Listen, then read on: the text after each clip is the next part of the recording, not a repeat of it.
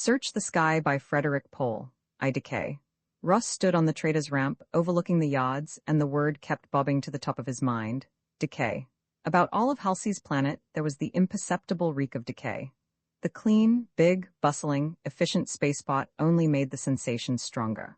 From where he stood on the height of the ramp, he could see the yards, the spires of Halsey City 10 kilometers away, and the tumble-down gray acres of ghost town between. Russ wrinkled his nose. He wasn't a man given to brooding, but the scent of decay had saturated his nostrils that morning. He had tossed and turned all the night, wrestling with a decision, and he had got up early, so early that the only thing that made sense was to walk to work, and that meant walking through Ghost Town. He hadn't done that in a long time, not since childhood. Ghost Town was a wonderful place to play. Tag, follow my Führer, senators and president. All the ancient games took on new life when you could dodge and turn among crumbling ruins, dot down unmarked lanes, gallop through sagging shacks where you might stir out a screeching, unexpected recluse. But it was clear that, in the 15 years between childhood games and a troubled man's walk to work, Ghost Town had grown. Everybody knew that. Ask the right specialists and they'd tell you how much and how fast. An acre a year, a street a month, a block a week. The specialists would twinkle at you, convinced that the acre street block was under control, since they could measure it. Ask the right specialists and they would tell you why it was happening. One answer per specialist, with an ironclad guarantee that there would be no overlapping of replies. A purely psychological phenomenon, Mr. Ross. A vibration of the pendulum toward greater municipal compactness, a huddling, a mature recognition of the facts of interdependence, basically a step forward. A purely biological phenomenon, Mr. Ross. Falling birth rate due to biochemical deficiency of trace elements processed out of our planetary diet. Fortunately, the situation has been recognized in time and my bill before the chamber will provide. A purely technological problem, Mr. Ross. Maintenance of a sprawling city is inevitably less efficient than that of a compact unit. Inevitably, there has been a drift back to the central areas and the convenience of air-conditioned walkways, winterized plazas. Yes, it was a purely psychological, biological, technological, educational, demographic problem, and it was basically a step forward. Russ wondered how many ghost towns lay corpse-like on the surface of Halsey's planet. Decay, he thought. Decay? But it had nothing to do with his problem, the problem that had kept him awake all the night, the problem that blighted the view before him now. The trading bell clanged. The day's work began. For Russ, it might be his last day's work at the yards. He walked slowly from the ramp to the offices of the Oldham Trading Corporation. "Morning, Russ boy." His breezy young boss greeted him. Charles Oldham Ives' father had always taken a paternal attitude toward his help, and Charles Oldham Roman Faw was not going to change anything that Daddy had done. He shook Russ's hand at the door of the suite and apologized, because they hadn't been able to find a new secretary for him yet. They'd been looking for 2 weeks, but the 3 applicants they had been able to dredge up had all been hopeless. "It's the damn chamber," said Charles Oldham Roman Faw, winsomely gesturing with his hands to show how helpless men of affairs were against the blundering interference of government. "Damn labor shortage is nothing but a damn artificial scarcity crisis." Daddy saw it. He knew it was coming. Russ almost told him he was quitting, but held back. Maybe it was because he didn't want to spoil Oldham's day with bad news, right on top of the opening bell. Or maybe it was because, in spite of a sleepless night, he still wasn't quite sure. The morning's work helped him to become sure. It was the same monotonous grind. 3 freighters had arrived at dawn from Halsey's third moon, but none of them was any affair of his. There was an export shipment of jewelry and watches to be attended to, but the ship was not to take off for another week. It's scarcely classified as urgent. Russ worked on the manifests for a couple of hours, stared through his window for an hour, and then it was time for lunch. Little Marconi hailed him as he passed through the trader's lounge. Of all the juniors on the exchange, Marconi was the one Russ found easiest to take. He was lean and dark where Russ was solid and fair. Worse, he stood 4 ranks above Russ in seniority. But since Russ worked for Oldham and Marconi worked for Hollins, the difference could be waived in social intercourse. Russ suspected that, to Marconi as to him, trading was only a job, a dull one, and not a crusade, and he knew that Marconi's reading was not confined to bills of lading. "Lunch?" asked Marconi. "Sure," Russ said, and he knew he'd probably spill his secret to the little man from Hollins. The skyroom was crowded, comparatively. All 8 of the usual tables were taken. They pushed on into the roped-off area by the windows and found a table overlooking the yards. Marconi blew dust off his chair. Been a long time since this was used, he grumbled. Drink? He raised his eyebrows when Russ nodded. It made a break. Marconi was the one usually who had a drink with lunch. Russ never touched it. When the drinks came, each of them said to the other in perfect synchronism, "I've got something to tell you." They looked startled, then laughed. "Go ahead," said Russ. The little man didn't even argue. Rapturously, he drew a photo out of his pocket. God, thought Russ wearily, Lurline again. He studied the picture with a show of interest. New snap? He asked brightly. Lovely girl. Then he noticed the inscription, "To my fiancé with crates of love." Well, he said, "Fiancé, is it? Congratulations, Marconi." Marconi was almost drooling on the photo. "Next month," he said happily. "A big, big wedding. For keeps, Russ, for keeps with children?" Russ made an expression of polite surprise. "You don't say," he said. "It's all down in black and white. She agrees to have 2 children in the first 5 years. No permissive clause. A straight guarantee. 1,500 annual allowance per child. And Russ, do you know what? Her lawyer told her right in front of me that she ought to ask for 3,000, and she told him, 'No, Mr. Turek. I happen to be in love.' How do you like that, Russ?" "A girl in a million," Russ said feebly. His private thoughts were that Marconi had been gaffed and netted like a sugar perch. Lurline was of the old landowners, who didn't own anything much but land these days, and Marconi was an undersized nobody who happened to make a very good living. Sure, she happened to be in love. Smartest thing she could be. Of course, promising to have children sounded pretty special, but the papers were full of those things every day. Marconi could reliably be counted on to hang himself. He'd promise her breakfast in bed every 3rd weekend, or the maid that he couldn't possibly find on the labor market, and the Cots would throw all the promises on both sides out of the contract as a matter of simple equity, but the marriage would stick all right. Marconi had himself a final moist, fatuous sigh and returned the photo to his pocket. "And now," he asked brightly, craning his neck for the waiter, "what's your news?" Russ sipped his drink, staring out at the nuzzling freighters in their hemispherical slips. He said abruptly, "I might be on one of those next week. Fallen's got a purser's berth open." Marconi forgot the waiter and gaped. "Quitting? I've got to do something." Russ exploded. His own voice scared him. There was a knife blade of hysteria in the sound of it. He gripped the edge of the table and forced himself to be calm and deliberate. Marconi said tardily, "Easy, Russ." "Easy? You've said it, Marconi. Easy? Everything's so damned easy and so damned boring that I'm just about ready to blow." "I've got to do something," he repeated. "I'm getting nowhere. I push papers around and then I push them back again. You know what happens next. You get soft and paunchy. You find yourself going by the book instead of by your head. You're covered if you go by the book, no matter what happens, and you might just as well be dead." "Now, Russ? Now, hell?" Russ flared. "Marconi, I swear I think there's something wrong with me. Look, take Ghost Town for instance. Ever wonder why nobody lives there, except a couple of crazy old hermits? Why, it's Ghost Town," Marconi explained. "It's deserted." "And why is it deserted? What happened to the people who used to live there?" Marconi shook his head. "You need a vacation, son," he said sympathetically. "That was a long time ago. Hundreds of years, maybe. But where did the people go?" Russ persisted desperately.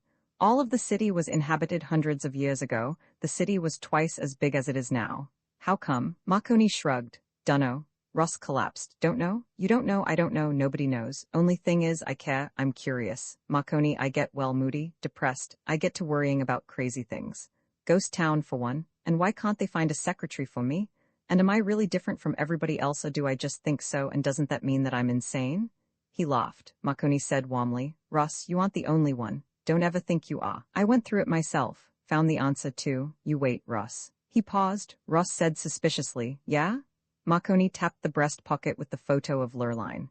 "She'll come along," he said. Russ managed not to sneer in his face. "No," he said wearily. "Look, I don't advertise it, but I was married once. I was 18, it lasted for a year, and I'm the one who walked out.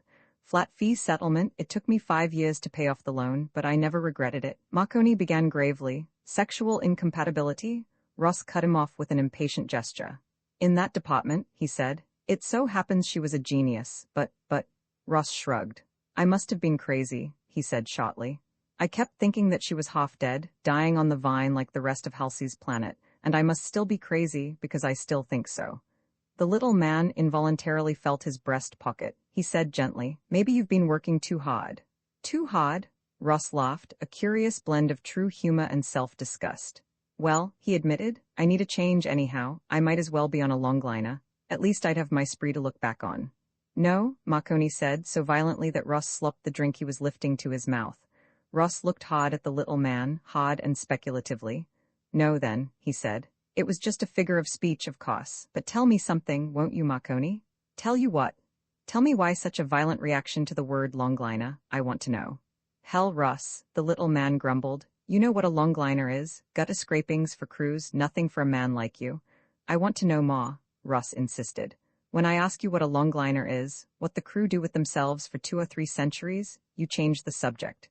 You always change the subject. Maybe you know something I don't know. I want to know what it is, and this time the subject doesn't get changed. You don't get off the hook until I find out. He took a sip of his drink and leaned back. Tell me about longliners, he said.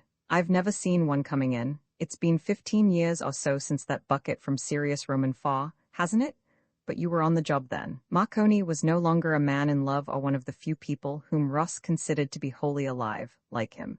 He was a hard-eyed little stranger with a stubborn mouth and an ingratiating veneer. In short, he was again a traitor, and a good one. I'll tell you anything I know, Marconi declared positively and insincerely. Tend to that fellow first, though, will you? He pointed to a uniformed yards messenger whose eye had just alighted on Ross. The man threaded his way, stumbling through the tables, and laid a sealed envelope down in the puddle left by Ross's drink. Sorry, sir, he said crisply, wiped off the envelope with his handkerchief, and for lagniappe wiped the puddle off the table into Ross's lap. Speechless, Ross signed for the envelope on a red-tabbed slip marked Urgent *Priority *Rush. The messenger saluted, almost putting his own eye out, and left, crashing into tables and chairs. Half dead, Ross muttered, following him with his eyes. How the devil do they stay alive at all? Marconi said, unsmiling. You're taking this kick pretty seriously, Ross. I admit he's a little clumsy, but nothing, said Ross. Don't try to tell me you don't know something's wrong, Marconi. He's a bumbling incompetent, and half his generation is just like him. He looked bitterly at the envelope and dropped it on the table again. More manifests, he said. I swear I'll start throwing tableware if I have to check another bill of lading. Brighten my day, Marconi. Tell me about the longliners. You're not off the hook yet, you know. Marconi signaled for another drink. All right, he said. Marconi tells all about longliners. They are ships. They go from the planet of one star to the planet of another star. It takes a long time, because stars are many light years apart, and rocket ships cannot travel as fast as light. Einstein said so, whoever he was. Do we start with the Sirius Roman 4 ship? I was around when it came in, all right. 15 years ago, and Halsey's Planet is still enjoying the benefits of it. And so is Leverett and Sons Trading Corporation. They did fine on flowers from seeds that Bucket brought. They did fine on sugar perch from eggs that Bucket brought. I've never had it myself. Raw fish for dessert? But some people swear by it, at 5 shields a portion. They can have it. The hook, Marconi, Russ reminded grimly. Trader Marconi laughed amiably. Sorry. Well, what else? Pictures and music, but I'm not much on them. I do read, though, and as a reader I say, God bless that Bucket from Sirius Roman 4. We never had a novelist like Maurice Halliday on this planet, or an essayist like Jay Waring. Let's see, there have been 8 Halliday novels off the microfilms so far, and I think Leverett still has a couple in the vaults. Leverett must be, Marconi. I don't want to hear about Leverett and Sons, or Maurice Halliday, or Waring. I want to hear about longliners. I'm trying to tell you, Marconi said sullenly, the mask down. No, you're not. You're telling me that the longline ships go from one stellar system to another with merchandise. I know that. Then what do you want? Don't be difficult, Marconi. I want to know the facts. All about longliners. The big hush-hush. The candid explanations that explain nothing, except that a starship is a starship. I know that they are closed system, multi-generation jobs. A group of people get in on Sirius Roman 4, and their great-great-great-great-grandchildren come giggling and stumbling out on Halsey's Planet.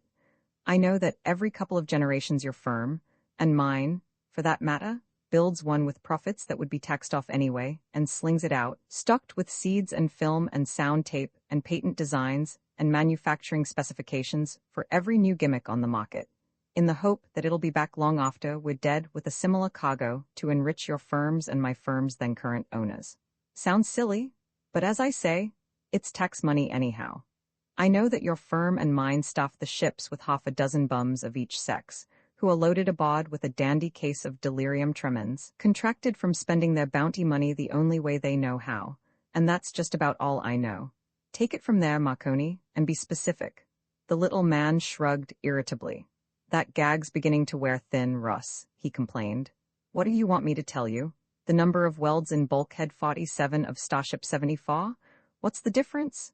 As you said, a starship is a longliner. Without them, the inhabited solar systems would have no means of contact or commerce. What else is there to say? Russ looked suddenly lost. I don't know, he said. Don't you know, Marconi? Marconi hesitated, and for a moment Russ was sure he did know, knew something, at any rate, something that might be an answer to the doubts and nagging inconsistencies that were bothering him. But then Marconi shrugged and looked at his watch and ordered another drink. But there was something wrong. Russ felt himself in the position of a diagnostician whose patient willfully refuses to tell where it hurts. The planet was sick, but wouldn't admit it. Sick? Dying? Maybe he was on the wrong track entirely. Maybe the starships had nothing to do with it. Maybe there was nothing that Marconi knew that would fit a piece into the puzzle and make the answer come out all clear. But Ghost Town continued to grow acre by acre, year by year, and Oldham still hadn't found him a secretary capable of writing her own name. According to the historians, everything fits nicely into place, Russ said, dubiously. They say we came here ourselves in longliners once, Marconi. Our ancestors under some man named Halsey colonized this place 1,400 years ago. According to the longliners that come in from other stars, their ancestors colonized wherever they came from in starships from a place called Earth. Where is this Earth, Marconi? Marconi said succinctly. Look in the star charts, it's there. Yes, but hell, Marconi said in annoyance. What in the world has got into you, Russ? Earth is a planet like any other planet. The starship Halsey colonized in was a starship like any other starship, only bigger. I guess, that is, I wasn't there. After all, what are the longliners but colonists? They happen to be going to planets that are already inhabited, that's all. So a starship is nothing new or even very interesting, and this is beginning to bore me, and you ought to read your urgent priority rush message. Russ felt repentant, knowing that that was just how Trader Marconi wanted him to feel. He said slowly, I'm sorry if I'm being a nuisance, Marconi. You know how it is when you feel stale and restless. I know all the stories, but it's so damned hard to believe them. The famous colonizing ships, they must have been absolutely gigantic to take any reasonable number of people on a closed-circuit, multi-generation ride. We can't build them that big now. No reason to. But we couldn't if we had to. Imagine shooting those things all over the galaxy. How many inhabited planets in the charts? 500?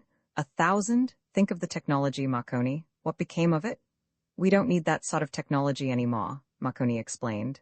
That job is done. Now we concentrate on more important things. Learning to live with each other, developing our own planet, increasing our understanding of social factors and demographic. Russ was laughing at last.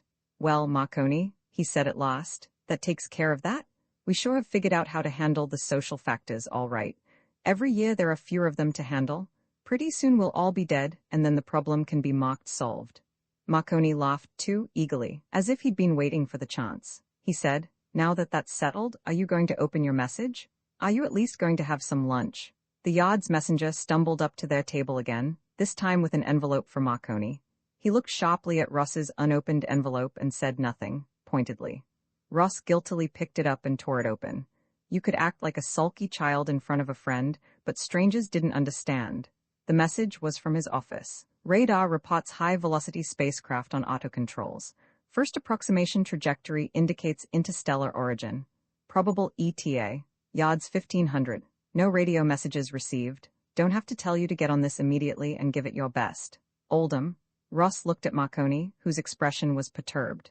Bet I know what your message says, he offered with an uneasy quaver in his voice. Marconi said, I'll bet you do. Oldham's radar setup on Sunwood always has been better than Holland's. Better location. Man, you are in trouble? Let's get out there and hope nobody's missed you so far. They grabbed sandwiches from the snack bar on the way out and munched them while the yard's jeep took them to the ready line. Skirting the freighters in their pits, slipping past the enormous overhaul sheds, they saw excited debates going on. Twice they were passed by yard's vehicles heading toward the landing area. Halfway to the line, they heard the recall sirens warning everybody and everything out of the 10 seared acres, surrounded by homing and ground-controlled approach radars. That was where the big ones were landed. The ready line was jammed when they got there. Ships from one or another of the 5 moons that circled Halsey's planet were common, the moons were the mines. Even the weekly lina and freightas from the colony on Sunwood, the planet next in from Halcy's, were routine to the yard's workers. But to anybody, an interstellar ship was a sensation, a once-in-a-lifetime thrill. Protocols were uncertain. Traders argued about the first crack at the strangers and their goods. A dealer named Allbog said the only fair system would be to give every trade there an equal opportunity to do business, in alphabetical order.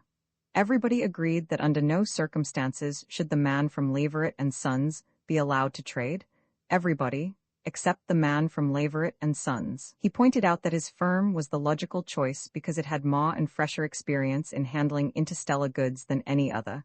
They almost mobbed him. It wasn't merely money that filled the atmosphere with electric tingles. The glamour of time travel was on them.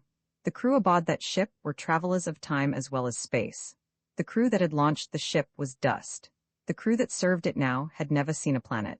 There was even some humility in the crowd. There were thoughtful ones among them, who reflected that it was not, after all, a very great feat to hitch a rocket to a shell and lob it across a few million miles to a neighboring planet.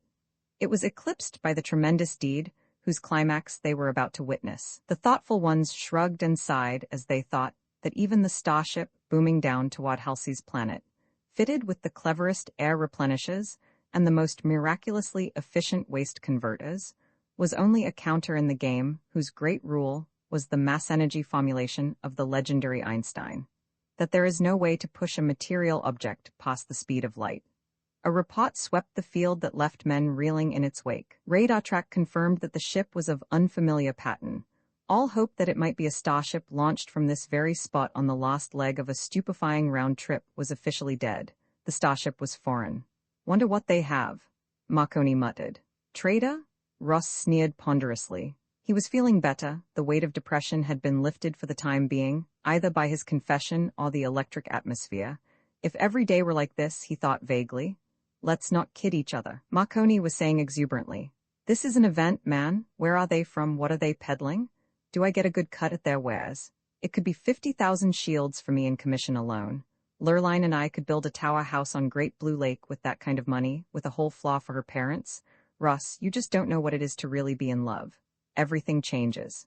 A jeep roared up and slammed to a stop. Russ blinked and yelled. Here it comes. They watched the ground-controlled approach with the interest of semi-professionals and concealed their rising excitement with shop talk. Whoops, there goes the high-powered job into action. Marconi pointed as a huge dish antenna swiveled ponderously on its mast. Seems the medium output dishes can't handle her. Maybe the high-power dish can't either. She might be just plain shot. Standard, sealed GCA doesn't get shot, my young friend. Not in a neon atmosphere tank it doesn't. Maybe along about the 5th generation, they forgot what it was and cut it open with an acetylene torch to see what was inside. Bad luck for us in that case, Ross. The ship steadied on a due west course and flashed across the heavens and over the horizon. Somebody decided a braking ellipse or two was in order. What about line of sight? No sweat. The GCA jockey, and I'd bet it's Delafield himself, pushes a button that hooks him into the high-power dish at every rocket field on Halcy's. It's been all thought out. There's a potential fortune aboard that Longliner and Fields administration wants its percentage for servicing and accommodating. Wonder what they have? I already asked that one, Ross. So you did. They lapsed into silence until the rocket boomed in again from the east, high and slow. The big dish swiveled abruptly and began tracking again. He'll try to bring her down this time. Yes, there go FAW and stabilizing jets. Flame jutted from the silvery speck high in the blue. Its apparent speed slowed to a crawl. It vanished for a second as steering jets turned her slowly endwise. They caught sight of the stern jets when they blasted for the descent. It was uneventful, just the landing of a very, very big rocket. When a landing is successful, it is like every other successful landing ever made. But the action that the field whirled into immediately following the landing was far from routine. The bullhorns roared that all traders, wipers, rubbernecks, and visitors were to get behind the ready lines and stay there. All Class 3 and higher field personnel were to take stations for longliner clearance. The weapons and decontamination parties were to take their stations immediately. Captain Delafield would issue all future orders, and don't let any of the traders talk you out of it, men. Captain Delafield would issue all future orders. Russ watched in considerable surprise as field men working with drilled precision broke out half a dozen sleek, needle-nosed guns from an innocent-looking bay of the warehouse and manhandled them into position. From another bay, a large pressure tank was hauled and backed against the lock of the starship. Ross could see the station medic bustlingly supervise that, and the hosing of white gunk onto the juncture between tank and ship. Delafield crossed the stretch from the GCA complex to the tank, vanished into it through a pressure-fitted door, and that was that. The tank had no windows. Ross said to Marconi, wonderingly, "What's all this about?" There was Doc Gibbons handling the pressure tank. There was Chunk Blaney rolling out a goddamned cannon I never knew was there. How many more little secrets are there that I don't know about? Marconi grinned. They have gun drill once a month, my young friend, and they never say a word about it. Let the right rabble-rouser get hold of the story, and he might sail into office on a platform of keep the bug-eyed monsters off of Halsey's planet. You have to have reasonable precautions, military and medical, though, and this is the straight goods, there's never been any trouble of either variety. The conversation died and there was a long, boring hour of nothing. At last, Delafield appeared again. One of the decontamination party ran up in a jeep with a microphone. "What'll it be?" Ross demanded. "Alphabetic order, or just a rush?" The announcement floored him. "Representative of the Holland Trading Corporation, please report to the decontamination tank." The representative of the Holland Trading Corporation was Marconi. "Hell," Ross said bitterly. "Good luck with them, whoever they are." Marconi brooded for a moment and then said gruffly, "Come on along." "You mean it?" "Sure. Naturally, Ross, you'll give me your word not to make any commercial offers or inquiries without my permission." "Oh, naturally." They started across the field and were checked through the ready line, Marconi cheerfully presenting his identification and vouching for Ross. Captain Delafield at the tank snapped, "What are you doing here, Ross? You're Oldham's man." I distinctly said, "My responsibility, Captain. Will that do it?" Marconi asked. Delafield snapped, "It'll be your fundament if Holland hears about it. Actually, it's the damnedest situation. They asked for Hollands." Marconi looked frightened and his hand involuntarily went to his breast pocket. He swallowed and asked, "Where are they from?" Delafield grimaced and said, "Home." Marconi exploded, "Oh no? That's all I can get out of them. I suppose their trajectory can be analyzed and there must be books. We haven't been in the ship yet. Nobody goes in until it gets sprayed, rayed, dusted, and busted down into its component parts. Too many places for nasty little mutant bacteria and viruses to lurk." "Sure, Captain, home, eh? They're pretty simple." Happy little morons. 15 of them, ranging in age from 1 month to what looks like 120. All they know is home, and we wish to see the representative of the Holland Trading Corporation. First the old woman said it. Then the next in line, he must be about 100, said it. Then a pair of identical twins, 50-year-old women, said it in chorus. Then the rest of them on down to the month-old baby, and I swear to God he tried to say it. "Well, you're the Holland Trading Corporation. Go on in." It took Ross a while to learn a lesson, but when he learned it, it stuck. This time, he promised himself, no space bot.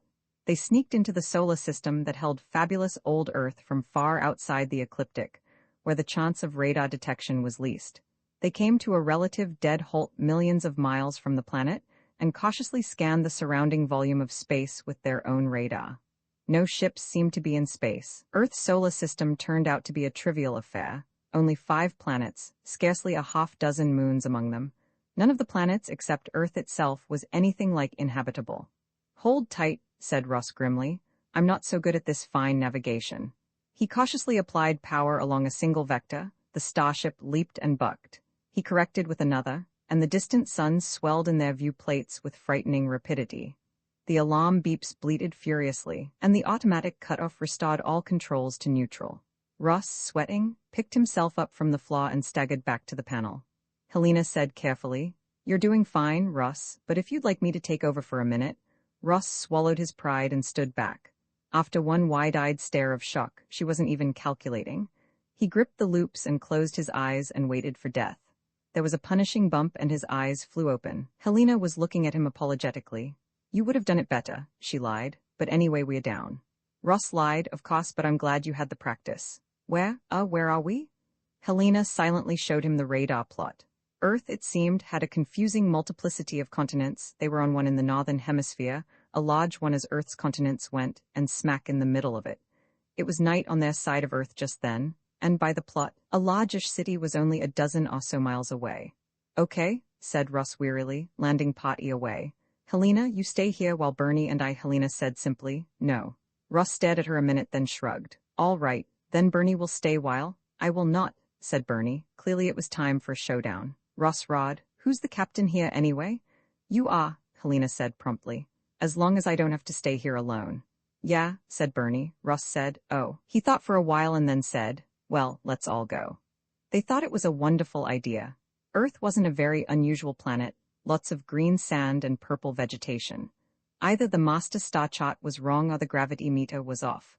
The farmer, strangely enough, gave Earth's gravity as 1.000000 and the latter as 0.8952, a whopping 10% discrepancy.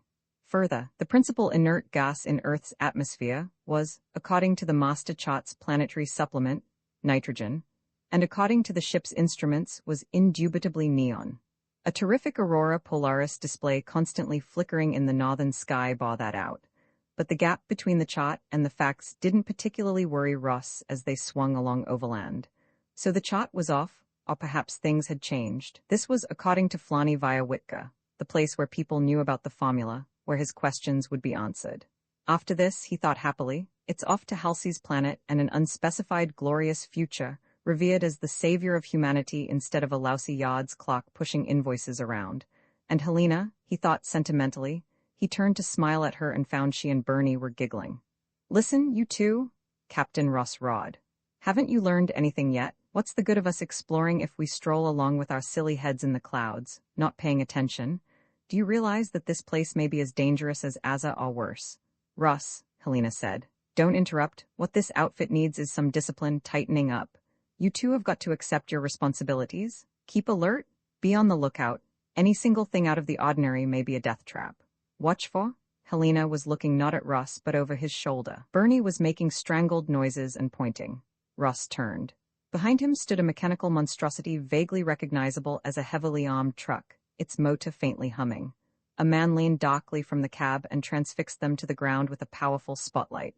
From the dazzling circle of light his voice came, hasty and furtive. Thought it was two women and a man, but I guess you're the ones. Ugh, those faces on you? Yes, you're the ones. Get in. Fast. The light blinked out. When their eyes adjusted to the dimmer illumination of the stars and the aurora display, they saw a side door in the body of the truck standing open. One of the long, slim gun barrels with which the truck seemed copiously supplied swiveled to cover them. Ross stupidly read aloud a sign on the truck. Jones Flock of a Company. Finest tile on Jones. Wall-to-wall a specialty. Rugs fit for Jones.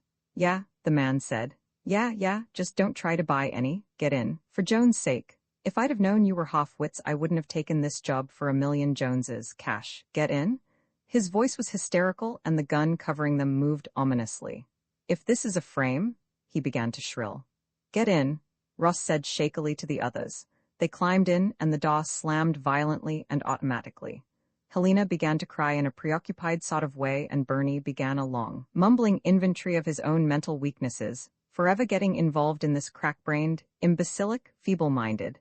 There were windows in the truck body, and Ross turned from one to another. He saw the guns on the cab telescope into stubs, the stubs fold into the mounts smoothly descend flush with the sheet metal.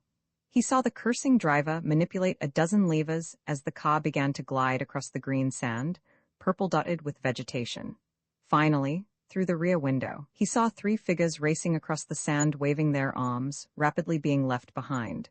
All he could make out was that they seemed to be 2 women and a man. Helena was wailing softly, and I am not ugly, and just because we're young and we're strangers isn't any reason to go around insulting people. From Bernie. Fat-headed, goggly-eyed, no-browed, slubber-lipped, dim-witted.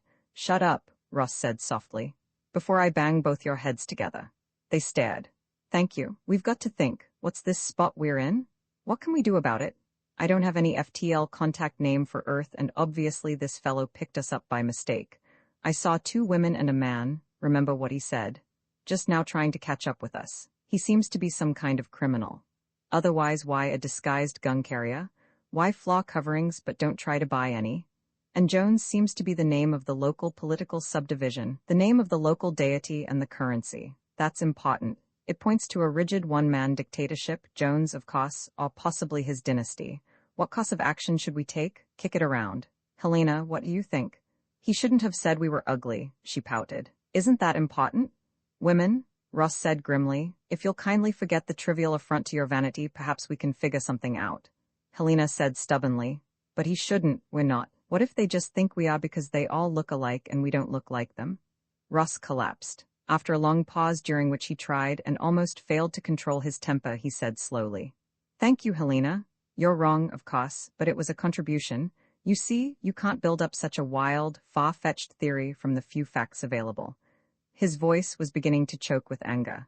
"It isn't reasonable, and it isn't really any help. In fact, it's the goddamnedest, stupidest imitation of reasoning I have ever." "City," Bernard croaked, pointing. The jolting ride had become smoother, and gliding past the windows were green-tiled buildings and street lights. "Fine," Russ said bitterly. "We had a few clear minutes to think, and now we find they were wasted by the crackpot dissertation of a female and my reasonable attempt to show her the elements of logical thinking." He put his head in his hands and tried to ignore them, tried to reason it out. But the truck made a couple of sharp turns and jolted to a stop. The door opened, and the voice of their driver said, again from behind a flashlight's dazzling circle, "Out, walk ahead of me." They did, into a fair-sized, well-lighted room with 8 people in it whom they studied in amazement. Every one of the 8 was exactly the same height, 6 feet. Every one had straight red hair of exactly the same shade, sprouting from an identical hairline. Every one had precisely the same build, gangling but broad-shouldered. The 16 eyes were the identical blue under 16 identical eyebrows.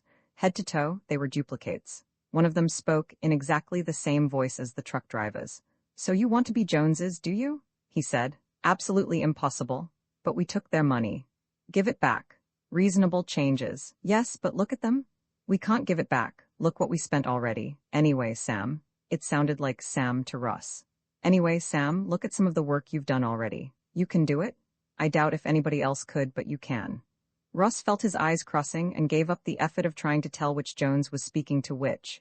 Even the clothing was nearly identical: purple pantaloons, scarlet jacket, black cummerbund sash, black shoes. Then he noticed that third from the left Jones, the one who seemed to be named Sam, wore a frilly shirt of white under the scarlet jacket. Only a lacy edge showed at the open collar, but where his was white, the others were all muted pastels of pink and green. Sam said coldly, "I know nobody else can do it. Anybody else? Who else is there?"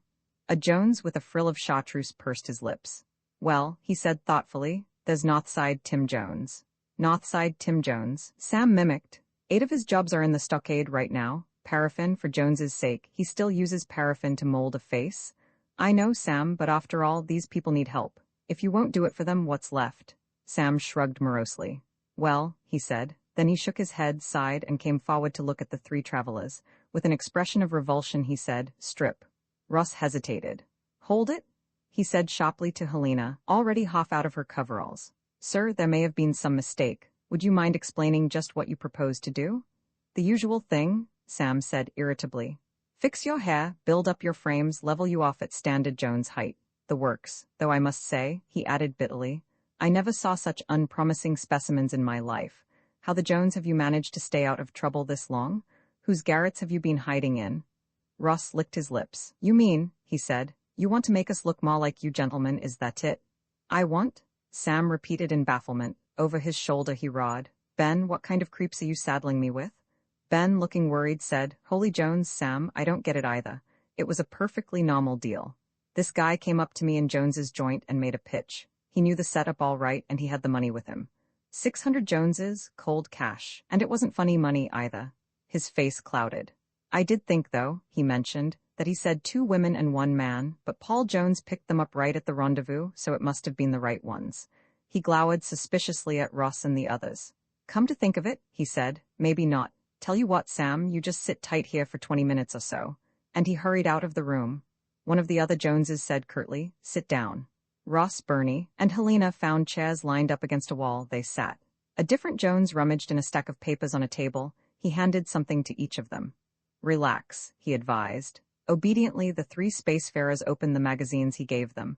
When they were settled, most of the Joneses, after a whispered conference, went out. The one that was left said, "No talking. If we made a mistake, we're sorry. Meanwhile, you do what you're told." Russ found that his magazine was called by Jones. It seemed to be a periodical devoted to entertaining news and gossip of sports, fashion, and culture. He stared at an article headed, "Be glad the people's police are watching you?" But the words made little sense. He tried to think, but somehow he couldn't find a point at which to grasp the flickering mass of impressions that were circling through his brain. Nothing seemed to make a great deal of sense anymore, and Russ suddenly realized that he was very, very tired. His mind an utter blank, he sat and waited. It was 20 minutes and a bit more. Then the door flew open and half a dozen Joneses burst in. Even at first sight, Russ could tell that 3 of them were newcomers. For one thing, 2 were women, and the third, though red-haired, tall and gangling, had a nose a full centimeter shorter than any of the others, and his hair was crisply curled. "All right, you peepees," snarled the first Jones. "You found what you were looking for. Now try to get out." Helena did the talking. It wasn't Russ's idea, but when her heel crunched down on his instep, he was too startled to object, and from then on he didn't get a chance to get a word in edgewise. He had to admit that her act was getting across with the audience. Long before she had finished reporting their meeting, their flight to Aza, the escape from Minerva, and the flight here, most of the Joneses had put their guns away, and all were showing signs of stupefaction. "And then," she finished, "we saw this truck, and that very good-looking man picked us up. And so we're here on Earth, and honest to goodness, that's the exact truth." There was silence while the Joneses looked at each other. Then the plastic surgeon-type Jones, Sam with the white shirt front, stepped forward.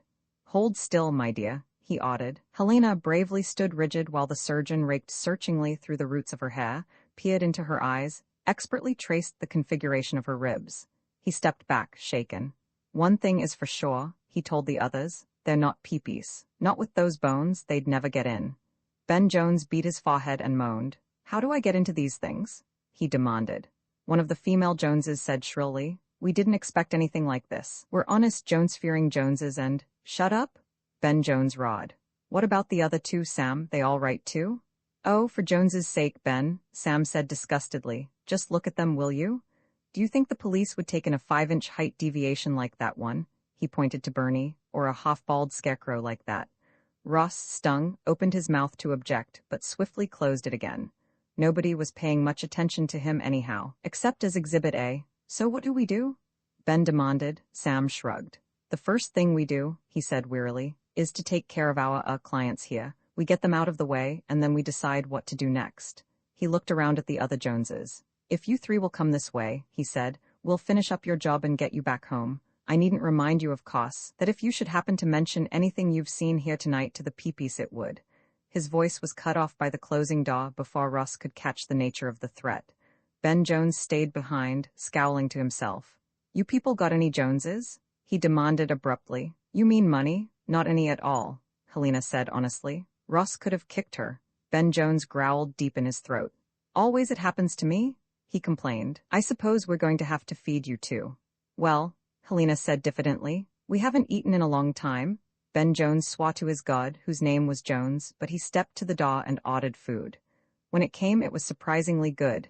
Each of the 3, with their diverse backgrounds, found it delicious. While they were eating, Ben Jones sat watching them, refreshing himself from time to time with a greenish bubbling liquid out of a jug. He offered some to Russ, who clutched his throat as though he'd swallowed molten steel. Ben Jones guffawed till his eyes ran. "First taste of Jones's juice, hey? Kind of gets right down inside, doesn't it?" He wiped his eyes, then sobered. "I guess you people are all right," he admitted. "What I'm going to do with you I don't know. I can't take you to Earth and I can't keep you here, and I can't throw you out on the street. The peepees would have you in the stockade in 10 minutes. Russ, startled, said, "Aren't we on Earth?" "Nah," Ben Jones said disgustedly. "Didn't you hear me? You're on Jones, halfway between Jones's Fox and Jonesgrad, but you came pretty close at that. Earth's about 50 miles out the Jones Pike past Jonesgrad, turn right at Jonesboro Mina." Ross said bewilderedly, "The planet Earth is 50 miles along the Pike." "Not a planet," Ben Jones said. "It's an old city, kind of. Nobody lives there anymore. The peepees don't permit it. I've never been there, but they say it's kind of, different. Some of the buildings," he seemed actually to be blushing, "are as much as 15, 20 stories high, and the walls aren't even all green. Excuse me," he added, looking at Helena. Sam Jones returned and said to Ben, "It's all right, all finished, trivial alterations. Maybe they could have gone along for the rest of their lives on wigs and pads, but we don't tell them that, do we? And anyway now they won't worry." Healy Jones, the older man, for instance, very bright fellow, but it seems he was working as a snathe handler's apprentice. afraid to take the master's test, afraid to change his line of work, might be noticed and questioned. He heaved a tremendous sigh and poured himself a tremendous slug of the green fluid. Ben Jones gave Ross a cynical wink and shrug. "Look at my hand?" The surgeon exploded. It was shaking. He gulped the Jones juice and poured himself another. "Nothing physical," he said. "Neurosis. The subconscious coldly counting up my crimes and coldly imposing and executing sentence. I'm a surgeon, so my hand trembles." He drank. "Jones is not mocked," he said broodingly. "Jones is not mocked. Think those three are going to be happy? Think they're going to be folded in Jones's bosom just because they're Joneses externally now? No. Watch them 5 years, 10 years. Maybe they'll sentence themselves to be hateful, vitriol-tempered lice and wonder why nobody loves them. Maybe they'll sentence themselves to penal servitude and wonder why everybody pushes them around, why they haven't the guts to hit back. Jones is not mocked." He told the jug of green liquid, ignoring the others, and drank again. Ben Jones said softly to them, "Come on," and led them into an adjoining room furnished with sleeping pads. He said apologetically, "The doctor's nerves are shot tonight. Trouble is he's too Jones-fearing. Me, I can take it or leave it alone." His laugh had a little too much bravado in it. "There's a little bit of none-Jones in the best of us, I always say, but not to the doctor, and not when he's hitting the Jones juice." He shrugged cynically and said, "What the hell? T equals L sub 0 e to the minus d over 2n. Ross had him by his shirt frill. "Say that again?" Ben Jones shoved him away. "What's the matter with you, boy?" "I'm sorry. Would you please repeat that formula, what you said?" He hastily amended when the word formula obviously failed to register. Ben Jones repeated the formula wonderingly. "What does it mean?" Ross demanded. "I've been chasing the damned thing across the galaxy." He hastily filled Ben Jones in on its previous appearances. "Well," Ben Jones said, "it means what it says, of course. I mean, it's obvious, isn't it?" He studied their faces and added uncertainly, "Isn't it?" "What does it mean to you, Ben?" Ross asked softly. "Why, what it means to anybody, pal. Right's right, wrong's wrong. Jones is in his heaven, conform or else. It means morality, man. What else could it mean?" Ross then proceeded to make an unmannerly nuisance of himself. He grilled their involuntary host mercilessly, shrugging aside all attempted diversions of the talk into what they were going to do with the three visitors. He ignored protestations that Ben was no Jonesologist, Jones knew, and drilled in. By the time Ben Jones exploded, stamped out, and locked them in for the night, he had elicited the following. Everybody knew the formula. They were taught it at their mother's knee. It was recited antiphonally before and after Jones meetings. Ben knew it was right, of course, and someday he was going to get right with Jones and live up to it, but not just yet, because if he didn't make money in the prosthesis racket, somebody else would. The formula was everywhere. On the lintels of public buildings, hanging in classrooms, and on the bedroom walls of the most Jones-fearing old ladies, where they could see its comforting message last thing at night and first thing in the morning. From a book? Well, yes, he guessed so. Sure, it was in the Book of Joneses, but who could say whether that was where it started? Most people thought it was just handed down, way back during the war. What war? The War of the Joneses, of course. Anyway, in the war, the last of the holdouts against the formula had been destroyed. No, he didn't know anything about the war. No, not his grandfather's time or his grandfather's grandfather's time. Long ago, that war was. Maybe there were records in the old museum in Earth. The city, of course, not some damn planet he never heard of. After Ben Jones slammed out and the room darkened, Helena and Bernie exchanged comforting words from adjoining sleeping pads to Ross's intense displeasure. They fell asleep, and at last he fell asleep still churning over the problem. When he woke, he found that evidently the doctor, Sam Jones, had stumbled in during the night and passed out on the pad next to him. The white frill was stiff and green with dried Jones juice. Helena and Bernie still slept. He tried the door. It was locked, but there was a tantalizing hum of voices beyond it. He put his ear to the cold steel. The fruits of his eavesdropping were scanty but alarming. Cut him down, mumble found someplace, mumble. Mumble never killed yet, mumble prosthesis racket. Jones's sake, it's their lives, or mumble time to get scared, mumble pee saw you? And then apparently the speakers moved out of range. Ross was cold with sweat, and there was an abnormal hollow in the pit of his stomach that breakfast would never fill. He spun around as a Jones voice croaked painfully. "Hear anything good, stranger?" The surgeon, looking very dilapidated, was sitting up and regarding him through bloodshot eyes. "They're talking about killing us," he said shortly. "They are not really intelligent," Sam Jones said wearily. "They were just bright enough to entangle me to the point where I had to work for them. And to keep me copiously supplied with that green stuff, I haven't the intelligence to use in moderation. Ross said, "How'd you like to break away from this?" Sam Jones mutely extended his hand. It trembled like a leaf. He said, "For his own inscrutable reason, Jones grants me steadiness of hand during an operation designed to frustrate his grand design. He then overwhelms me with a titanic thirst for oblivion to my shame." "There's no design," Ross said. "Or if there is, luckily this planet is a trifling part of it. I have never heard of such arrogant pipsqueakery in my life. You flyspecks in your shabby corner of the galaxy think your own fouled-up mess is the pattern of universal life. You're wrong. I've seen life elsewhere, and I know it isn't." The doctor passed his trembling hand over his eyes. "Jones is not mocked," he croaked. "T equals L sub 0 e to the minus d over 2n. You can't fight that, stranger. You can't fight that." Ross realized he was silently crying behind his covering hand. He said, much more gently, "It's nothing you have to fight, it's something you have to understand." He told Sam Jones of his 2 previous encounters with the formula. The doctor looked up, his eyes full of wonder. Ross said, "How would you like to be free, doctor? Free of your shaking hands, free of your guilt, free of these killers? How would you like to know the truth?" The doctor said faintly, "If I dared." Ross pressed, "The museum in Earth City.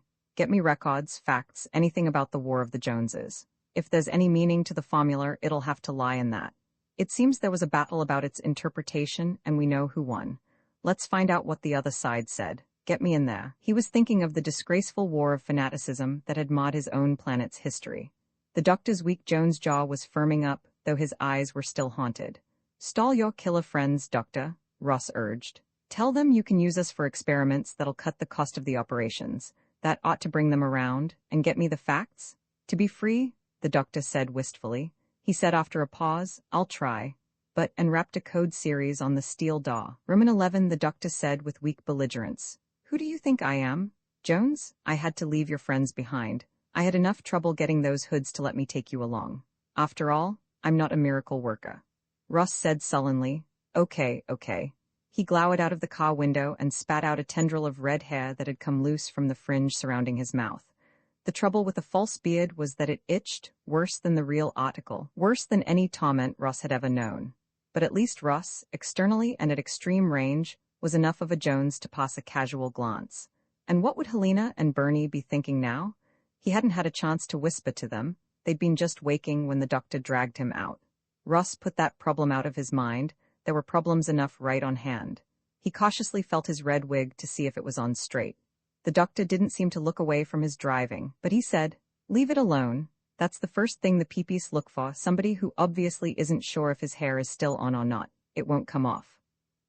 Said Ross. The road was getting worse, it seemed. They had passed no houses for several miles now. They rounded a rutted turn, and ahead was a sign. "Stop, restricted area ahead warning. This road is mine, no traffic allowed.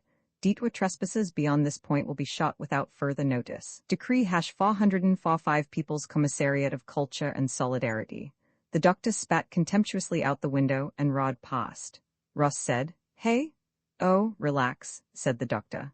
"That's just the culturenics. Nobody pays any attention to them." Ross swallowed and sat as lightly as possible on the green leather cushion of the car. By the time they had gone a quarter of a mile, he began to feel a little reassured that the doctor knew what he was talking about. Then the doctor swerved sharply to miss a rusted hulk and almost skidded off the road. He swore and manhandled the wheel until they were back on the straightaway. White-lipped, Ross asked, "What was that?" "Car," grunted the doctor. "Hit a mine, silly fools." Ross squawked, "But you said—" "Shut up," the doctor ordered tensely. "That was weeks ago. They haven't had a chance to lay new mines since then." Pause. "I hope." The car rode on. Ross closed his eyes, limply abandoning himself to what was in store. But if it was bad to see what was going on, the roaring, swerving, jolting race was 10 times worse with his eyes closed. He opened them again in time to see another sign flash past, gone before he could read it. "What was that?" he demanded. "What's the difference?" The doctor grunted. "Want to go back?" "Well, no," Ross thought for a moment. "Do we have to go this fast, though?"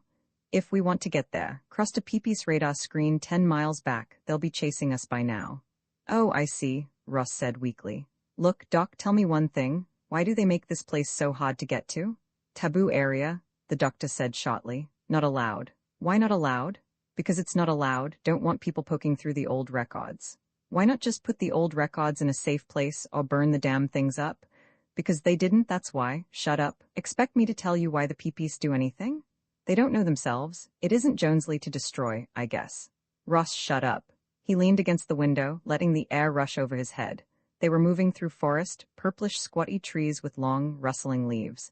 The sky overhead was crisp and cool looking. It was still early morning. Ross exhaled a long breath. Back on Halsey's planet, he would be getting up about now, rising out of a soft, warm bed, taking his leisurely time about breakfast, climbing into a comfortable car to make his way to the space spot where he was safe, respected, and at home. Damn Holland. At least, Ross thought, some sort of a pattern was beginning to shape up.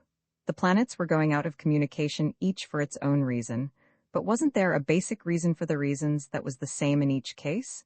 Wasn't there some overall design, some explanation that covered all the facts, pointed to a way out? He sat up straight as they approached a string of little signs. He scanned them worriedly as they rolled past. Workers, peasants, Joneses all, by these presents know ye, if you don't stop in spite of all, this to hell will blow ye. Duck, the doctor yelled, crouching down in the seat and guiding the careening car with one hand. Ross, startled, followed his example, but not before he saw that this was an automatic, radar-actuated rapid-fire gun mounted a few yards past the lost sign. There was a stuttering roar from the gun, and a splatter of metal against the armored sides of the car. The doctor sat up again as soon as the burst had hit. Evidently only one was to be feared. Yeah, he jeered at the absent builders of the gun. Lousy 50mm can't punch their way through a tin can. Ross, gasping, got up just in time to see the last sign in the series. By order of People's Democratic Council of Arts and Sciences, Small Arms Division. He said wildly, they can't even write a poem properly. Did you notice the first and third line rhyme words? Surprisingly, the doctor glanced at him and laughed with a note of respect. He took a hand off the wheel to pat Ross on the shoulder. You'll make a Jones yet, my boy, he promised. Don't worry about these things. I told you this place was restricted. This stuff isn't worth bothering about. Ross found that he was able to smile. There was a point he realized with astonishment where courage came easily. It was the only thing left. He sat up straighter and breathed the air more deeply. Then it happened. They rounded another curve. The doctor slammed on the brakes. Suspended overhead across the road was a single big sign. That's all, Jones? The car bucked, slewed around, and skidded. The wheels locked, but not in time to keep it from sliding into the pit, road wide and 4 feet deep, that was dug in front of them. Ross heard the axles crack and the tires blow, but the springing of the car was equal to the challenge. He was jawed clear in the air and tumbled to the floor in a heap, but no bones were broken. Painfully, he pushed the door open and crawled out. The doctor limped after, and the two of them stood on the edge of the pit, looking at the ruin of their car. That one, said the doctor, was worth bothering about. He motioned Ross to silence and cocked an ear. Was there a distant roaring sound, like another car following on the road they had traveled? Ross wasn't sure, but the doctor's expression convinced him. Peace, he said briefly. From here on it's on foot. They won't follow beyond here, but let's get out of sight. They'll by Jones shoot beyond here if they see us. Ross stared unbelievingly. This is Earth? He asked. The doctor fanned himself and blew. That's it, he said, looking around curiously. Heard a lot about it, but I've never been here before, he explained. Funny looking, isn't it? He nudged Ross, indicating a shattered concrete structure beside them on the road. Notice that toll booth? He whispered slyly. 8 sides, Ross said wearily. Yes, mighty funny. Look, Doc, why don't you sort of wander around by yourself for a while? That big thing up ahead is the museum you were talking about, isn't it? The doctor squinted. His eyes were unnaturally bright, and his breathing was fast, but he was making an attempt to seem casual in the presence of these manifold obscenities of design. He licked his lips. Round pillars, he marveled. Why, yes, I think that's the museum. You go on up there like you say. I'll sort of see what there is to see. Jones, yes? He staggered off, staring from ribald curbing to scatological wall in an orgy of prurience. Ross sighed and walked through the deserted, weed-grown streets to the stone building that bore on its cracked lintel the one surviving word, Earth. This was all wrong, he was almost certain. Earth had to be a planet, not a city. But still, the museum had to have the answers. On its moldering double doors was a large lead seal. He read, Surplus Information Repository, access denied to unauthorized personnel. But the seal had been forced by somebody. One of the doors swung free, creaking. Ross invoked the fosser of the door. If he could do it, he went in and stumbled over a skeleton, presumably that of the lost entrant. The skull had been crushed by a falling beam. There was some sort of mechanism involved, a trigger, a spring, a release hook. All had rusted badly, and the spring had lost its tension over the years. A century? 2, 5. Ross prayed that any similar man-traps had likewise rusted solid, and cautiously inched through the dismal hall of the place, ready for a backward leap at the first whisper of a concealed mechanism in action. It was unnecessary. The place was dead. Exploring room after room, he realized slowly that he was stripping off history in successive layers. The first had been the booby-trapped road, lackadaisically planned to ensure that mere inquisitiveness would be discouraged. There had been no real denial of access, for there was almost no possibility that anybody would care to visit the place. Next, the seal and the man-traps. An earlier period. Somebody had once said, "This episode is closed. This history is determined. We have all reached agreement. Only a dangerous or frivolous meddler would seek to rake over these dead ashes." And then, prying into the museum, Ross found the era during which agreement had been reached, during which it still was necessary to insist and demonstrate and cajole. The outer rooms and open shelves were testimonials to Jones. There were books of Jonesology, ingenious, persuasive books divided usually into 3 sections. Human Jonesology would be a painstaking effort to determine the exact physical and mental tolerances of a Jones. Anatomical atlases minutely gave femur lengths, cranial angles, eye color to an angstrom, hair thickness to a micron. Moral Jonesology treated of the dangers of deviating from these physical and more elastic mental specifications. Here the formula appeared again, repeatedly invoked but never explained. Already it was a truism. And sacred Jonesology was a series of assertions concerning the nature of the Jones in whose image all other Joneses were created. Subdivisions of the open shelves held works on geographical Jonesology, the distribution across the planet of Joneses, and similar works. Ross went looking for a lower layer of history and found it in a bale of crumbling pamphlets. "Comrades, we must now proceed to consolidate our victory. Ultra-Jonesism, an infantile political disorder, on the fallacy of Jonesism in one country." These Ross devoured. They added up to the tale of a savage political battle among the victors of a greater war. Clemency was advocated and condemned. Extermination of the opposition was casually mentioned. The cultural faction and the biological faction had obviously been long locked in a death struggle. Across the face of each pamphlet stood a similar logotype, the formula. It was enigmatically mentioned in one pamphlet, which almost incomprehensibly advanced the claims of the biological faction to supremacy among the Joneses united.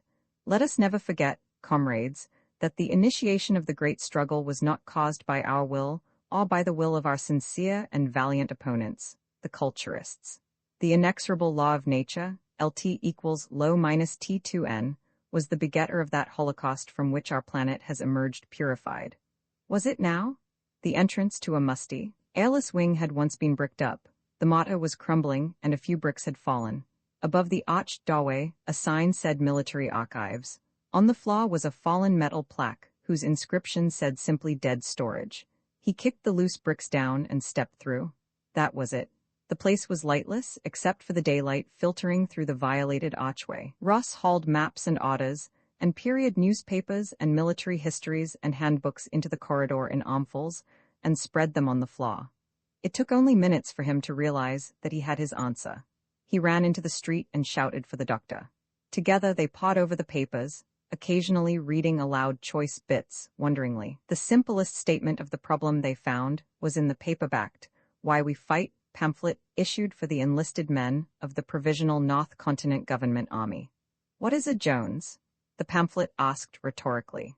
"A Jones is just a human being, the same as you and I. Dismiss rumors that a Jones is supernatural or unkillable with a laugh when you hear them. They arose because of the extraordinary resemblance of one Jones to another. Putting a bullet through one Jones in a skirmish and seeing another one rise up and come at you with a bayonet is a chilling experience. In the confusion of battle, it may seem that the dead Jones rose and attacked, but this is not the case. Never let the rumor pass unchallenged, and never fail to report habitual rumormongers. How did the Joneses get that way? Many of you were too young when this long war began to be aware of the facts. Since then, wartime disruption of education and normal communications facilities has left you in the dark. This is the authoritative statement in simple language that explains why we fight. This planet was colonized, presumably from the quasi-legendary planet Earth. The famous Earth Archives building, incidentally, is supposed to derive its puzzling name from this fact. It is presumed that the number of colonists was originally small, probably in the hundreds, though the number of human beings on the planet increased enormously as the generations passed. Genetically, the population remained small. The same one's heredity units were combined and reshuffled in varying combinations, but no new ones were added.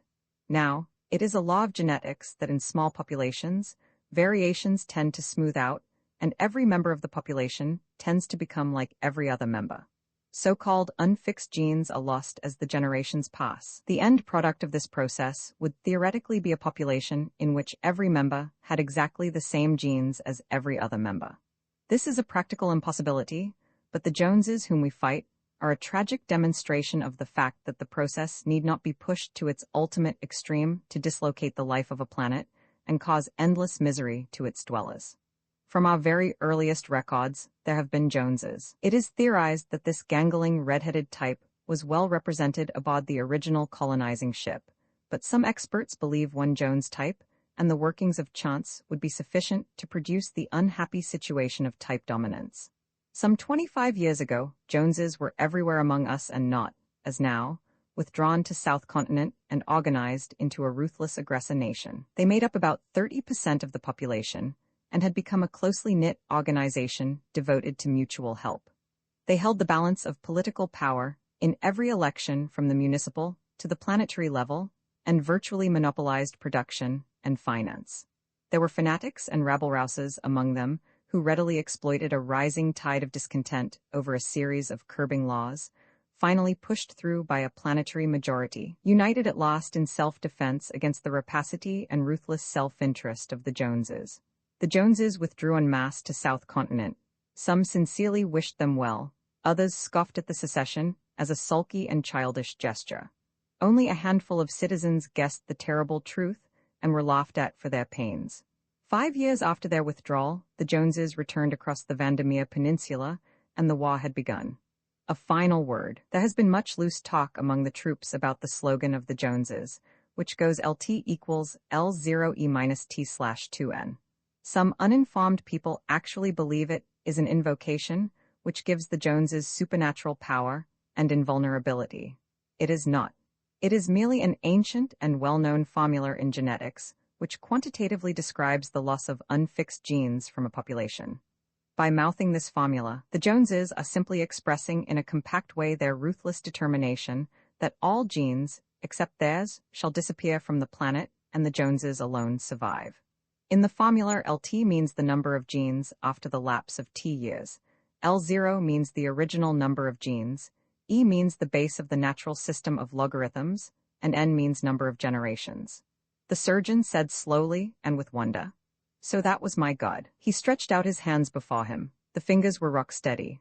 Ross left him and paced the corridor uneasily.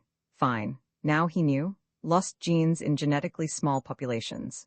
On Halsey's planet, some fertility gene, no doubt. On Aza, a male sex-linked gene that provides men with the backbone required to come out ahead in the incessant war of the genders. Bernie was a gutless character.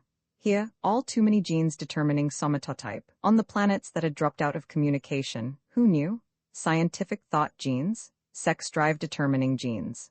One thing was clear. Any gene loss was bad for the survival of a planetary colony. Evolution had on Earth worked out in a billion trial and error years a working mechanism, man. Man exhibited a vast range of variation, which was why he survived almost any conceivable catastrophe.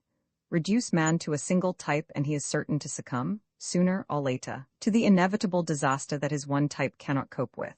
The problem, now stated clearly, was bigger than he had dreamed. And now he knew only the problem, not the solution. Go to Earth. Well, he had tried. There had been no flaw in his calculations, no failure in setting up the Wesley panel. Yet, this was Jones, not Earth. The city was only a city, not the planet that the star charts logged. And the planet, beyond all other considerations, was less like Earth than any conceivable chart error could account for. Gravitation, wrong. Atmosphere, wrong. Flora and fauna, wrong. So, eliminate the impossible and what remains, however unlikely, is true. So there had been a flaw in his calculations. And the way to check that once and for all was to get back to the starship. Russ wheeled and went back into the book room. Doc, he called, how do we get out of here? The answer was, on their bellies. They trudged through the forest for hours, skirting the road, hiding whenever a suspicious noise gave warning that someone might be in the vicinity. The peepees knew they were in the woods, there was no doubt of that. And as soon as they got past the taboo area, they had to crawl. It was well past dark before Ross and the doctor, scratched and aching, got to the tiny hamlet of Jonesy-on-the-Pike. By the light from the one window in the village that gave any signs of life, the doctor took a single horrified look at Ross and shuddered. You wait here, he ordered. Hide under a bush or something, your beard rubbed off. Ross watched the doctor rap on the door and be admitted. He couldn't hear the conversation that followed, but he saw the doctor's hand go to his pocket, then clasp the hand of the figure in the doorway. That was the language all the galaxy understood, Ross realized. He only hoped that the householder was an honest man, i.e., one who would stay bribed, instead of informing the peepees on them. It was beyond doubt that their descriptions had long since been broadcast. The road must have been lined with TV scanners on the way in. The door opened again, and the doctor walked briskly out. He strode out into the street, walked half a dozen paces down the road, and waited for Ross to catch up with him. Okay, the doctor whispered. They'll pick us up in half an hour, down the road about a quarter of a mile. Let's go. What about the man you were talking to? Ross asked. Won't he turn us in? The doctor chuckled. I gave him a drink of Jones's juice out of my private stock, he said. No, he won't turn anybody in, at least not until he wakes up. Ross nodded invisibly in the dark. He had a thought and suppressed it, but it wouldn't stay down. Cautiously, he let it seep through his subconscious again and looked it over from every angle. No, there wasn't any doubt of it. Things were definitely looking up. Ben Jones roared. Just what the hell do you think you're doing, Doc? The doctor pushed Ross through the doorway and turned to face the other Jones. He asked mildly, What? You heard me? Ben Jones blustered. I let you out with this one, and maybe I made a mistake at that. But I by Jones don't intend to let you get out of here with all three of them. What are you trying to get away with anyhow? The doctor didn't change his mild expression. He took a short, unhurried step forward. Smack. Ben Jones reeled back from the slap, his mouth open, hand to his face. Hey, he squawked. The doctor said levelly. I'm telling you this just one time, Ben, don't cross me. You've got the guns, but I've got these. He held up his spread hands. You can shoot me, I won't deny that, but you can't make me do your dirty work for you. From now on things go my way. With these three people, with my own life, with the bootleg plastic surgery we do to keep you in armored cars. Or else there won't be any plastic surgery. Ben Jones swallowed, and Ross could see the man fighting himself. He said after a moment, No reason to act sour, Doc. Haven't we always got along? The only thing is, maybe you don't realize how dangerous these three. Shut up, said the doctor. Right, boys? The other two Joneses in the room shuffled and looked uncomfortable. One of them said, Don't get mad, Ben, but it kind of looks as if he's right. We and the doc had a little talk before you got here. It figures you have to admit it. He does the work, we ought to let him have something to say about it. The look that Ben Jones gave him was pure poison, but the man stood up to it, and in a minute Ben Jones looked away. Sure, he said distantly. You go right ahead, Doc. We'll talk this over again later on, when we've all had a chance to cool off. The doctor nodded coldly and followed Ross out. Helena and Bernie, suitably Jonesified for the occasion, were already in the car. Ross and the doctor jumped in with them, and they drove away. Now that the strain was relaxed a bit, the doctor was panting, but there was a grin on his lips. Son of a Jones, he said happily. I've been waiting 5 years for this day. Ross asked, Is it all right? They won't chase after us? No, not Ben Jones. He has his own way of handling things. Now, if we were stupid enough to go back there, after he had a chance to talk to the others without me around, that would be something different. But we aren't going back. Ross's eyes widened. Not even you, Doc? Especially not me. The doctor concentrated on his driving. Presently, if I take you to the rendezvous, can you find your ship from there? He asked. Sure, said Ross confidently. And Doc, welcome to our party. Space had never looked better. They hung 500,000 miles off Jones, and Ross fumbled irritatedly with the Wesley panel while the other three stood around and made helpful suggestions. He set up the integrals for Earth, just as he had set them up once before. The plot came out the same. He transferred the computations to the controls and checked it against the record in the log. The same. The ship should have gone straight as a 5-dimensional geodesic arrow to the planet Earth. Instead, he found by cross-checking the star atlas, it had gone in almost the other direction entirely, to the planet of Jones. He threw his pencil across the room and swore. I don't get it, he complained. It's probably broken, Ross, Helena told him seriously. You know how machines are. They're always doing something funny just when you least expect it. Russ bit down hard on his answer to that. Bernie contributed his morsel, and even Dr. Sam Jones, whose race had lost even the memory of spaceflight, had a suggestion. Russ swore at them all, then took time to swear at the bod, at the starship, at Holland, at Wesley, and most of all at himself. Helena turned her back pointedly. She said to Bernie, "The way Russ acts, sometimes you'd honestly think he was the only one who'd ever run this thing. Why, my goodness, I know you can't rely on that silly bod. Didn't I have just exactly the same experience with it myself?" Russ gritted his teeth and doggedly started all over again with the computations for Earth. Then he did a slow double take. "Helena," he whispered, "what experience did you have? Why, just the same as now. Don't you remember, Russ, when you and Bernie were in jail and I had to come rescue you?" "What happened?" Russ shouted. "My goodness, Russ, don't yell at me. There was that silly light flashing all the time. It was driving me out of my mind. Well, I knew perfectly well that I wasn't going to get anywhere if it was going to act like that, so I just—" Russ, eyes glazed, robot-like, lifted the cover off the main Wesley unit. Down at the socket of the alarm signal, shooting out two delicately machined helices that were a basic part of the Wesley drive, wedged between an eccentric vernier screw and a curious crystalline lattice, was the hairpin. He picked it out and stared at it unbelievingly. He marveled. "It says in the manual, on no account should any alterations be made in any part of the Wesley driving assembly by any technician under a seat valve rating." She didn't like the alarm going off, so she fixed it with a hairpin. Helena giggled and appealed to Bernie. "Doesn't he kill you?" she asked. Russ's eyes were glazed and his hands worked convulsively. "Kill," he muttered, advancing on Helena. "Kill, kill, kill. Help!" she screamed. The two men managed to subdue Russ with the aid of a needle from Dr. Jones's kit pocket. Helena was in tears and tried to explain to the others. Just for no reason at all. She got only icy stares. After a while, she sulkily began setting up the Wesley bod for the Earth jump. Roman 12 Russ awoke, clear-headed and alert. Helena and Bernie were looking at him apprehensively. He understood and said grudgingly, "Sorry I flipped, I didn't mean to scare you." Everything seemed to go black.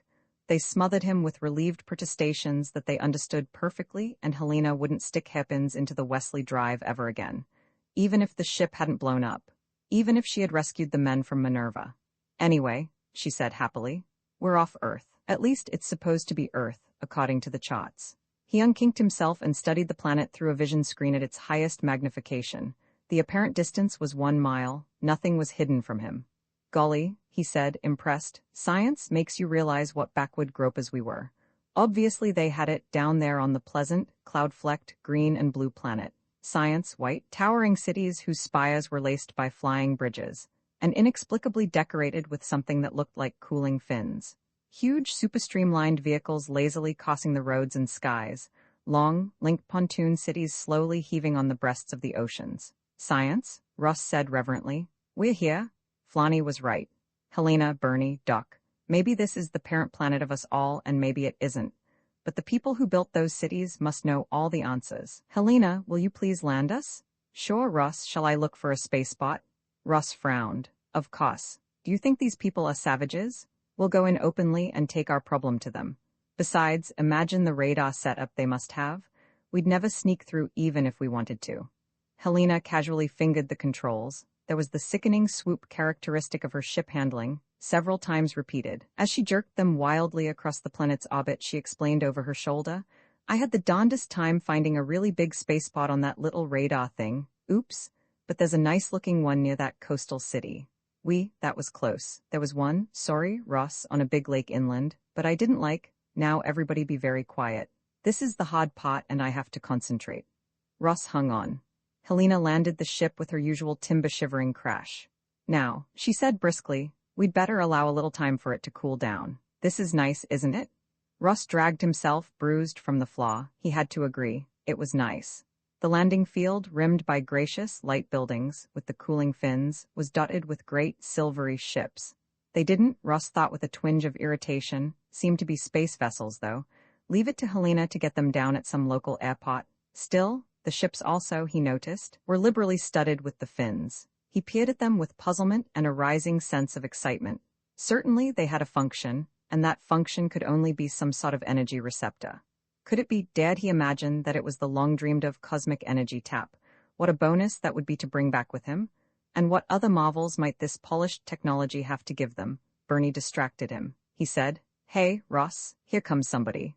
But even Bernie's tone was odd. A magnificent vehicle was crawling toward them across the field. It was long, low, bullet-shaped, and with cooling fins. Multiple plates of silvery metal contrasted with a glossy black finish. All about its periphery was a lacy pattern of intricate crumples and crinkles of metal, as though its skirts had been crushed and rumpled. Ross sighed and marveled. What a production problem these people had solved, stamping those forms out between dies. Then he saw the faces of the passengers. He drew in his breath sharply. Godlike. Two men whose brows were cliffs of alabaster, whose chins were strung with the firmness of steady, flame-like wisdom. Two women whose calm, lovely features made the heart within him melt and toss. The vehicle stopped 10 yards from the open spacelock of the ship. From its tip gushed upward a 10-foot fountain of sparks that flashed the gamut of the rainbow. Simultaneously, one of the godlike passengers touched the wheel, and there was a sweet, piercing, imperative summons like 100 strings and brasses in unison. Helena whispered, "They want us to come out. Ross, I can't face them." She buried her face in her hands. "Steady," he said gravely. "They're only human." Ross gripped that belief tightly. He hardly dared permit himself to think, even for a second, that perhaps these people were no longer merely human. Hoarsely he said, "We need their help. Maybe we should send Doc Jones out first. He's the oldest of us, and he's the only one you could call a scientist. He can talk to them." "Where is he?" A raucous Jones' voice bellowed through the domed control room. "Who wunsch old Doc, Hog?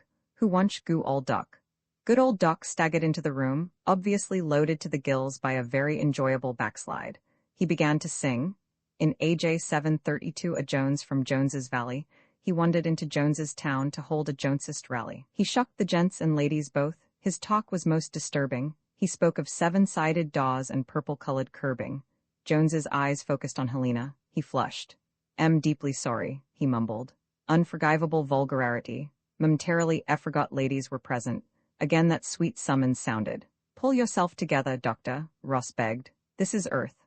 The people seem very advanced. Don't disgrace us, please." Jones's face went pale and perspiration broke out. "'Scuse me," he mumbled and staggered out again.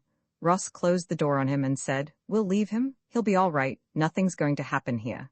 He took a deep breath. "We'll all go out," he said. Unconsciously, Ross and Helena drew closer together and joined hands.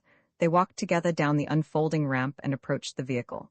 One of the coolly lovely women scrutinized them and turned to the man beside her. She remarked melodiously, "You say thibabums," and laughed a silvery tinkle. Panic gripped Ross for a long moment. A thing he had never considered, but a thing which he should have realized would be inevitable. Of course, these folk, older and incomparably more advanced than the rest of the peoples in the universe, would have evolved out of the common language into a speech of their own, deliberately or naturally rebuilt to handle the speed, subtlety, and power of their thoughts. But perhaps the oldest speech was merely disused and not lost. He said formally, quaking, "People of Earth, we are strangers from another star. We throw ourselves on your mercy and ask for your generosity. Our problem is summed up in the genetic law T equals L sub 0 e to the minus d over 2n. Of course," one of the men was laughing. Ross broke off. The man smiled. "Was that again?" They understood. He repeated the formula slowly and would have explained further, but the man cut him off. "Math," the man smiled. "We don't use that stuff no more. I got a lab assistant. Maybe he uses it sometimes." They were beyond mathematics. They had broken through into some mode of symbolic reasoning that must be as far beyond mathematics as math was beyond primitive languages. "Sir," he said eagerly, "you must be a scientist. May I ask you to get in?" He smiled. Gigantic jaws unfolded from the vehicle. Thought reading. Had the problem been snatched from his brain even before he stated it? Mutely he gestured at Helena and Bernie. Jones would be all right where he was for several hours if Russ was any judge of blackouts, and you don't quibble with demigods. The man, the scientist, did something to a glittering control panel that was, literally, more complex than the Wesley back on the starship. Noise filled the vehicle, noise that Russ identified as music for a moment. It was a starkly simple music, whose skeleton was 3 thumps and a crash, 3 thumps and a crash. Then followed an antiphonal chant, a clear tenor demanding in a monotone, "Is this your car?" And a tremendous chorally shouted, "No." Too deep for him, Russ thought forlornly as the car swerved around and sped off. His eyes wandered over the control board and fixed on the largest of its dials, where a needle crawled around from a large 40 to a large 50 and a red 60, proportional to the velocity of the vehicle. Unable to concentrate because of the puzzling music, unable to converse, he wondered what the units of time and space were that gave readings of 50 and 60 for their very low rate of speed, hardly more than a brisk walk, when you noticed the slow passage of objects outside. But there seemed to be a whistle of wind that suggested high speed, perhaps an effect peculiar to the cooling fin power system. However, it worked. He tried to shout a question at the driver, but it didn't get through. The driver smiled, patted his arm, and returned to his driving. They nosed past a building, cooling fins, and Russ almost screamed when he saw what was on the other side. A curve of highway jammed solid with vehicles that were traveling at blinding speed, and the driver wasn't stopping. Russ closed his eyes and jammed his feet against the floorboards, waiting for the crash which, somehow, didn't come. When he opened his eyes, they were in the traffic, and the needle on the speedometer quivered at 275. He blew a great breath and thought admiringly, reflexes to match their superb intellects, of course. There couldn't have been a crash. Just then, across the safety island in the opposing lane, there was a crash. The very brief flash of vision Ross was allowed told him, incredibly, that a vehicle had attempted to enter the lane going the wrong way, with the consequences you'd expect. He watched, goggle-eyed, as the effects of the crash rippled down the line of oncoming traffic. The squeal of brakes and rending of metal was audible even above the thumping music. "Is this your car?" "No." Thereafter, as they drove, the opposing lane was motionless but not silent. The piercing blasts of strings and trumpets rose to the heavens from each vehicle, as did the brilliant pyrotechnic jets. A call for help, Ross theorized. The music was beginning to make his head ache. It had been going on for at least 10 minutes. Suddenly, blessedly, it changed. There was a great fanfare of trombones in major thirds that seemed to go on forever, but didn't quite. At the end of forever, the same tenor chanted, "You got a roadmeister?" And the chorus roared, "Yes." Ross realized forlornly that the music must contain values and subtleties which his coarser senses and undeveloped aesthetic background could not grasp. But he wished it would stop. It was making him miss all the scenery. After perhaps the 15th repetition of the roadmeister motif, it ended. The driver, with a look of deep satisfaction, did something to the control board that turned off a subsequent voice before it could get out more than a syllable. He turned to Ross and yelled above the suddenly noticeable rush of air, "Talk, talk, talk," and gave a whimsical shrug. During the moment his attention wandered from the road, his vehicle rammed the one ahead, decelerated sharply and was rammed by the one behind, accelerated and rammed the one ahead again, and then fell back into place.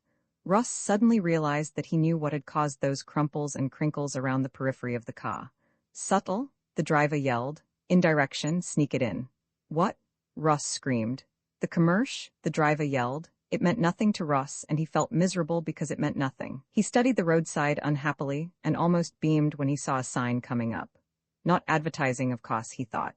Perhaps some austere reminder of a whole man's duty to the race and himself, some noble phrase that summed up the wisdom of a great thinker. But the sign, and it had cooling fins, declared, "Be smug, smoke smogs," and the next one urged, "Beat your sister, cheat your brother, but send some smogs to dear old mother." It set it on 4 signs which, apparently alerted by radar, zinged in succession along a roadside track even with the vehicle. There were more, and worse. They were coming to a city. Turmoil and magnificence. White pylons, natty belts of green, lacy bridges, the roaring traffic, nimble skipping pedestrians waving at the cars and calling, "Greetings." It sounded like "Savabe, Savabe, Bassa Bassa."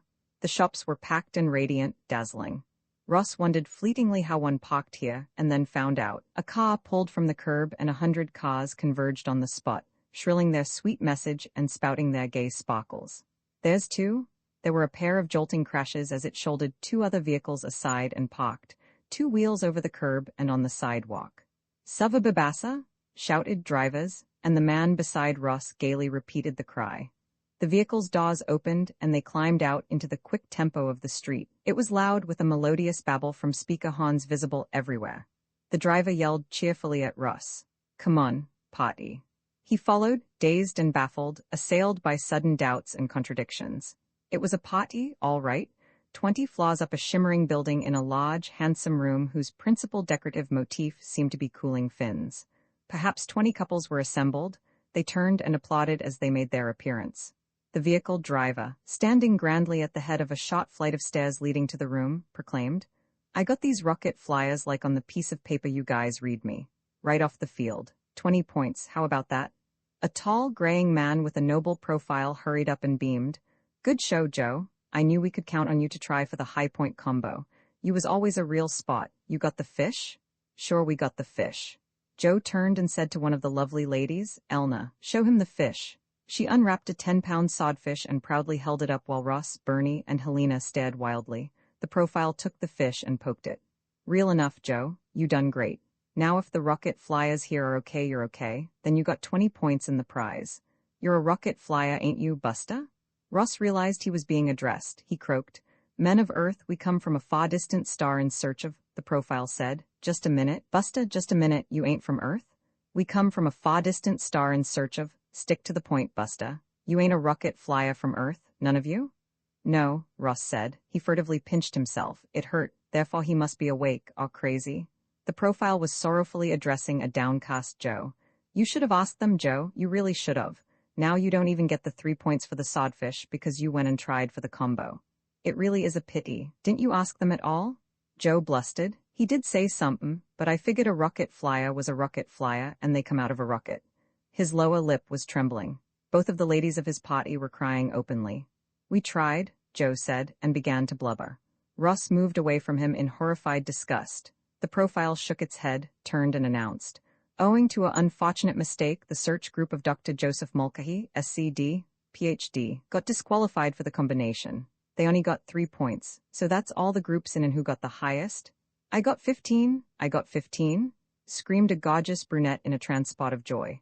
A manhole cover from the museum and a last month Lip Reader's Digest and a steering wheel from a police car. "I got 15. The others clustered about her, chattering. Ross said to the profile mechanically, "Man of Earth, we come from a far distant star in search of." "Sure, Busta," said the profile. "Sure, too bad, but you should have told Joe, you don't have to go, you and your friends have a drink, mix, have fun, I gotta go give the prize now." He hurried off. A passing blonde, stacked, said to Ross, "Hell Luo Baldy, wanna see my operation?" He began to shake his head and felt Helena's fingers close like steel on his arm. The blonde sniffed and passed on. "I'll operate her," Helena said, and then, "Ross, what's wrong with everybody? They act so young, even the old people." "Follow me," he said, and began to circulate through the party, trailing Bernie and a frankly terrified Helena, buttonholing and confronting and demanding and cajoling. Nothing worked. He was greeted with amused tolerance and invited to have a drink, and asked what he thought of the latest commercial with its tepid trumpets.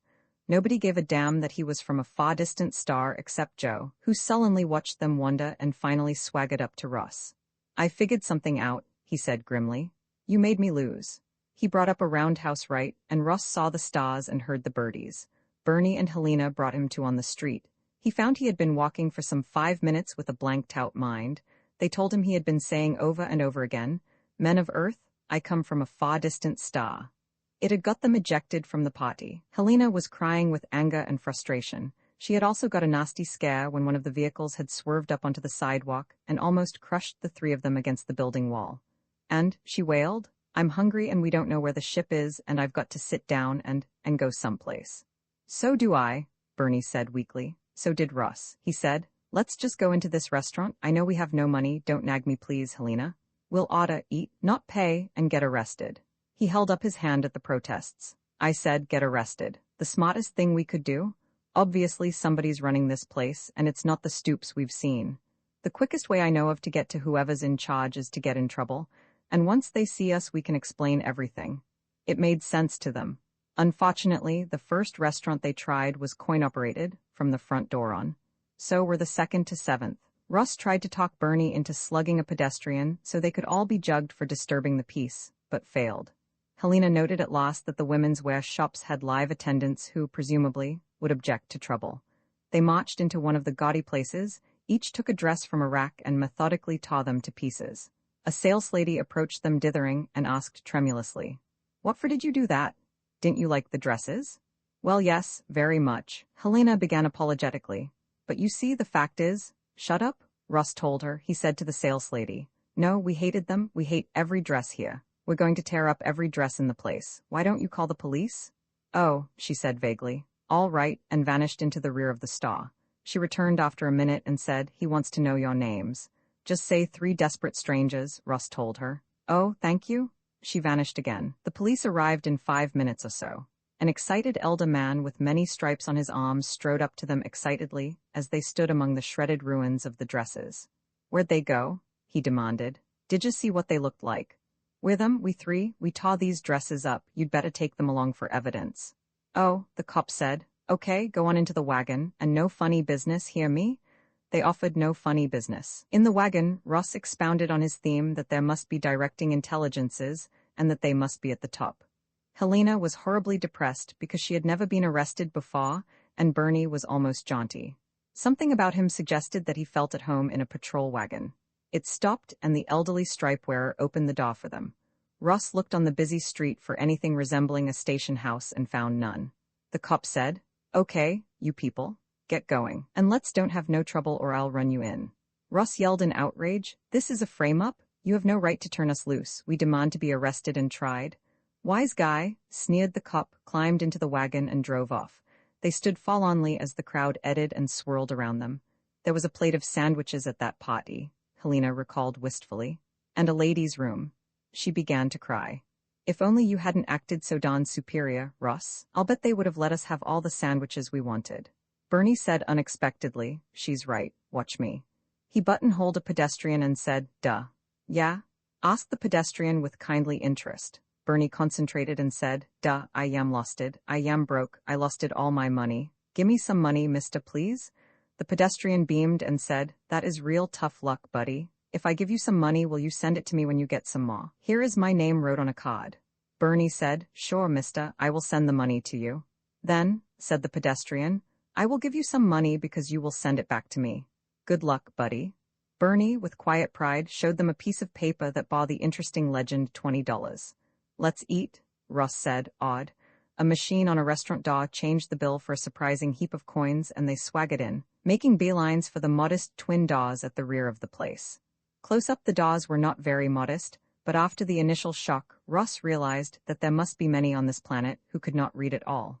The washroom attendant, for instance, who collected the dimes and unlocked the booths. Dime seemed to be his total vocabulary. By comparison, the machines in the restaurant proper were intelligent. The 3 of them ate and ate and ate. Only after coffee did they spare a thought for Dr. Sam Jones, who should about then be awakening with a murderous hangover aboard the starship. Thinking about him did not mean they could think of anything to do. "He's in trouble," Bernie said. "We're in trouble, first things first." "What trouble?" asked Helena brightly. "You got $20 by asking for it, and I suppose you can get plenty more. And I think we wouldn't have got thrown out of that party if, we hadn't gone swaggering around talking as if we knew everything. Maybe these people here aren't very bright." Ross snorted. Helena went on doggedly. "Not very bright, but they certainly can tell when somebody's brighter than they are. And naturally, they don't like it. Would you like it? It's like a really old person talking to a really young person about nothing but age. But here, when you're bright, you make everybody feel bad every time you open your mouth." "So," Ross said impatiently, "we can go on begging and drifting. But that's not what we're here for. The answer is supposed to be on Earth. Obviously, none of the people we've seen could possibly know anything about genetics. Obviously, they can't keep this machine civilization going without guidance. There must be people of normal intelligence around. In the government, is my guess." "No," said Helena, but she wouldn't say why. She just thought not. The inconclusive debate ended with them on the street again. Bernie, who seemed to enjoy it, begged $100. Ross, who didn't, got $11 in singles and a few threats of violence for acting like a wise guy. Helena got no money and 3 indecent proposals before Ross indignantly took her out of circulation. They found a completely automatic hotel at nightfall. Ross tried to inspect Helena's room for comfort and safety, but was turned back at the threshold by a staggering jolt of electricity. "Mechanical house, Dick," he muttered, picking himself up from the floor. "Well," he said to her sourly, "it's safe, good night." And later in the gents' room to Bernie, "You'd think the damn fool machine could be adjusted so that a person with perfectly innocent intentions could visit a lady?" "Sure," said Bernie soothingly. "Sure. Say, Ross, frankly, is this Earth exactly what you expected it to be?" The attendant moved creakily across the floor and said hopefully, Dime. Roman 13, their second day on the bum, they accumulated a great deal of change and crowded into a telephone booth. The plan was to try to locate their starship and find out what, if anything, could be done for Sam Jones. An automatic central conferred with an automatic information and decided that they wanted the captain of the pot, Baltimore rocket field. They got the pot captain on the wire and Ross asked after the starship. The captain asked, "Who wants to know, huh?" Ross realized he had overdone it and shoved Bernie at the phone. Bernie snotted and guggled and finally got out that he just wanted to know. The captain warmed up immediately and said, "Oh, sure, the funny-looking ship, it was still there all right. How about the fella that's in it?" "You mean the funny-looking fella? He went someplace." "He went someplace? What place?" "Someplace. He went away like, I didn't see him go, mister. I got plenty to do without I should watch out for every dummy that comes along." "Thanks," said Bernie hopelessly at Ross's signal. They walked the street deep in thought. Helena sobbed, "Let's leave him here, Ross. I don't like this place." "No." Bernie growled, "What's the difference, Ross? He can get a snootful just as easy here as anywhere else." "No, it isn't the dock, don't you see? But this is the place we're looking for. All the answers we need are here. We've got to get them." Bernie stepped around two tussling men on the ground, ineffectually thumping each other over a chocolate-covered confection. "Yeah," he said shortly. Helena said, "Isn't that a silly way to put up a big sign like that?" Ross looked up. "My God," he said. A gigantic metal sign with the legend, "By Smogs, you can smoke them," was being hoisted across the street ahead. The street was nominally closed to traffic by cheerfully inattentive men with red flags. A mobile boom hoist was doing the work, and quite obviously doing it wrong. The angle of the boom arm with the vertical was far too great for stability. The block-long sign was tipping the too-light body of the hoisting engine on its treads. Ross made a flash calculation. When the sign fell, as fall it inevitably would, perhaps 200 people who had wandered uncaringly past the warning flags would be under it. There was a sudden aura of blue light around the engine body. It tipped back to stability. The boom angle decreased, and the engine crawled forward to take up the horizontal difference. The blue light went out. Helena choked and coughed and babbled. "But Ross, it couldn't have because..." Ross said, "It's them?" "Who?" Excitedly. "The people behind all this. The people who built the cities and put up the buildings and designed the machines. The people who have the answers. Come on, Bernie. I just seem to antagonize these people. I want you to ask the boom operator what happened." The boom operator cheerfully explained that nah, it was just something that happened. Nah, nobody did nothing to make it happen. It was in case if anything went wrong, like, you know? They retired and regrouped their forces. "Foolproof machines," Ross said slowly. "And I mean really foolproof. Friends, I was wrong, I admit it. I thought that those buildings and cars were something super special, and they turned out to be just silly gimcracks. But not this blue light thing. That boom had to fall." Bernie shrugged rebelliously. "So what? So they've got some kinds of machines you don't have on Halsey's planet?" "A different order of machines, Bernie. Believe me, that blue light was something as far from any safety device I ever heard of as the starships are from Oxcots. When we find the people who designed them..." "Suppose they're all dead?" Ross winced. He said determinedly, "We'll find them." They returned to their begging and were recognized one day by the gray-haired profile of the party.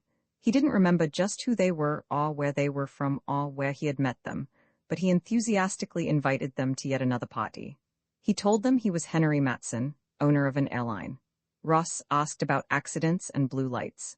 Matson jovially said some of his pilots talked about them things, but he didn't bother his head none. "You get these planes from the field, see, and they got all kinds of gadgets on them.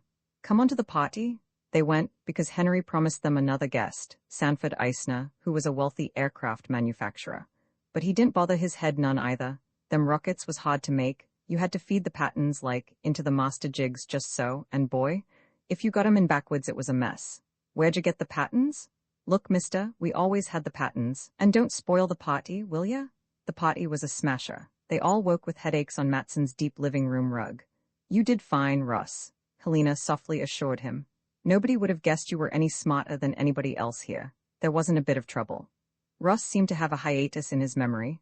The importance of the hiatus faded as time passed. There was a general move toward the automatic dispensing bar.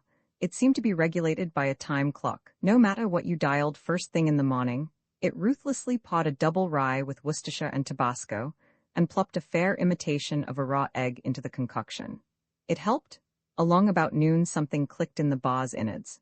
Guests long since surfeited with the prairie oysters joyously dialed martinis and Manhattans, and the day's serious drinking began.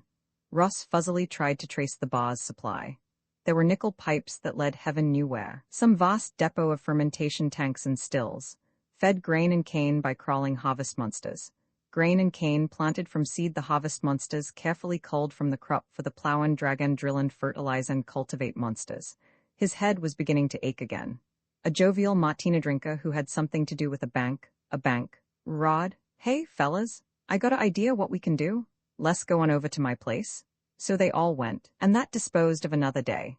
It blended into a dream of irresponsible childhood. When your clothes grew shabby, you helped yourself to something that fit from your host of the moment's wardrobe. When you grew tired of one host, you switched to another. They seldom remembered you from day to day, and they never asked questions. Their sex was uninhibited, and most of the women were more or less pregnant most of the time. They fought and sulked and made up and giggled and drank and ate and slept. All of the men had jobs, and all of them, once in a while, would remember and stagger over to a phone and make a call to an automatic receptionist to find out if everything was going all right with their jobs. It always was. They loved their children and tolerated anything from them, except shrewd inquisitiveness, which drew a fast bust in the teeth from the most indulgent daddy or adoring mommy. They loved their friends and their guests as long as they weren't wise guys, and tolerated anything from them, as long as they weren't wise guys. Did it last a day, a week, a month? Ross didn't know. The only things that were really bothering Ross were, first, nobody wouldn't tell him nothing about the blue lights, and second, that Bernie, he was actin' like a wise guy. There came a morning when it ended as it had begun, on somebody's living room rug with a headache pounding between his eyes. Helena was sobbing softly, and that wise guy, Bernie, was tugging at him. "Leave me alone," ordered Captain Ross without opening his eyes. Wouldn't let a man get his rest. What did he have to bring them along for anyway? Should have left them where he found them, not brought them to this place Earth where they could act like a couple of wise guys and keep getting in his way every time he came close to the blue light people, the intelligent people, the people with the answers to. He lay there, trying to remember what the question was. "Have to get him out of here?" said Helena's voice with a touch of hysteria. "Go back and get that fellow Holland," said Bernie's voice, equally tense. Ross contemplated the fragments of conversation he had caught, ignoring what the two were saying to him. Holland, he thought fuzzily, that wise guy, Bernie had him on his feet. "Lego," ordered Ross, but Bernie was tenacious. He stumbled along and found himself in the men's room of the apartment. The tired-looking attendant appeared from nowhere and Bernie said something to him. The attendant rummaged in his chest and found something that Bernie put into a fizzy drink. Ross sniffed at it suspiciously. "Was it?" he asked. "Please, Ross, drink it. It'll sober you up. We've got to get out of here. We're going nuts, Helena and me. This has been going on for weeks." "Nope, gotta find a blue light," Ross said obstinately, swaying. "But you aren't finding it, Ross. You aren't doing anything except get drunk and pass out and wake up and get drunk. Come on, drink the drink." Ross impatiently dashed it to the floor. Bernie sighed. "All right, Ross," he said wearily. "Helena can run the ship. We're taking off. Go ahead." "Goodbye, Ross. We're going back to Halsey's planet where you came from. Maybe Holland can tell us what to do."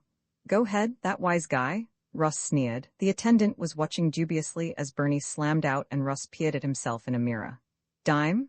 the attendant asked in his tired voice. Ross gave him one and went back to the party. Somehow it was not much fun. He shuffled back to the bar. The Boilermaker didn't taste too good. He set it down and glowered around the room. The party was back in swing already. Helena and Bernie were nowhere in sight. Let them go, then. He drank, but only when he reminded himself to. This party had become a costume ball. One of the men lurched out of the room and staggered back guffawing. "Look at him!" one of the women shrieked. "He got a woman's hat on? Horace, you get the craziest kinder ideas." Ross glowered. He suddenly realized that while he wasn't exactly sober, he wasn't drunk either. Those sawheads, they had to go and spoil the party. He began abruptly to get less drunk yet. "Back to Halsey's planet," they said. "Ask Holland what to do," they said. "Leave him here." He was cold sober. He found a telephone. The automatic central checked the automatic information and got him the captain of the POT, Baltimore Rocket Field. The captain was helpful and sympathetic. Caught by the tense note in Ross's voice when he told him who wanted to know, the captain said, "Gee, buddy, if I'd have known, I would have stopped them." "Stoled your ship, is that what they done? They could get arrested for that. You could call the cops and maybe they could do something." Ross didn't bother to explain. He hung up. The party was no fun at all. He left it. Russ walked along the street, hating himself. He couldn't hate Helena and Bernie. They had done the right thing. It had been his fault all the way down the line. He'd been acting like a silly child, he'd had a job of work to do, and he let himself be sidetracked by a crazy round of drinking and parties. Of course, he told himself, something had been accomplished. Somebody had built the machines, not the happy morons he had been playing with. Somebody had invented whatever it was that flared with blue light and repaired the idiot errors the morons made. Somebody, somewhere. Where? Well, he had some information. All negative. At the parties had been soldiers and politicians and industrialists and clergy and entertainers, and heaven save the mark, scientists, and none of them had had the wit to do more than push the number 3 button when the green light blinked, by rote. None of them could have given him the answer to the question that threatened to end human domination over the cosmos. None of them would have known what the words meant. Maybe, Russ made himself face it, maybe there was no answer. Maybe even if he found the intellects that lurked beneath the surface on this ancient planet, they could not or would not tell him what he wanted to know. Maybe the intellects didn't exist. Maybe he was all wrong in all of his assumptions. Maybe he was wasting his time. But he told himself wryly, he had fixed it for himself that time was all he had left. He might as well waste it. He might as well go right on looking. A migrant party was staggering down the street toward him, a score of persons going from one host's home to another. He crossed to avoid them. They were singing drunkenly. Ross looked at them with the distaste of the recently reformed. One of the voices raised in song caught his ear, bobbed his nose and dyed it rose, and kissed his lady fair, and sat her down on a cushion brown in a 7-legged chair. By Jones, he said, my shoes are red and so's my overcoat, and with buttons 9 in a zigzag line, I'll, Doc, Ross bellowed. Doc Jones, for God's sake, come over here. They got rid of the rest of Dr. Sam Jones's party, and Ross sobered the doctor up in an all-night restaurant.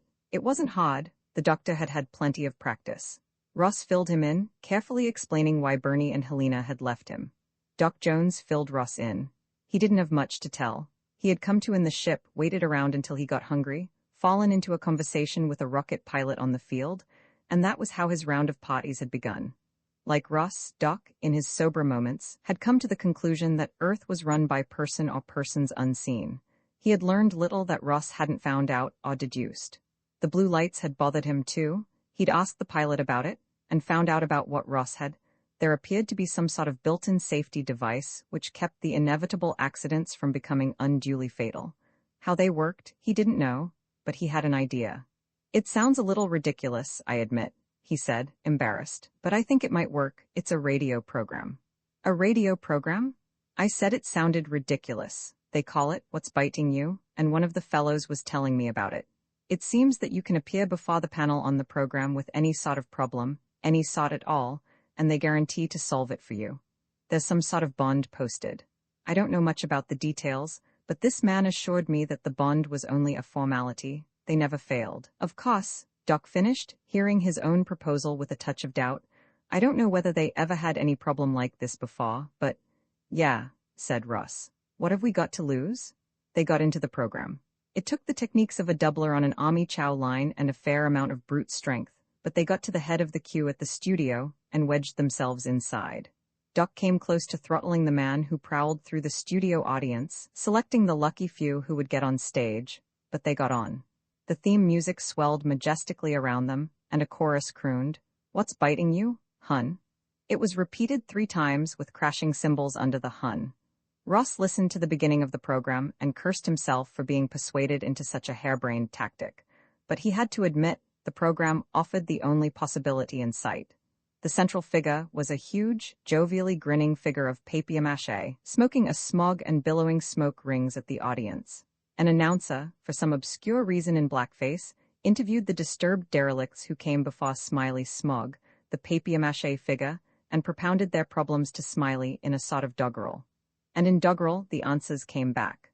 The first person to go up before Smiley was a woman, clearly in her last month of pregnancy. The announcer introduced her to the audience and begged for a real loud holler of hello for this poor miserable lil girl.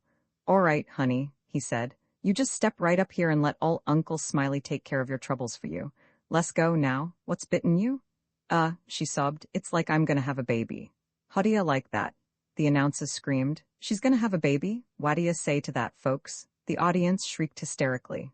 All right, honey, the announcer said. So you're gonna have a baby, so what's bitten you about that? It's my husband, the woman sniffled. He don't like kids, we got 8 already, she explained. Jack, he says if we have one more kid he's gonna take off and marry somebody else. He's gonna marry somebody else? The announcer howled. How do you like that, folks? There was a tempest of boos. All right now, the announcer said, you just sit there, honey, while I tell old Uncle Smiley about this. You're ready? Listen. What's bitten this lady is plain to see, her husband don't want no more family. The huge figure's head rotated on a concealed hinge to look down on the woman. From a squawk box deep in Smiley's papier-mâché belly, a weary voice declaimed, if one more baby is your husband's dread, cross him up, lady. Have twins instead. The audience roared its approval. The announcer asked anxiously, you get it? When you get into the hospital, you just tell the nurse you want to take 2 kids home with you, see? The grateful woman staggered away. Ross gave Doc a poisonous look. What else is there to do? The doctor hissed. All right, perhaps this won't work out, but let's try. He half rose and staggered against the man next to him who was already starting toward the announcer. Go on, Ross. Doc hissed venomously, blocking off the other man. Ross went. What else was there to do? What's biting me, he said belligerently before the announcer could put him through the preliminaries, is simply this. T equals L sub 0 e to the minus d over 2n. Dead silence in the studio. The announcer quavered, WH, what was that again, buddy? I said, Ross repeated firmly. L sub t equals L sub 0 e to the... Now, wait a minute, buddy, the announcer ordered. We never had no stuff like that on this program before. Wadia, some kind of a wise guy. There might have been violence, the conditions were right for it. But Uncle Smiley Smog saved the day. The papier-mâché figure puffed a blinding series of smoke rings at Ross. From its molded torso, the weary voice said, if you're looking for counsel sagacious and wise, the price is 10 cents. It's right under your eyes. They left the studio in a storm of animosity. Maybe we could have collected the forfeit, Doc said hopefully. Maybe we could have collected some lumps, Ross growled. Got any more ideas? The doctor sipped his coffee. No, he admitted. I want to know, I don't suppose that means anything. That jingle? Sure it means something, Doc. It means I should have had my head examined for letting you talk me into that performance. The doctor said rebelliously, maybe I'm wrong, Ross, but I don't see that you've had any ideas that panned out much better. Ross got up. All right, he admitted. I'm sorry if I gave you a hard time. It's all this coffee and all the liquor underneath it. I swear, if I ever get back to a civilized planet, I'm going on a solid diet for a month. They headed for the room marked gents, Ross sullenly quiet, Doc thoughtfully quiet. Doc said reflectively, the price is 10 cents, Ross. Could that mean a paper that we could buy on a newsstand maybe? Yeah, Ross said in irritation. Look, Doc, don't give it another thought. There must be some way to straighten this thing out. I'll think of it. Let's just make believe that whole asinine radio program never happened. The attendant materialized and offered Ross a towel. Dime? He said wearily. Ross fished absently in his pocket. The thing that bothers me, Doc, he said, is that I know there are intelligent people somewhere around. I even know what they are doing, I bet. They're doing exactly what I tried to do, acted as stupid as anybody else or stupider. I'd make a guess, he said, warming up, that if we could just make a statistical analysis of the whole planet and find the absolute stupidest-seeming people of the lot, we'd... He ran out of breath all at once. His eyes bulged. He looked at the men's room attendant and at the 10-cent piece in his own hand. You? He breathed. The attendant's face suddenly seemed to come to life. In a voice that was abruptly richer and deeper than before, the man said, Yes, you had to find us yourself, you know. Roman 14, there was a home base, a gigantic island called Australia, to which they took Ross and Doc Jones in a little car that sprouted no wings and flashed no rockets, but flew. They lived underground there, invisible to goggling passengers and crewmen aboard the rockets. They weren't rockets, they were turbojets. But it made the children happy to think that they had rockets, so iron filings were added to the hot jet stream, and they sparkled in magnificent display. There they were born, and there they spent strange childhoods, learning such things as psychodynamics and teleportation. By the time they were 8 months or so old, they thought it amusing to converse of self and the meaning of meaning. By 18 months, a dozen infants would chat in terza rima, but by the age of 2, they had put such toys behind them with a sigh of pleasant regret. They would revert to them only for such purposes as lovemaking or choral funeral addresses. They were then of an age to begin their work. They were born there and trained there for terrible tasks, and they died there at whatever risk. For that they would not surrender, their right to die among their own, but their lives between cradle and grave, those they gave away. Nursemaids? What else can one call them? They explained it patiently to Ross and the doctor. The pattern emerged clearly in the 20th century. Swarming slums abrawl with children everywhere. Walk down a Chicago South Side street and walk away with the dazed impression that all the world was pregnant. Walk through pretty, pleasant Evanston and find the impression wrong. Those who lived in Evanston were reasonable people. They waited and thought. Being reasonable, they saved and planned. Being reasonable, they resorted to gadgets or chemicals or continents. A woman of the period had some 390 opportunities to conceive a child. In the slums and the hills, they took advantage of as many of them as they might. But around the universities, in the neighborhoods of the well-educated and the well-to-do, what was the score? First, education until the age of 20. This left 299 opportunities. Then, for perhaps 5 years, shared work. The car, the mortgage, the furniture, that 2 salaries would pay off earlier than one. 234 opportunities were left. Some of them were seized. A spate of childbearing perhaps would come next. But subtract a good 10 years more at the end of the cycle, for the years when a child would be simply too late. Too late for fashion, too late for companionship with the firstborn.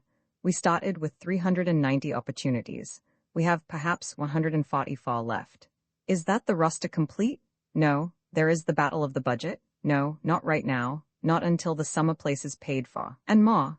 The visits from the mothers-in-law, the quarterly tax payments, the country club liaisons, and the furtive knives behind the brownstone fronts and what becomes of fertility, they have all been charted. But these are superfluous. The ratio 390, 144 points out the inevitable.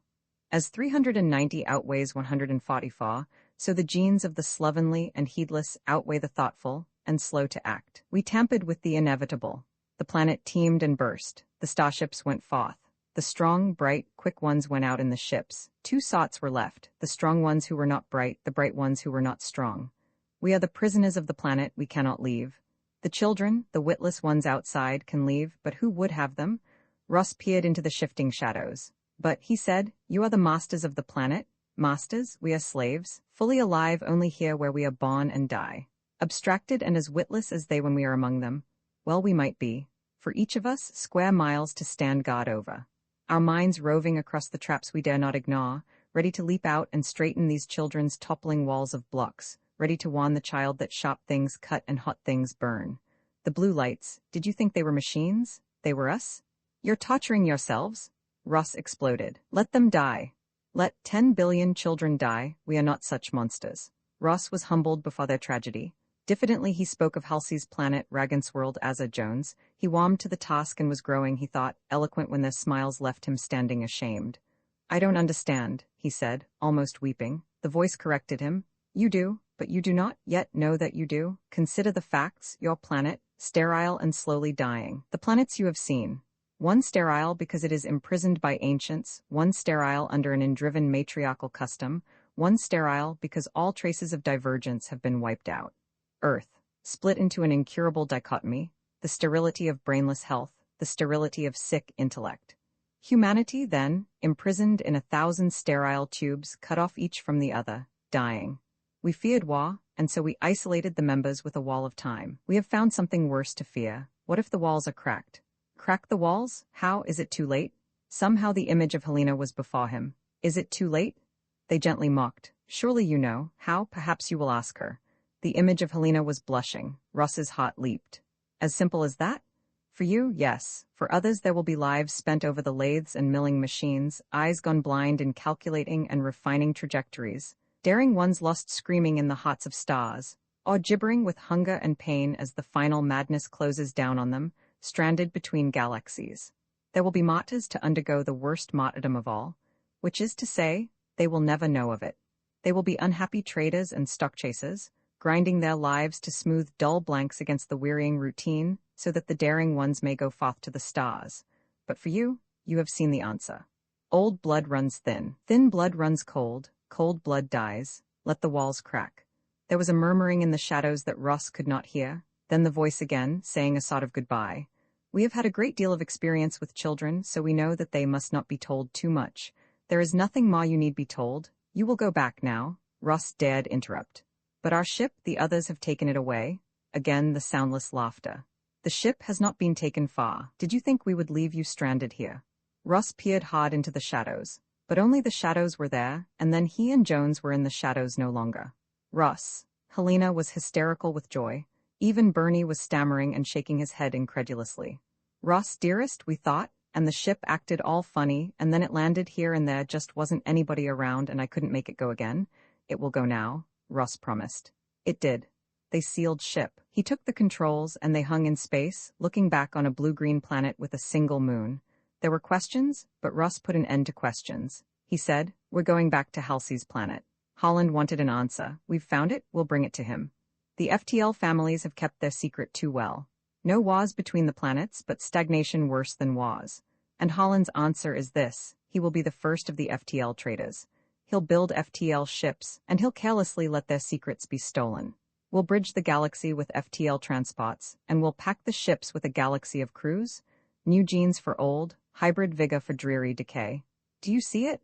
His voice was ringing loud. Helena's eyes on him were adoring. Mate Jones to Azza, Halsey's planet to Earth. Smash the smooth, declining curve, cross the strains and then breed them back. Let mankind become genetically wild again, instead of rabbits isolated in their sterile hutches. Exultantly, he set up the combinations for Halsey's planet on the Wesley Bod. Helena was beside him, proud and close, as he threw in the drive. Roman 2, they were all naked. Why not? There's no weather in a spaceship. All of them laughed when Russ and Marconi came in through the lock, except the baby, who was nursing at the breast of a handsome woman. Their laughter was what attracted Russ immediately. Cheerful, no meanness in it, the happy yelping of puppies at play with a red rubber bone. A stab went through him as the pleasure in their simple happiness turned to recollection and recognition. His wife of a decade ago, Russ studied them with amazement, expecting to find her features in their features, her figure in theirs, and failed. Yet they reminded him inescapably of his miserable year with that half-a-woman, but they were physically no kin of hers. They were just cheerful laughers who he knew were less than human. The cheerful laughers exposed unblemished teeth in all their mouths, including that of the 120-year-old matriarch. Why not? If you put calcium and fluorides into a closed system, they stay there. The old woman stopped laughing at them long enough to say to Marconi, "We wish to see the representative of the Holland." "Yes, I know. I'm the representative of the Holland Trading Corporation. Welcome to Halsey's planet. May I ask what your name is, ma'am?" "Ma," she said genially. "Pleased to meet you, Ma. My name's Marconi." Ma said, bewildered. "You just said you were the representative of the Holland Trading." "Yes, Ma, but that's all right. Let's say that's my other name. 2 names, understand?" She laughed at the idea of 2 names, wonderingly. Marconi pressed, "And what's the name of this gentleman?" "He isn't gentleman, he's Sonny." Sonny was 100 years old. "Pleased to meet you, Sonny, and your name, sir?" "Sonny," said a red-headed man of 80 or thereabouts. The identical twin women were named the kids. The baby was named him. The rest of the troop were named Girl, Ma, or Sonny. After introductions, Russ noticed that him had been passed to another Ma who was placidly suckling him. She had milk, it dribbled from the corner of the baby's mouth. "There isn't another baby left in the ship, is there?" Russ asked in alarm. They laughed and the Ma suckling the baby said, "There was, but she died. Mostly they do when you put them into the box after they get born. Ma here was lucky. Him didn't die." "Put them in the box? What box? Why?" Marconi was nudging him fiercely in the ribs. He ignored it. They laughed amiably at his ignorance and explained that the box was the box and that you put your newborn babies into it because you put your newborn babies into it. A beep tone sounded from the ship. Ma said, "We have to go back now, the representative of the Holland Trading Corporation, Marconi." "What for?" Ma said, at regular intervals signaled by a tone of 600 cycles and an intermittent downward shifting of the ship lights from standard illumination frequency to a signal frequency of 420 millimicrons. Ship's operating personnel take up positions at the control boards for recalibration of ship working meters and instruments against the battery of standard masters. We'll be right back. They trooped through the hatch, leaving Russ and Marconi staring at each other in the decontamination tank. "Well," Russ said slowly, "at last I know why the longliner departments have their little secrets. The box, I say it's murder." "Be reasonable," Marconi told him, but his own face was white under the glaring germicidal lamps. "You can't let them increase without limit or they'd all die, and before they died there'd be cannibalism." Which do you prefer? Letting kids be born and then snuffing them out if a computer decides they're the wrong sex or over the quota is inhuman. I didn't say I like it, Ross, but it works. So do pills? Pills are a private matter. A person might privately decide not to take hers. The box is a public matter, and the group outnumbers and overrules a mother who decides not to use it. There's your question of effectiveness answered, but there's another point. Those people are sane, Ross. Preposterously naive, but sane? Saner than childless women or sour old bachelors, we both know, who never had to love anything small and helpless, and so come to love nobody but themselves. They're sane. Partly because the women get a periodic biochemical shakeup called pregnancy that their biochemical balance is designed to mesh with. Partly because the men find tenderness and protectiveness in themselves toward the pregnant women.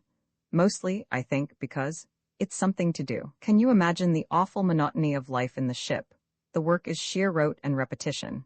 They can't read or watch screen tapes. They were born in the ship, and the books and screen tapes are meaningless because they know nothing to compare them with. The only change they see is each other, aging toward death. Frequent pregnancies are a godsend to them. They compare and discuss them, they wonder who the fathers are, they make bets of rations, the men brag and keep score. The girls look forward to their first and their last. The jokes they make up about them, the way they speculate about twins, the purgative fear even, keeps them sane. And then, Ross said, the box. Staring straight ahead at the ship's pot, Marconi echoed, yes, the box if there were another way, but there isn't. His breezy young boss, Charles Oldham Romanfaw, was not pleased with what Ross had to report. Asked for Holland? He repeated unbelievingly. Those dummies didn't know where they were going or where they were from, but they knew enough to ask for Holland. He slammed a ruler on his desk and yelled, "Goddamn it, Mr. Oldham?" Ross protested aghast. For a superior to lose his temper publicly was unthinkable. It covered you with embarrassment. Manners be goddamned too? Oldham screamed, breaking up fast.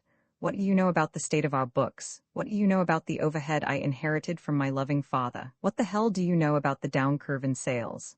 These fluctuations, Ross began soothingly. Fluctuations be goddamned. I know a fluctuation when I see one, and I know a long-term downtrend when I see one.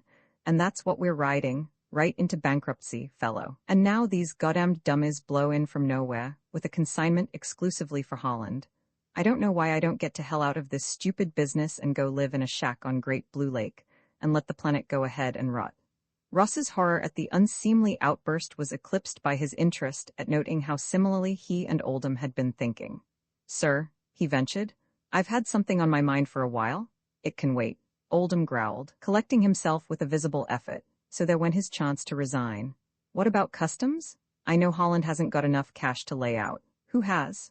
Ross said glibly. Usual arrangement, sir. They turn an estimated 25% of the cargo over to the Pot Authority for auction, the receipts to be in full discharge of their import tax, and I suppose they enter protective bids. They aren't wasting any time. Auctions 2100 tonight. You handle it. Oldham muttered. Don't go over 100,000 shields. Diversify the purchases as much as possible, and try to sneak some advance information out of the dummies if you get a chance. Yes, sir, Ross said.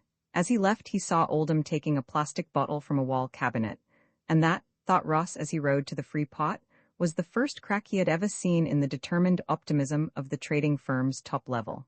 They were optimists and they were idealists, at least to hear them tell it. Interplanetary trading was a cause and a mission. The traders kept the flame of commerce alight. Perhaps, thought Ross, they had been able to indulge in the hypocrisy of idealism only so long as a population up curve assured them of an expanding market. Perhaps now that births were flattening out, some said the dirty word declining, they all would drop their optimistic creed in favor of fang and claw competition for the favors of the dwindling pool of consumers. And that, Ross thought gloomily, was the way he'd go himself if he stayed on.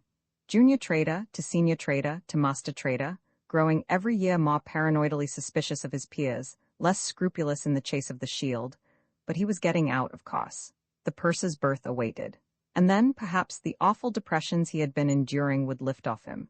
He thought of the master traders he knew, his own man Oldham, none too happy in the hereditary business, Leverett, still smug and fat with his terrific windfall of the serious Romanfaw starship 15 years ago.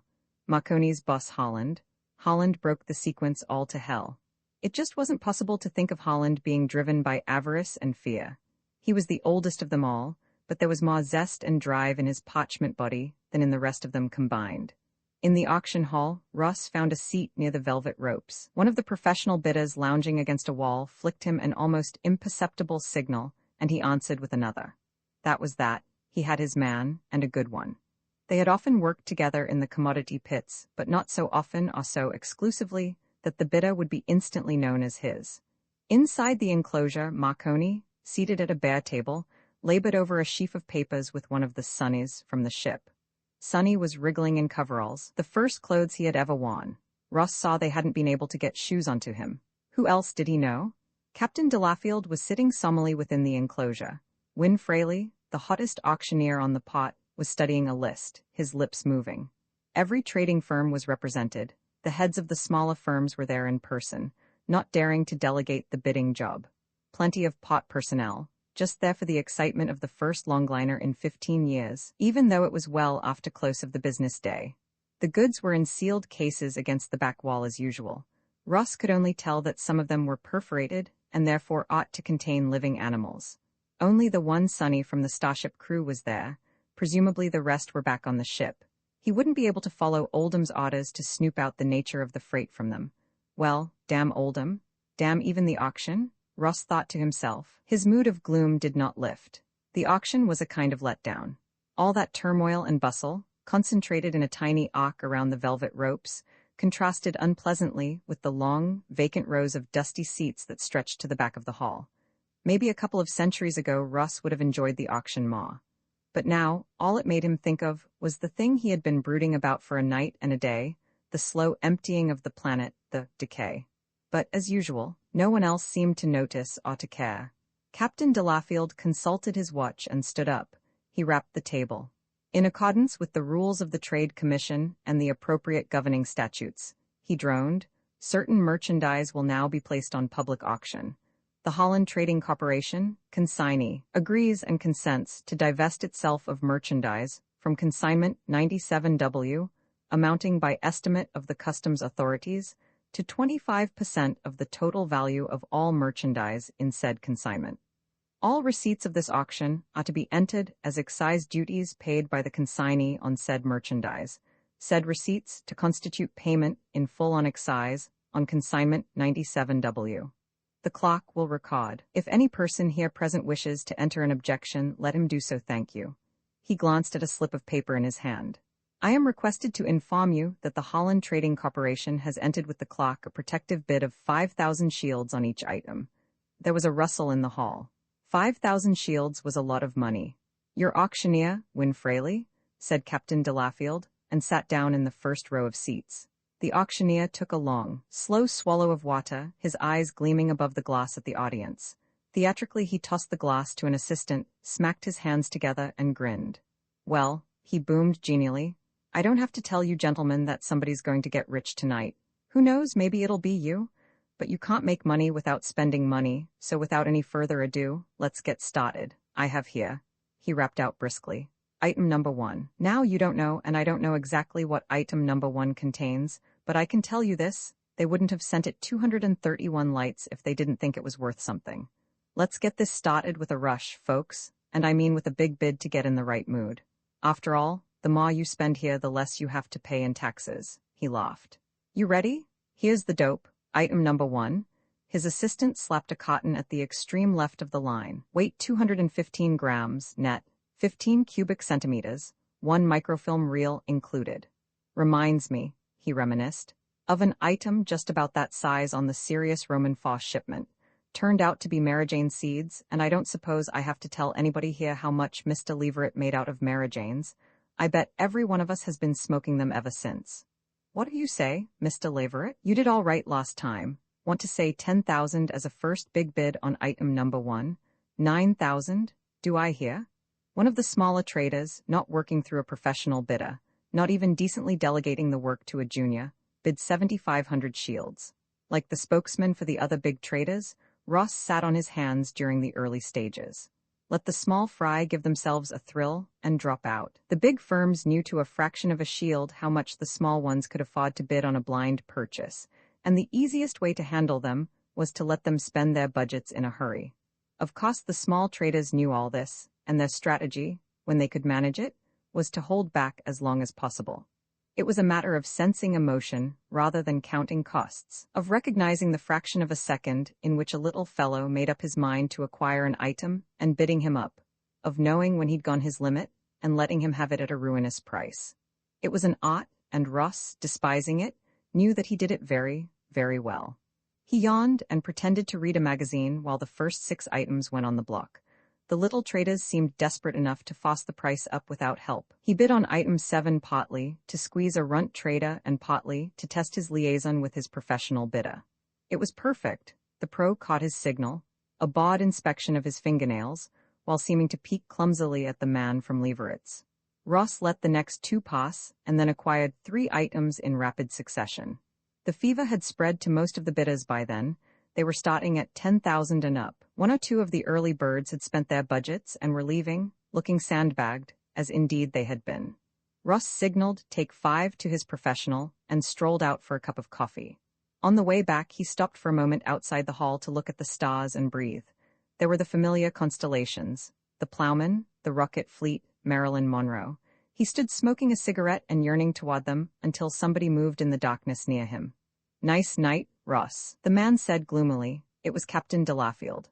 "Oh, hello, sir," Ross said, the world descending around him again like a too substantial curtain. "Taking a breather?" "Had to," the captain growled. 10 more minutes in that place and I would have thrown. Damned money-grabbing traders. No offense, Ross, just that I don't see how you stand the life. Seems to have got worse in my time. Much worse. You high rollers goading the peewees into shooting their wads, it didn't used to be like that. Gallantry, not stomping a downed man, I don't see how you stand it." "I can't stand it," Ross said quietly. "Captain Delafield, you don't know? I'm so sick to death of the life I'm leading and the work I'm doing that I'd do anything to get away.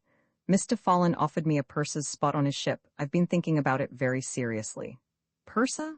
A dirty job. There's nothing to do except when you're in pot, and then there's so much to do that you never get to see the planet. I don't recommend it, Ross." Ross grunted, thinking. If even the purser's berth was no way out, what was left for him? 60 more years of waiting for a starship and scheming how to make a profit from its contents. 60 more years watching Ghost Town grow by nibbles on Halsey City, watching the traders wax in savagery as they battled for the ever-diminishing pool of consumers, watching obscene comedies like Lurline of the old landowners graciously consenting to wed Marconi of the new nobodies. He said wearily. "Then what shall I do, Captain? Rot here with the rest of the planet?" Delafield shrugged, surprisingly gentle. "You feel it too, Ross. I'm glad to hear it. I'm not sensitive, thank God, but I know they talk about me. They say I quit the space-going fleet as soon as I had a chance to grab off the pot captaincy. They're right, I did, because I was frightened." "Frightened? You?" Delafield's ribbons for a dozen heroic rescues gleamed in the light that escaped from the hall. "Sure, Russ." He flicked the ribbons. "Each one of these means I and my men pulled some people out of a jam they got into because of somebody's damned stupidity or slow reflexes or defective memory. No, I withdraw that. The Thetties got stove in because of mechanical failure, but all the rest were human error. There got to be too many for me. I want to enjoy my old age. Ready to face that if you become a purser? I can tell you that if you don't like it here you won't be happy on Sunwood and you won't like the moons. And you most especially and particularly won't like being a purser. It's the same job you're doing now, but it pays less, offers you a 6x8 cubicle to work and live in, and gives you nothing resembling a future to aim at. Now, if you'll excuse me, I'd better get back inside. I've enjoyed our talk." Ross followed the captain gloomily. Nothing had changed inside. Ross lounged in the doorway, inconspicuously picking up the eye of his bidder. Marconi was gone from the enclosure. Ross looked around hopefully and found his friend in agitated conversation with an unrecognizable but also agitated man at the back of the hall. Ross drifted over. Heads were turning in the front rows. As Ross got within range, he heard a couple of phrases. "In the ship. Mr. Holland specially asked for you. Please, Mr. Marconi." "Oh, hell," Marconi said disgustedly. "Go on, tell him I'll be there, but how he expects me to take care of things here and—" He trailed off as he caught sight of Ross. "Trouble?" Ross asked. "Not exactly, the hell with it." Marconi stared indecisively at the auctioneer for a moment. He said obscurely, "Taking your life isn't enough, he wants more, and I thought I'd be able to see Lurline tonight. Excuse me, Ross, I've got to get over to the ship." He hurried out. Ross looked wonderingly after him, caught the eye of his bidder, and went back to work. By the time the auction was over and dawn was breaking in the west, Oldham Trading had bought 9 lots of merchandise, 3 breathing, 5 flowering, and 1 a roll of microfilm. Ross took his prizes to the office where Charles Oldham was waiting, much the better for a few drinks and a long nap. "How much?" demanded Oldham. Evidently they were both supposed to ignore his hysteria of the night before. 57,000, Ross said dully. "For 9 lots, good man, with any kind of luck at all?" And Oldham babbled on and on.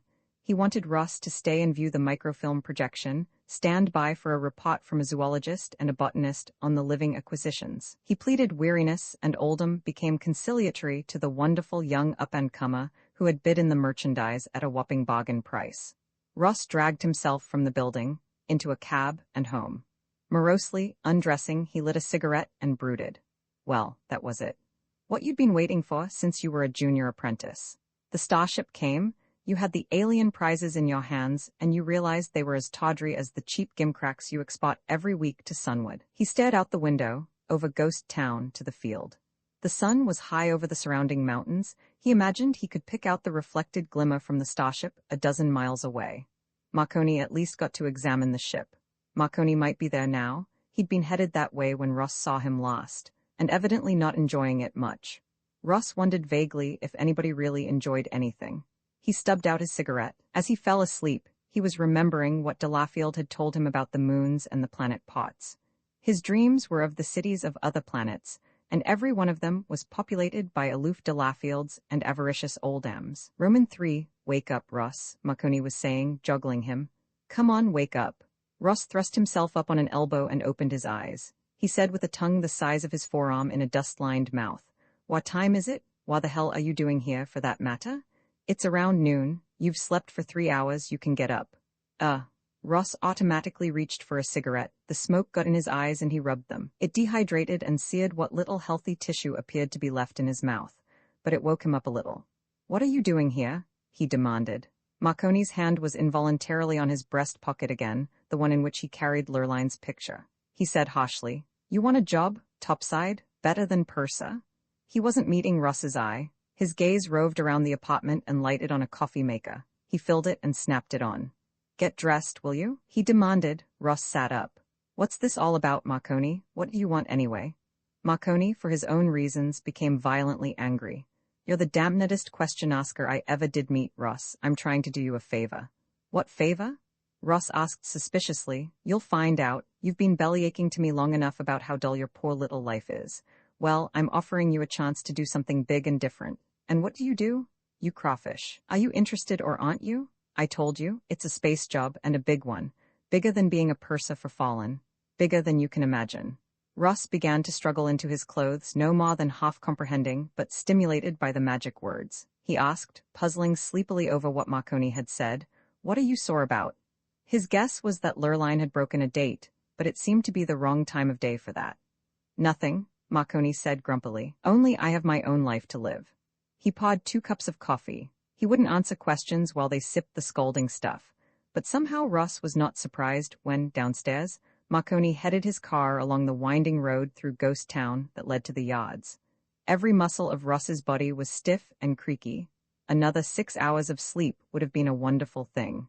But as they drove through the rutted streets of Ghost Town, he began to feel alive again. He stared out the window at the flashing ruins, piecing together the things Marconi had said.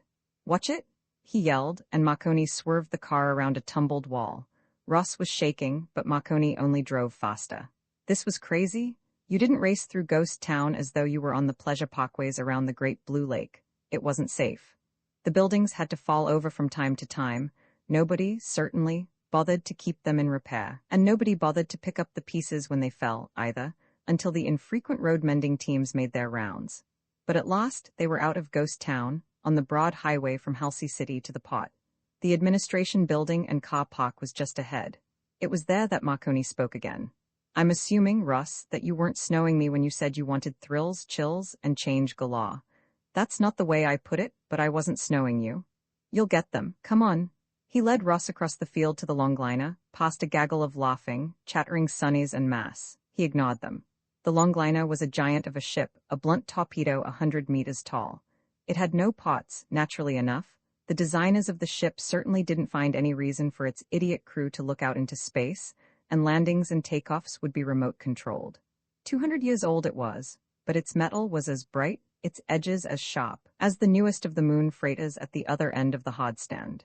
200 years? A long trip, but an almost unimaginably long distance that trip covered.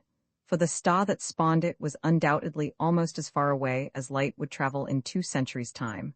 At 186,000 miles per second, 60 seconds in a minute, 60 minutes in an hour. Ross's imagination gave up the task.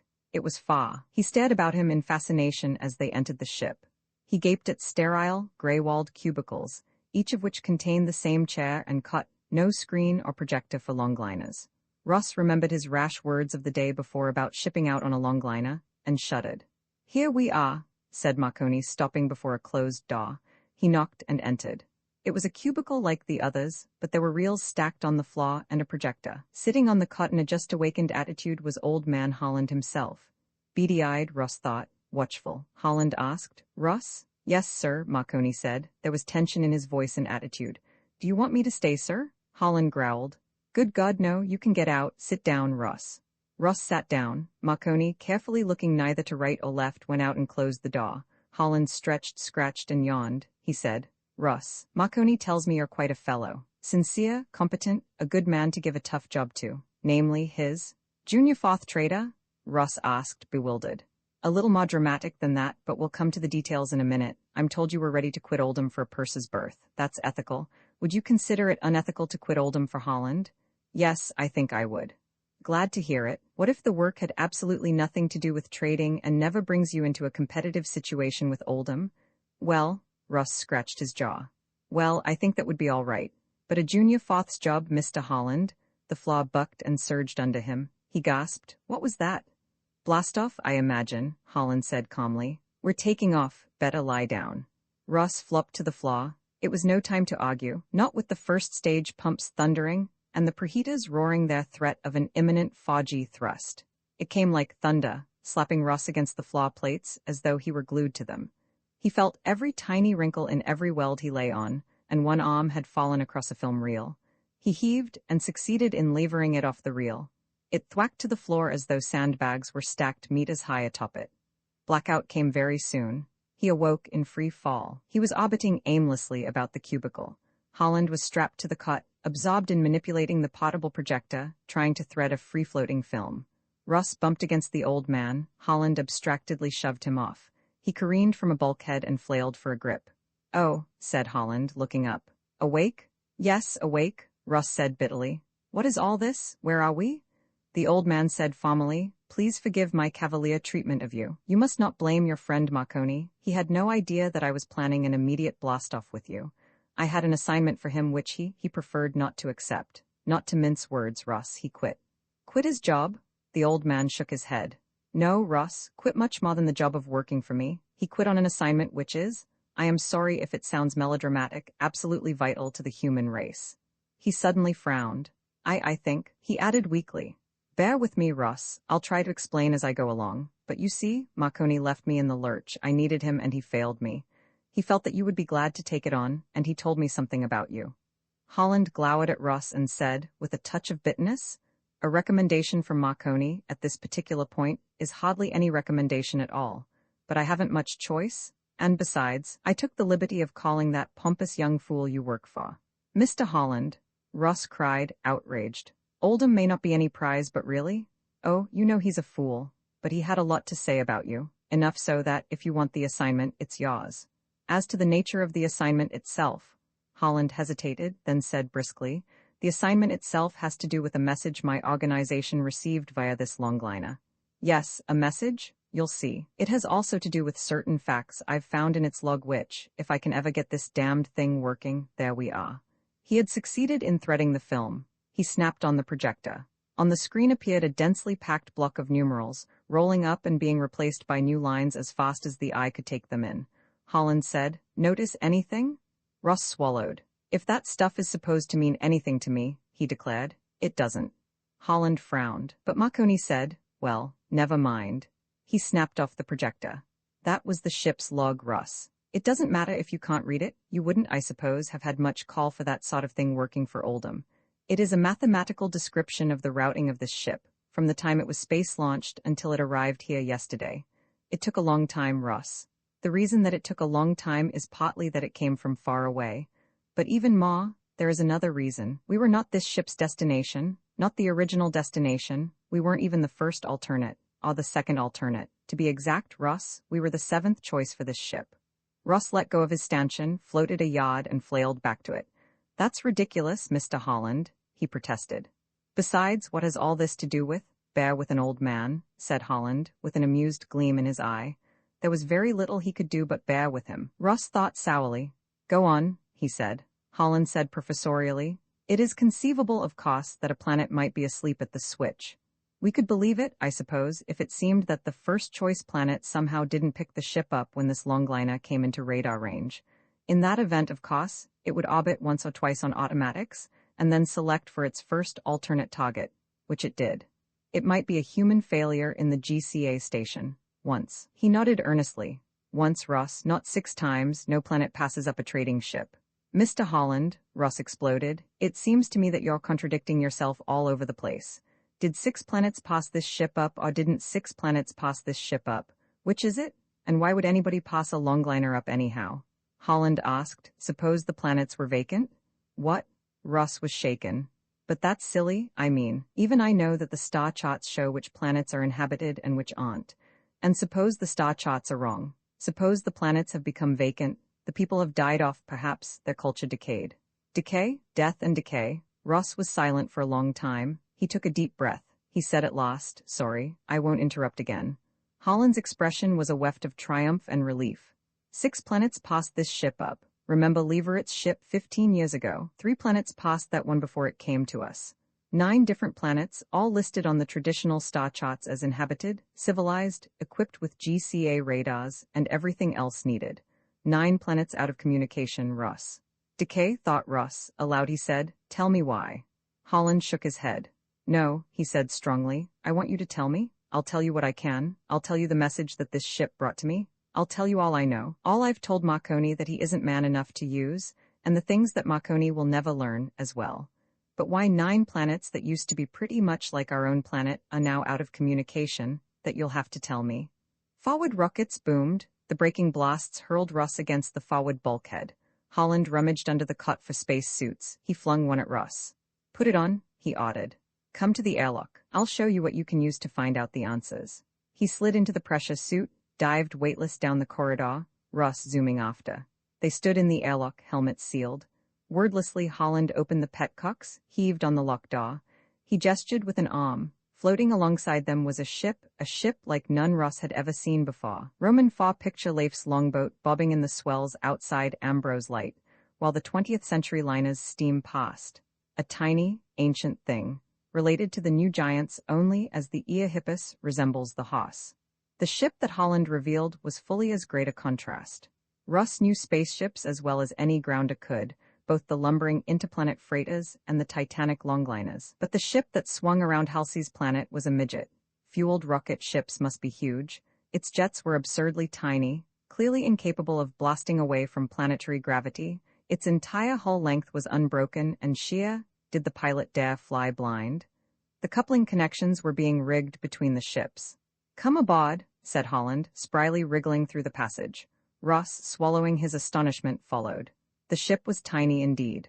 When Ross and Holland, clutching handholds, were drifting weightlessly in its central control cabin, they very nearly filled it. There was one other cabin, Ross saw, and the 2 compartments accounted for a good 9/10 of the cubage of the ship. Where that left space for the combustion chambers and the fuel tanks, the crew quarters, and the cargo holds, Ross could not imagine. He said, All right, Mr. Holland, talk. Holland grinned toothily, his expression eerie in the flickering violet light that issued from a gutter around the cabin's wall. This is a spaceship, Ross. It's a pretty old one, 1400 years, give or take a little. It's not much to look at compared with the up-to-date models you're used to, but it's got a few features that you won't find on the new ones. For one thing, Ross, it doesn't use rockets. He hesitated. Ask me what it does use, he admitted, and I can't tell you. I know the name, because I read it, nucleophoretic drive. What nucleophoresis is and how it works, I can't say. They call it the Wesley effect, and the tech manual says something about squared miles of acceleration. Does that mean anything to you? No, how could it? But it works, Russ. It works well enough so that this little ship will get you where you're going very quickly. The stars, Russ, it will take you to the stars. Faster than light. What the top speed is I have no idea, but there is a ship's log here too, and it has a 3-month entry, 3 months, Russ, in which this little ship explored the solar systems of 14 stars. Wide-eyed, Russ held motionless. Holland paused. 1400 years, he repeated. 1400 years this ship has been floating out here, and for all that time, the longliners have been crawling from star to star, while little hidden ships like this one could have carried 1,000 times as much goods 1,000,000 times faster. Maybe the time has come to get the ships out of hiding. I don't know, I want to find out, I want you to find out for me. I'll be specific, Russ, I need a pilot.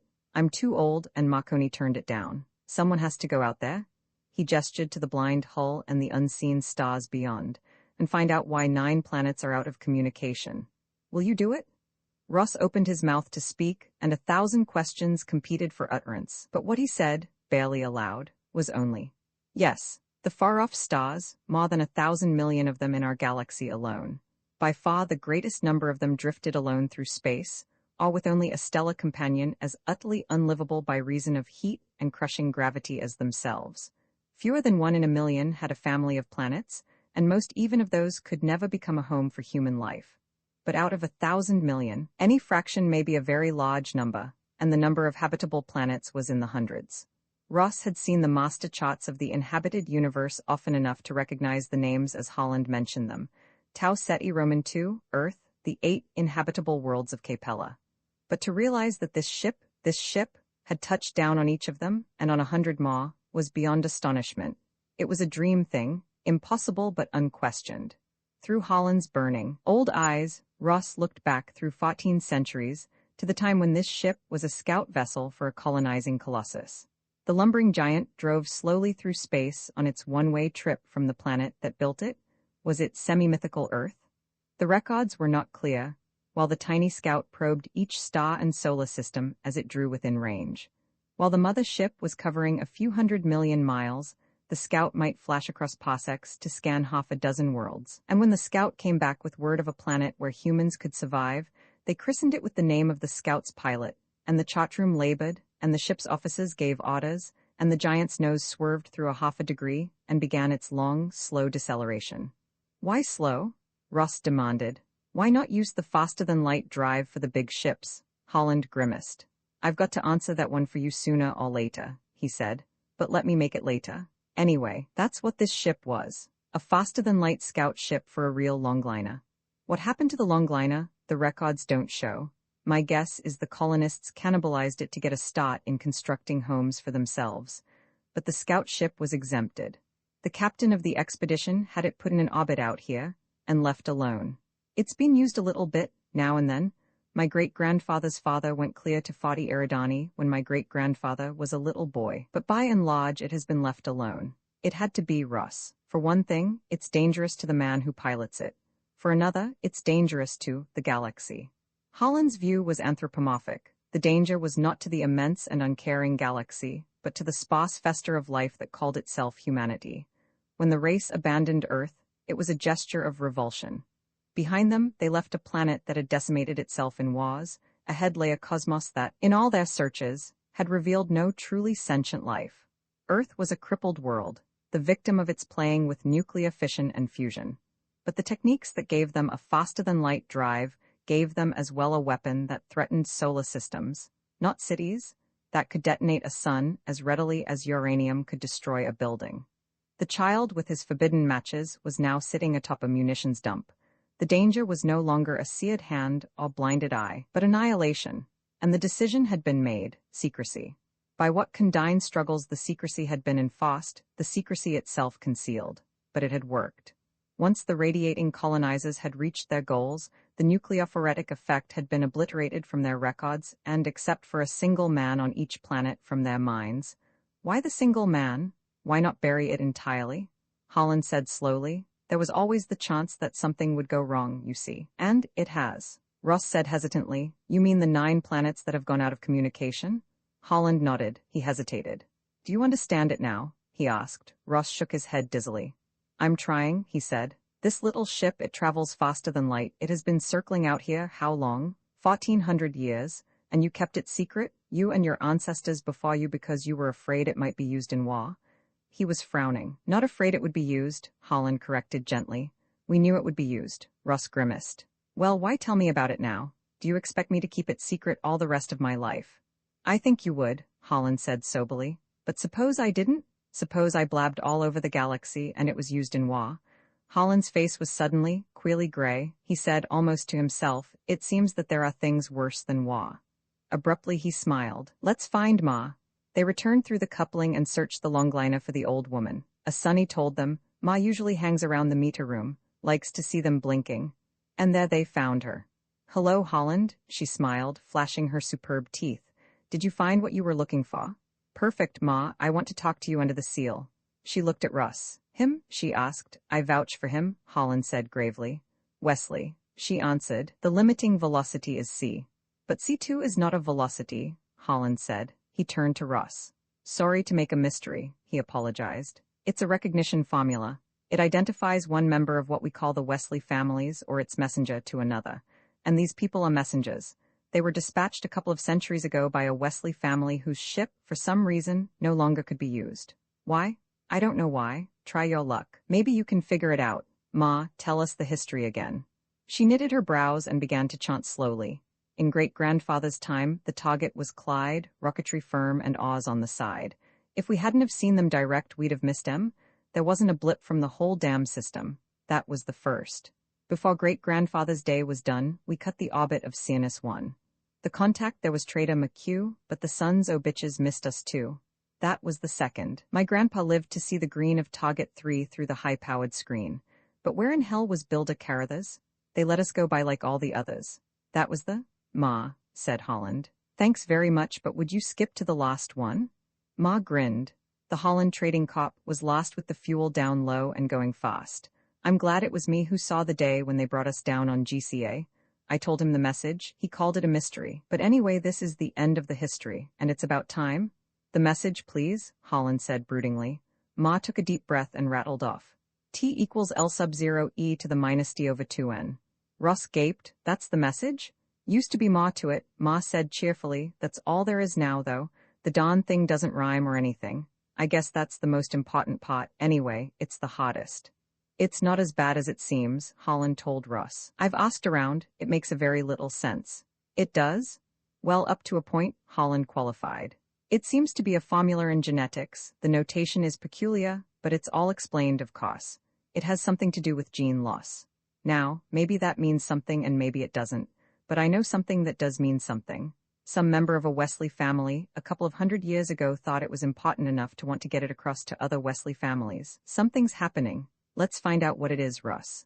The old man suddenly buried his face in his hands. In a cracked voice he mumbled, Gene loss and war. Gene loss or war. God, I wish somebody would take this right out of my hands or that I could drop with a heart attack this minute. You ever think of war, Russ? Shocked and embarrassed, Russ mumbled some kind of answer. One might think of war, good breeding taught, but one never talked about it. You should, the old man said hoarsely. War is what this faster-than-light secrecy and identification rigmarole is all about. Right now, war is impossible. Between solar systems, anyhow, and that's what counts. A planet might just barely manage to fit an invading multi-generation expedition at gigantic cost, but it never would. The fruits of victory, loot, political domination, maybe slaves, would never come back to the fitters of the expedition, but to their remote descendants. A firm will take a flyer on a commercial deal like that, but no nation would accept a war on any such basis, because a conqueror is a man, and men die. With FTL. Faster than light travel, they might invade Kurnus or Azar or any of those other tempting dots on the master maps. Why not? Take the marginal population, hop them up with patriotic fervor and lust for booty, and ship them off to pillage and destroy. There's at least a 50% chance of coming out ahead on the investment, isn't there? Much more attractive deal, commercially speaking, than our present longliners. Russ had never seen a war. The last on Halsey's planet had been the Peninsula Rebellion about a century and a half ago. Some 500,000 constitutional psychopathic inferiors had started themselves an ideal society with theocratic trimmings, in a remote and unfruitful corner of the planet. Starved and frustrated by an unrealistic moral creed, they finally exploded to devastate their neighboring areas and were quickly quarantined by a radioactive zone. They disintegrated internally, massacred their priesthood, and were permitted to disperse. It was regarded as a shameful episode by every dweller on the planet. It wasn't a subject for popular film reels. If you wanted to find out about the Peninsula Rebellion, you went through many successive library doors and signed your name on lists, and were sternly questioned as to your age and scholarly qualifications and reasons for sniffing around such an unsavory mess. Ross therefore had not the slightest comprehension of Holland's anxiety. He told him so. "I hope you're right," was all the old man would say. "I hope you don't learn worse." The rest was work. He had the yard worker's familiarity with conventional rocketry, which saved him some study of the fine maneuvering apparatus of the FTL craft, but not much. For a week under Holland's merciless drilling, he jetted the ship about its remote area of space, far from the commerce lanes, until the old man grudgingly pronounced himself satisfied. There were skull-busting sessions with the Wesley Drive, or rather with a first derivative of it, an insane-looking object which you could vaguely describe as a fan-shaped slide rule taller than a man. There were 27 main tracks, analogues of the 27 main geodesics of Wesley space, whatever they were and whatever that was. Your cursor settings on the main tracks depended on a 32-step computation based on the apparent magnitudes of the 27 nearest celestial bodies above a certain mass, which varied according to yet another lengthy relationship. Then, having cleared the preliminaries out of the way, you began to solve for your actual setting on the FTL drive controls.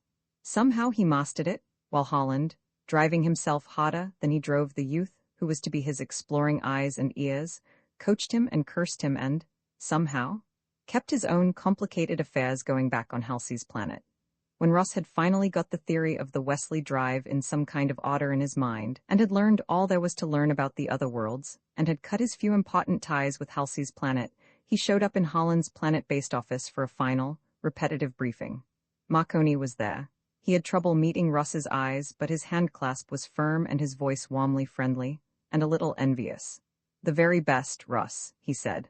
I wish," he hesitated and stammered. He said in a flood, "Damn it, I should be going. Do a good job, Ross, and I hope you don't hate me." And he left while Ross, disturbed, went in to see old man Holland. Holland spared no time for sentiment. "You're cleared for space flight," he growled. "According to the visa, you're going to Sunwood in case anyone asks you between here and the pot. Actually, let's hear where you are going." Ross said promptly, "I am going on a mission of exploration and reconnaissance. My first proposed destination is Ragansworld, second Gemsa, third Aza. If I cannot make contact with any of these 3 planets, I will select planets at random from the master charts until I find some Wesley Drive families somewhere.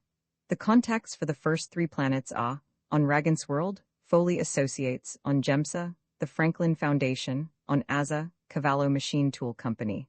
FTL contacts on other planets are listed in the appendix to the master charts. The coordinates for Ragansworld are, skip the coordinates, mumbled Holland, rubbing his eyes. What do you do when you get in contact with a Wesley Drive family? Ross hesitated and licked his lips. Well, it's a little hard. Damn it, Rod Holland. I've told you 1,000 times. Yes, sir, I know. All I meant was I don't exactly understand what I'm looking for. If I knew what you were to look for, Holland rasped, I wouldn't have to send you out looking. Can't you get it through your thick head? Something is wrong. I don't know what. Maybe I'm crazy for bothering about it. Heaven knows, I've got troubles enough right here. But we Hollands have a tradition of service, and maybe it's so old that we've kind of forgotten just what it's all about. But it's not so old that I've forgotten the family tradition. If I had a son, he'd be doing this. I counted on Marconi to be my son, now all I have left is you. And that's little enough, heaven knows, he finished bitterly. Ross, wounded, said by rote. On landing, I will attempt at once to make contact with the local Wesley Drive family, using the recognition codes given me. I will report to them on all the data at hand and suggest the need for action. Holland stood up. All right, he said. Sorry I snapped at you. Come on, I'll go up to the ship with you. And that was the way it happened. Ross found himself in the longliner, then with Holland in the tiny, ancient, faster-than-light ship which had once been tender to the ship that colonized Halsey's planet. He found himself shaking hands with a red-eyed, suddenly old Holland, watching him crawl through the coupling to the longliner, watching the longliner blast away. He found himself setting up the FTL costs and throwing in the drive. Ross was lucky. The second listed inhabited planet was still inhabited. He had not quite stopped shuddering from the first when the approach radar caught him. The first planet was given in the master charts as Ragensworld. Pop, 900 million, diam, 9,400 m, mean orbit 0.80, and its coordinates went on to describe it as the fourth planet of a small G-type sun. There had been some changes made. The coordinates now intersected well inside a bright and turbulent gas cloud. It appeared that suppressing the FTL drive had not quite annihilated Wa. But the second planet, Gemsa, there, he was sure, was a world where nothing was seriously awry. He left the ship mumbling a name to himself, Franklin Foundation. And he was greeted by a corporal's guard of dignified and ceremonially dressed men. They smiled at him, welcomed him, shook his hand, and invited him to what seemed to be the local equivalent of the administration building. He noticed disapprovingly that they didn't seem to go in for the elaborate decontamination procedures of Halsey's planet, but perhaps, he thought, they had bred disease resistance into their bloodlines. Certainly the 4 men in his guide party seemed hale and well-preserved, though the youngest of them was not less than 60. "I would like," he said, "to be put in touch with the Franklin Foundation, please." "Come right in here," beamed one of the 4, and another said, "Don't worry about a thing." They held the door for him, and he walked into a small and sybaritically furnished room. The second man said, "Just a few questions. Where are you from?" Ross said simply, "Halsey's planet," and waited. Nothing happened except that all 4 men nodded comprehendingly, and the questioner made a mark on a sheet of paper. Ross amplified, 53 light-years away, you know, another star." "Certainly," the man said briskly. "Your name?" Ross told him, but with a considerable feeling of deflation. He thought wryly of his own feelings about the longlines and the far stars. He remembered the stir and community excitement that a starship meant back home. Still, Ross told himself, Halsey's planet might be just a back eddy in the main currents of civilization. Quite possibly on another world, this one. For instance, travelers from the stars were a commonplace. The field hadn't seemed overly busy, though, and there was nothing resembling a spaceship. Unless, he thought with a sudden sense of shock, those rusting hulks clumped together at the edge of the field had once been spaceships. But that was hardly likely, he reassured himself. You just don't let spaceships rust. Sex, the man asked, and age? Education? Marital status? The questions went on for more time than Russ quite understood, and they seemed far from relevant questions for the most part, and some of them were hard questions to answer. Tau quotient? For instance, Russ blinked and said with an edge to his voice, I don't know what a tau quotient is. Put him down as 0, one of the men advised, and the interlocutor nodded happily. Working with others rating? He asked, beaming. Russ said with controlled irritation, Look, I don't know anything about these ratings. Will you take me to somebody who can put me in touch with the Franklin Foundation? The man who was sitting next to him patted him gently on the shoulder. Just answer the questions, he said comfortably. Everything will be all right. Russ fled. The hell, everything will. Something with electrified spikes in it hit him on the back of the neck. Russ yelled and ducked away. The man next to him returned a little rud to his pocket. He smiled at Russ. Don't feel bad, he said sympathetically. Go ahead now, answer the questions. Russ shook his head dazedly. The pain was already leaving his neck, but he felt nauseated by the suddenness and sharpness of it. He could not remember any pain quite like that in his life. He stood up waveringly and said, Wait a minute now? This time it was the man on the other side, and the pain was about twice as sharp. Russ found himself on the floor, looking up through a haze. The man on his right kept the rod in his hand, and the expression on his face, while in no way angry, was stern. Bad boy, he said tenderly. Why don't you want to answer the questions? Russ gasped, God damn it, all I want is to see somebody. Keep your dirty hands off me, you old fools. And that was a mistake, as he learned in the blessedly few minutes before he passed out completely under the little rods held by the gentle but determined men. He answered all the questions, bound to a chair, with 2 of the men behind him, when he had regained consciousness. He answered everyone. They only had to hit him twice. When they untied him the next morning, Ross had caught on to the local folkways quite well. The fatherly fellow who released him said, Follow me, and stood back, smiling but with one hand on one of the little rods. And Russ was careful to say, Yes, sir. They rode in a 3-wheeled car and entered a barracks-like building. Russ was left alone next to a bed in a dormitory with 100 beds. Just wait here, the man said, smiling. The rest of your group is out at their morning session now. When they come in for lunch, you can join them. they'll show you what to do. Ross didn't have too long to wait. He spent the time in conjecture as confused as it was fruitless. He had obviously done something wrong, but just what was it? If he had had twice as long, he would have got no farther toward an answer than he was. Nowhere. But a noise outside ended his speculations. He glanced toward the curiously shaped door. All the doors on this planet seemed to be rectangular. A girl of about 18 was peering inside. She stared at Ross and said, "Oh." Then she disappeared. There were footsteps and whispers, and more heads appeared and blinked at him and were jerked back. Ross stood up in wretched apprehension. All of a sudden, he was 14 years old again, and entering a new school where the old hands were giggling and whispering about the new boy. He swore sullenly to himself. A new face appeared, halted for an inspection of Ross, and walked confidently in. The man was a good 40 years old, Ross thought, perhaps a kind of overseer in this institution, whatever kind of institution it was. He approached Ross at a sedate pace, and he was followed through the door in single file by a couple scar men and women. They ranged in age, Ross thought wonderingly, from the leader's 40 down to the late teens of the girl who had first peered in the door, and now was at the end of the procession. The leader said, "How old are you?" "Why, Ross figured confusedly. This planet's annual orbital period was roughly 40% longer than his own, 14 into his age, multiplied by 10, making his age in their local calculations. "Why, I'm 19 of your years old about, and a half." "Yes, and what can you do?" "Look here, sir, I've been through all this once. Why don't you go and ask those gentlemen who brought me here? And can anybody tell me where the Franklin Foundation is?" The 40-ish fellow, with a look of outrage, slapped Ross across the mouth. Ross knocked him down with a roundhouse right. A girl yelled, "Good for you, Junior," and jumped like a wildcat onto a slim, gray-haired lady, clawing and slapping. The throng dissolved immediately into a wild melee. Ross, busily fighting off the 40-ish fellow, and a couple of his stocky buddies, noted only that the scrap was youth against age, whatever it meant. "How dare you?" A voice thundered, and the rioters froze. A decrepit wreck was standing in the doorway, surrounded by 3 or 4 gerontological textbook cases, only a little less spavined than he. "Glory," a girl muttered despairingly. "It would be the minister." "What is the meaning of this brawl?" Rolled from the wreck's shriveled lips in a rich basso. No, rolled, Russ noted, from a flat perforated plate on his chest. There was a small, flesh-colored mic slung before his lips. "Who is responsible here?" asked the golden basso. Russ's 40-ish assailant said humbly, "I am, sir, this new fellow here. Manners, speak when you're spoken to." Abjectly, "Yes, sir, I'm sorry, sir." "Silly fools." The senile wreck hectored them. "I'm going to take no official notice of this since I'm merely passing through.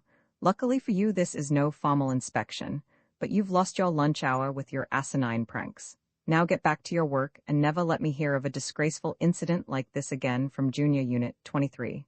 He swept out with his retinue. Russ noted that some of the younger girls were crying, and that the older men and women were glaring at him murderously. "We'll teach you manners, you pup," the foreman type said. "You go on the dive vats this afternoon. Any more trouble and you'll miss a few meals." Russ told him, "Just keep your hands off me, mister." The foreman type expanded into a beam of pleasure. "I thought you'd be sensible," he said. "Everybody to the plant now?" He collared a pretty girl of about Russ's age. "Helena here is working out a bit of insolence on the dive vats herself. She'll show you." The girl stood with downcast eyes. Russ liked her face and wondered about her figure.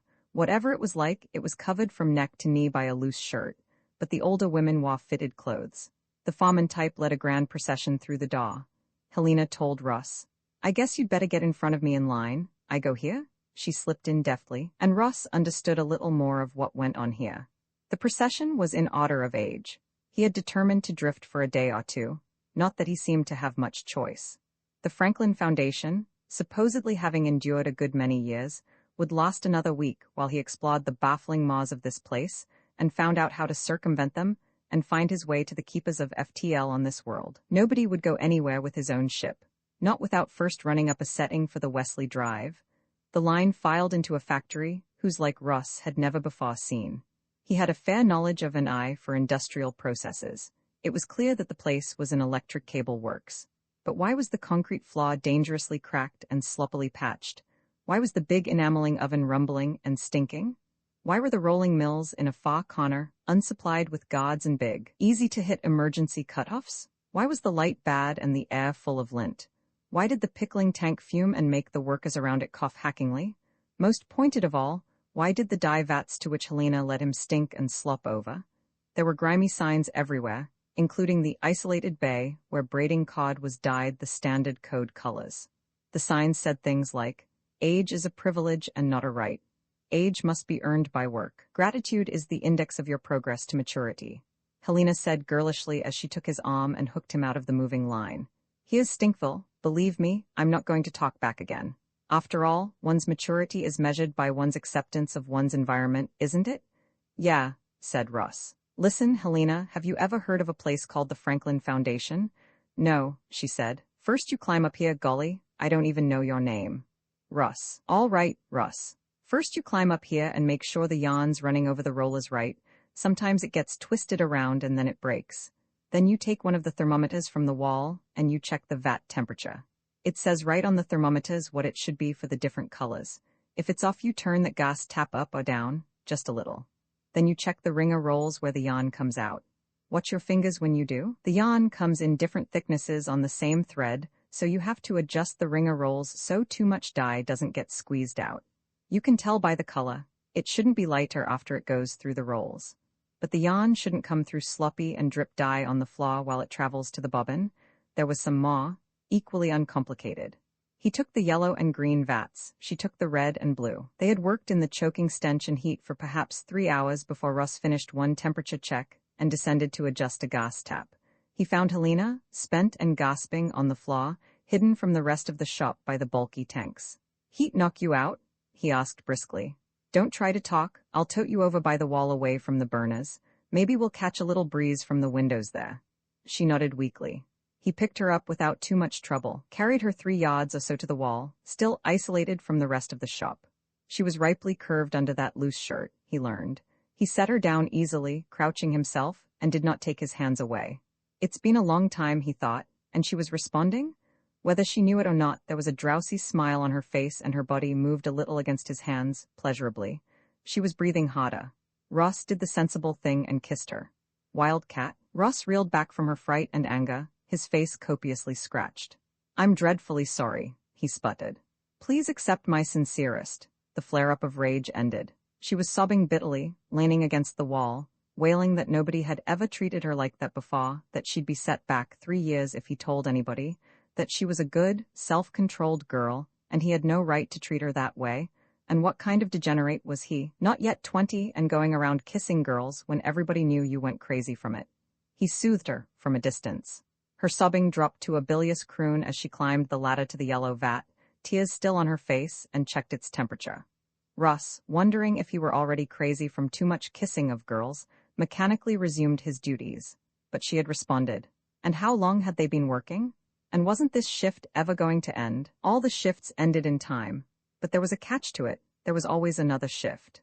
After the afternoon shift on the dye vats came dinner, porridge, and then came the evening shift on the dye vats and then sleep. The foreman was lenient, though. He let Russ off the vats after the end of the second day. Then it was kitchen orderly, and only 2 shifts a day. And besides, you got plenty to eat. But it was a long, long way, Russ thought sardonically to himself, from the shining pictures he had painted to himself back on Halsey's planet. Russ the explorer, Russ the hero, Russ the savior of humanity, Russ, the semi-permanent KP. He had to admit it to himself, the expedition thus far had been a bust. Not only was it perfectly clear that there no longer was a Franklin Foundation on Gemsa, but more had been lost than time and effort. For Russ himself, he silently admitted, was as close to lost as he ever wanted to be. He was, in effect, a prisoner, in a prison from which there was no easy escape as long as he was cursed with youthfulness. Of course, the implications of that were that there was a perfectly easy escape in time. All he had to do was get old enough to matter on this insane planet. 90, maybe. And then he would be perfectly free to totter out to the spaceport, dragoon a squad of juniors into lifting him into the ship and take off. Helena was some help. But only psychologically. She was pleasant company, but neither she nor anyone else in the roster of 48 to whom he was permitted to speak had ever heard of the Franklin Foundation, or FTL travel, or anything. Helena said, "Wait for holiday. Maybe one of the grown-ups will tell you then." "Holiday?" Russ slid back and scratched his shoulder blades against the corner of his bed. Helena was sprawled on the floor, half watching a projected picture on the screen at the end of the dormitory. "Yes, you're lucky it's only 8 days off. That's when Doberman, she pointed to the foreman, graduates, he's the only one this year, and we all move up a step and the new classes come in, and then we all get everything we want. Well, pretty near, she amended. We can't do anything bad, but you'll see, it's nice. Then the picture ended and it was calisthenics time and then lights out. 48 men and women on their 48 bunks. The honor system appeared to work beautifully. There had been no signs of sex play that Ross had been able to see, slept the sleep of the innocent. While Ross, the 49th, lay staring into the dark with rising hope. In the kitchen the next morning, he got more information from Helena. Holiday seemed to be a cross between Saturnalia and Boys' Week. For one day of the year, the elders slightly relaxed their grip on the reins. On that day alone, one could speak before being spoken to, interrupt one's elders, even leave the room without being excused. Ross thought sourly. But still, the foreman, Doberman, once you learned how to handle him, wasn't such a bad guy. Ross, studying his habits, learned the proper approach and used it. Doberman's commonest complaint was of irresponsibility. Irresponsibility when some 30-year-old junior was caught sneaking into line ahead of his proper place. Irresponsibility when Ross forgot to make his bed before stumbling out in the dark to his kitchen shift. One awful case of irresponsibility when Helena thoughtlessly poured cold water into the cooking vat while it was turned on. There was a sizzle, a crackle, and a puff of steam, and Helena was weeping over a broken heating element. Doberman came storming over, and Ross saw his chance. "That is very irresponsible of you, Helena," he said coldly, back to Doberman, but entirely conscious of his presence. "If Junior Unit 23 was all as irresponsible as you, it would reflect badly on Mr. Doberman. You don't know how lucky you are that Mr. Doberman is so kind to you." Helena's weeping dried up instantly. She gave Ross one furious glance and lowered her eyes before Doberman. Doberman nodded approvingly to Ross as he waded into Helena. It was a memorable tirade, but Ross heard only part of it. He was looking at the cooking vat. It was a simple-minded bit of construction, a spiral of resistance wire around a ceramic caw. The caw had cracked and one end of the wire was loose. If it could be reconnected, the cracked caw shouldn't matter much. The wire was covered with insulation anyhow. He looked up and opened his mouth to say something, then remembered and merely stood looking brightly attentive. "Looks like you want to go back to the vats," the foreman was finishing. "Well, Helena, if that's what you want we can make you happy. This time you'll be by yourself too, you won't have Russ to help you out when the going's rough." "Will she, Russ?" "No, sir," Russ said immediately. "Sir?" Doberman looked back at him, frowning. "What?" "I think I can fix this," Russ said modestly. Doberman's eyes bulged. "Fix it?" "Yes, sir, it's only a loose wire. Back where I come from, we all learned how to take care of things like that when we were still in school. It's just a matter of—" "Now, hold on, Russ," the foreman howled. "Tampering with a machine is bad enough, but if you're going to turn out to be a liar too, you're going just too far. School, indeed? You know perfectly well, Russ, that even I won't be ready for school until after holiday. Russ, I knew you were a troublemaker, knew it the first day I set eyes on you. School? Well, we'll see how you like the school I'm going to send you to. The vats weren't so bad the second time.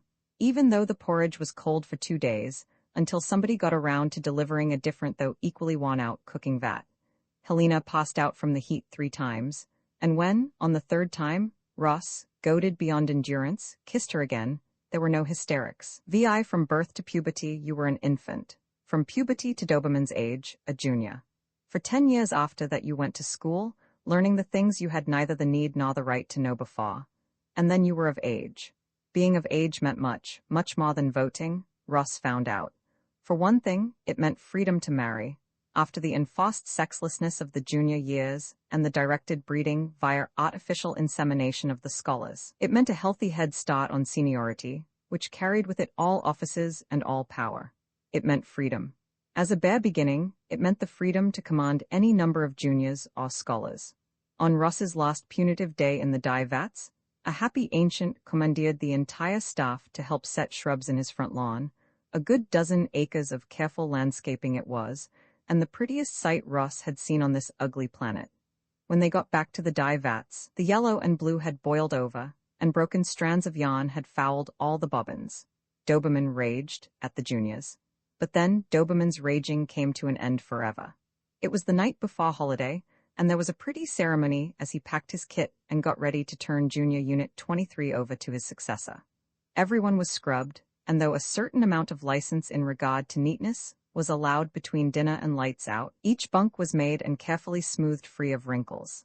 After half an hour of fidgety waiting, Doberman called, needlessly, for attention, and the minister came in with his ancient retinue. The rich mechanical voice boomed out from his breastplate. "Junior Doberman, today you are a man." Doberman stood with his head bowed, silent and content. Junior Unit 23 chanted antiphonally. "Goodbye, Junior Doberman." The retinue took 3 steps forward, and the minister boomed, "Beauty comes with age. Age is beauty." And the chorus, "Old heads are wisest." Russ, standing as straight as any of them, faked the words with his lips and tongue, and wondered how many repetitions had drilled those sentiments into Junior Unit 23. There were 5 more chants and 5 responses, and then the minister and his cot of fur were standing next to Doberman. Breathing heavily from his exertions, the minister reached behind him and took a book from the hands of the nearest of his retinue. He said, panting, "Scholar Doberman, in the book lies the words of the fathers. Read them and learn." The chorus cried thrice, "The word of the fathers is law." And then the minister touched Doberman's hand and in solemn silence left. As soon as the elders had gone, the juniors flocked around Doberman to wish him well. There was excited laughter in the congratulations, and a touch of apprehension too. Doberman, with all his faults, was a known quantity, and the members of Junior Unit 23 were beginning to look a little fearfully at the short, red-headed youth who, from the next day on, would be Doberman's successor. Russ promised himself, "He can be good or bad, a blessing or a problem. But he won't be my problem. I'm getting out of here tomorrow. Holiday." "Oh, it's fun," Helena told him enthusiastically. "First you get up early to get the voting out of the way." "Voting? Sure, don't they vote where you come from? I thought everybody voted. That's democracy, like we have it here." He sardonically quoted one of the omnipresent wall signs, "The happiness of the majority means the happiness of the minority." He had often wondered what, if anything, it meant, but Helena solemnly nodded. They were whispering from their adjoining cots by dim, false dawn filtering through the windows on holiday morning. They were not the only whisperers. Things were relaxing already. "Russ," Helena said. "Yes? I thought maybe you might not know. On holiday if you, want to do that again, you don't have to wait until I faint. Of course you don't do it right out in the open." Overcome by her own daring, she buried her head under the cos blanket. "Fine," thought Russ wearily. "Once a year? Or did holiday come once a year?" The kids were allowed to play spin the bottle. No doubt their elders thought it was too cute for words. Mere tots of 30 and 35 childishly and innocently experimenting with sex. Of course it would be discreetly supervised so that nobody would get in trouble. He was quite sure Helena's last 2 faints had been unconvincing phonies. The wake-up whistle blew at last. The chattering members of Junior Unit 23 dawdled while they dressed, and the new foreman indulgently passed out shabby, smutted ribbons which the girls tied in their hair. They had sugar on their mush for breakfast, and Russ's stomach came near turning as he heard burbles of gratitude at the feast. With pushing and a certain amount of inexpert horseplay, they formed a column of faws and hiked from the hall, from the whole factory complex, indeed, along a rubberized highway. Once you got out of the factory area, things became pleasanter by the mile. Hortatory roadside signs thinned out and vanished. Stinking middens of industrial waste were left behind. And then the landscape was rolling, sodded acres with the road pleasantly springy underfoot, the air clean and crisp. They oohed and awed at houses glimpsed occasionally in the distance, always rambling, one-story affairs that looked spanking new. Once a car overhauled them on the highway and slowed to a crawl. It was a huge thing, richly upholstered within. A pair of grim-looking youths were respectively chauffeur and footman. The passenger waved at the troop from Junior 23 and grinned out of a fantastic landscape of wrinkles. Russ gaped. Had he thought the visiting minister was old? This creature, male or female, was old. After the car sped on, to the cheers of the marchers, there was happy twittering speculation.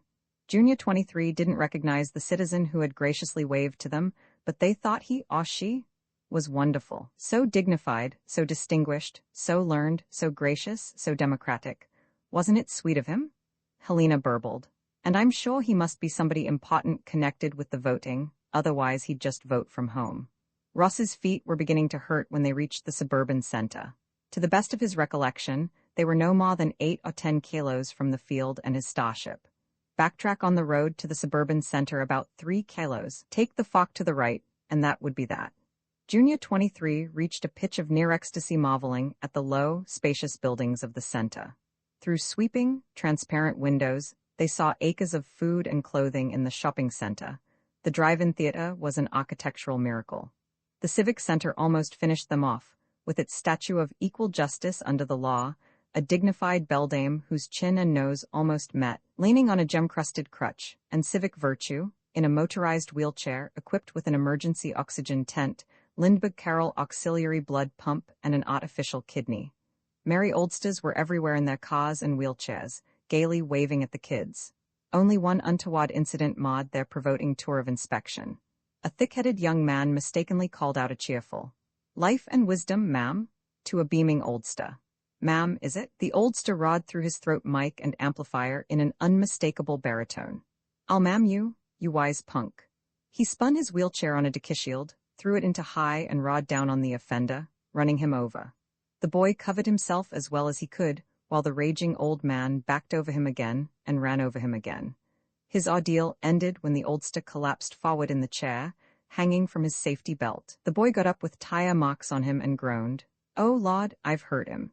He appealed hysterically, "What'll I do? Is he dead?" Another senior citizen buzzed up and snapped, "Cuttin' his LC hot, you booby." The boy turned on the Lindbergh Carroll pump, trembling. The white-faced juniors of 23 watched as the tubes to the oldster's left arm throbbed and pulsed. A massive sigh went up when the old man's eyes opened and he sat up groggily. "What happened?" "You died again, Sherrington," said the other elder. "Third time this week. Good thing there was a responsible person around. Now get over to the medical center this minute and have a complete checkup. Hear me?" "Yes, Dad," Sherrington said weakly. He rolled off in low gear. His father turned to the youngster who stood vacantly rubbing the tire marks on his face. "Since it's holiday," he grated, "I'll let this pass. On any other day, I would have seen to it that you were set back 15 years for your disgraceful negligence." Russ knew by then what that meant, and shuddered with the rest. It amounted to a death sentence, did 15 additional years of the grinding toil and marginal diet of a junior. Somewhat dampened, they proceeded to the Hall of Democracy, a glittering place replete with slogans, statues, and heroic portraits of the heroic aged. 23 huddled together, as it joined with a stream of juniors from the area's other factory units. Most of them were larger than the cable works. Many of them, apparently, involved more-wearing and hazardous occupations. Some groups coughed incessantly and were red-eyed from the irritation of some chemical. Others must have been heavy manual labor specialists. They were divided into the hale, whose muscles bulged amazingly, and the dying, men and women who obviously could not take the work but who were doing it anyway. They seated themselves at long benches, with push buttons at each station. Helena, next to him, explained the system to Russ. Voting was universal and simultaneous, in all the halls of democracy around the planet, and from all the homes of the senior citizens who did not choose to vote from a hall. Simultaneously, the votes were counted at a central station, and the results were flashed to screens in the centers and homes. She said a number of enthusiastic things about democracy, while Russ studied a sheet on which the candidates and propositions were listed. The names meant nothing to him. He noted only that each of 3 candidates for chief of state was 130 years old, that each of 3 candidates for first assistant chief was 127 years old, and so on. Obviously, the nominating conventions by agreement named candidates of the same age for each office to keep it a contest. Proposition 1 read, to dismantle 7 pediatric centers and apply the salvage value to the construction of, and the funds no longer required for their maintenance to the maintenance of, a new wing of the Gerontological Center, said wing to be devoted to basic research in the extension of human life. Proposition 2 was worse. Ross didn't bother to read the rest of them. He whispered hoarsely to Helena, "What next?" "SSH?" She pointed to a screen at the front of the hall. "It's starting." A senior citizen of a very high rank, his face was entirely hidden by an oxygen mask, was speaking from the screen. There was what seemed to be a ritual speech of invocation, then he got down to business. "Citizens," he said through his throat mic, "behold democracy in action. I give you 3 candidates for chief of state. Look them over and make up your minds. First, Citizen Raphael Flexner, age 1 century, 3 decades, 7 months, 10 days. Senior Citizen Flexner rolled on screen, spoke briefly through his throat mic, and rolled off. The first speaker said again, "Behold democracy in action. See now Citizen Sheridan Farnsworth, age 1 century, 3 decades, 10 months, 42 days. Applause boomed louder. Some of the younger juniors yelled hysterically and drummed their heels on the floor. Helena was panting with excitement, eyes bright on the screen. "Isn't it wonderful?" she gasped ecstatically. Oh, look at him? Him was the third candidate, and the first oldster Ross had seen whose gokot was a wheeled stretcher. Prone and almost invisible through the clusters of tubing and chromed equipment, senior citizen Emmanuel Appleby acknowledged his introduction. Age 1 century, 3 decades, 11 months and 5 days. The crowd went mad. Helena broke from Ross's side and joined a long yelling snake dance through the corridors. Ross yelled experimentally as protective coloration, then found himself yelling because everybody was yelling, because he couldn't help it. By the time the speaker on the screen began to call for order, Ross was standing on top of the voting bench and screaming his head off. Helena, weeping with excitement, tugged at his leg. Vote now, Ross, she begged, and all over the hall the cry was vote, vote. Ross reached out for the voting buttons. What do we do now? He asked Helena. Push the button, mocked Appleby, of course. Hurry? But why Appleby? Ross objected. That fellow Flexner, for instance? Hush, Ross, somebody might be listening. There was sickening fright on Helena's face. Didn't you hear? We have to vote for the best man. Oldest is bestest, you know. That's what democracy means, the freedom of choice. They read us the ages and we choose which is oldest. Now please, Ross, hurry before somebody starts asking questions. The voting was over, and the best man had won in every case. It was a triumph for informed public opinion. The mob poured out of the hall in happy-go-lucky order, all precedences and formalities suspended for holiday. Helena grasped Ross firmly by the arm. The crowd was spreading over the quiet acres surrounding the center, each little cluster heedlessly intent on a long-planned project of its own. Under the pressure of Helena's arm, Ross found himself swerving toward a clump of shrubbery. He said violently, "No, I'm sorry, Helena, but I've got something to do." She stared at him with shock in her eyes. On holiday. Truly, Helena, I'm sorry. Look, what you said last night, from now till tomorrow morning I can do what I want, right? Sullenly, yes, I thought, Ross, that I knew what. Okay. He jerked his arm away, feeling like all of the 100 possible kinds of a skunk. See you around, he said over his shoulder. He did not look back. 3 kilos back, he told himself firmly, then the right-hand fork in the road. And not more than a dozen kilos at the most, to the spaceport. He could do it in a couple of hours. One thing had been established for certain. If ever there had been a Franklin Foundation on this planet, it was gone for good now. Dismantled, no doubt, to provide building materials for an ear trumpet plant. No doubt the little FTL ship that the Franklin Foundation was supposed to cover for was still swinging in an orbit within easy range of the spaceport, but the chance that anybody would ever find it, or use it if found, was pretty close to zero. If they bothered to maintain a radar watch at all, any other watch than the fully automatic one set to respond only to high-velocity interstellar ships, and if anyone ever took time to look at the radar plot, no doubt the FTL ship was charted as an asteroid, satellite, derelict, or body of unknown origin.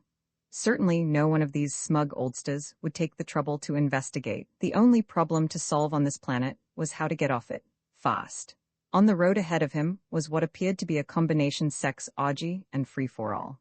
It rolled in a yelling, milling mob of 100 excited juniors across the road toward him, then swerved into the fields as a cluster of screaming women broke free and ran, and the rest of the crowd roared after them. Ross quickened his step. If he ever did get off this planet, it would have to be today. He was not fool enough to think that any ordinary day would give him the freedom to poke around the spaceport's defenses, and it would be just his luck, he thought bitterly, to get involved in a gang fight on the way to the pot. There was a squeal of tires behind him, and a little vehicle screeched to a halt. Ross threw up a defensive arm in automatic reflex, but it was only Helena, awkwardly fumbling open the door of the car. "Get in," she said sourly. "You've spoiled my holiday. Might as well do what you want to do." "What's that?" Helena looked where he was pointing and shrugged. "Guard box," she guessed. "How would I know? Nobody's in it anyhow." Ross nodded. They had abandoned the car and were standing outside a long, seamless fence that surrounded the spaceport. The main gates were closed and locked. A few 100 feet to the right was a smaller gate with a sort of pillbox, but that had every appearance of being locked too.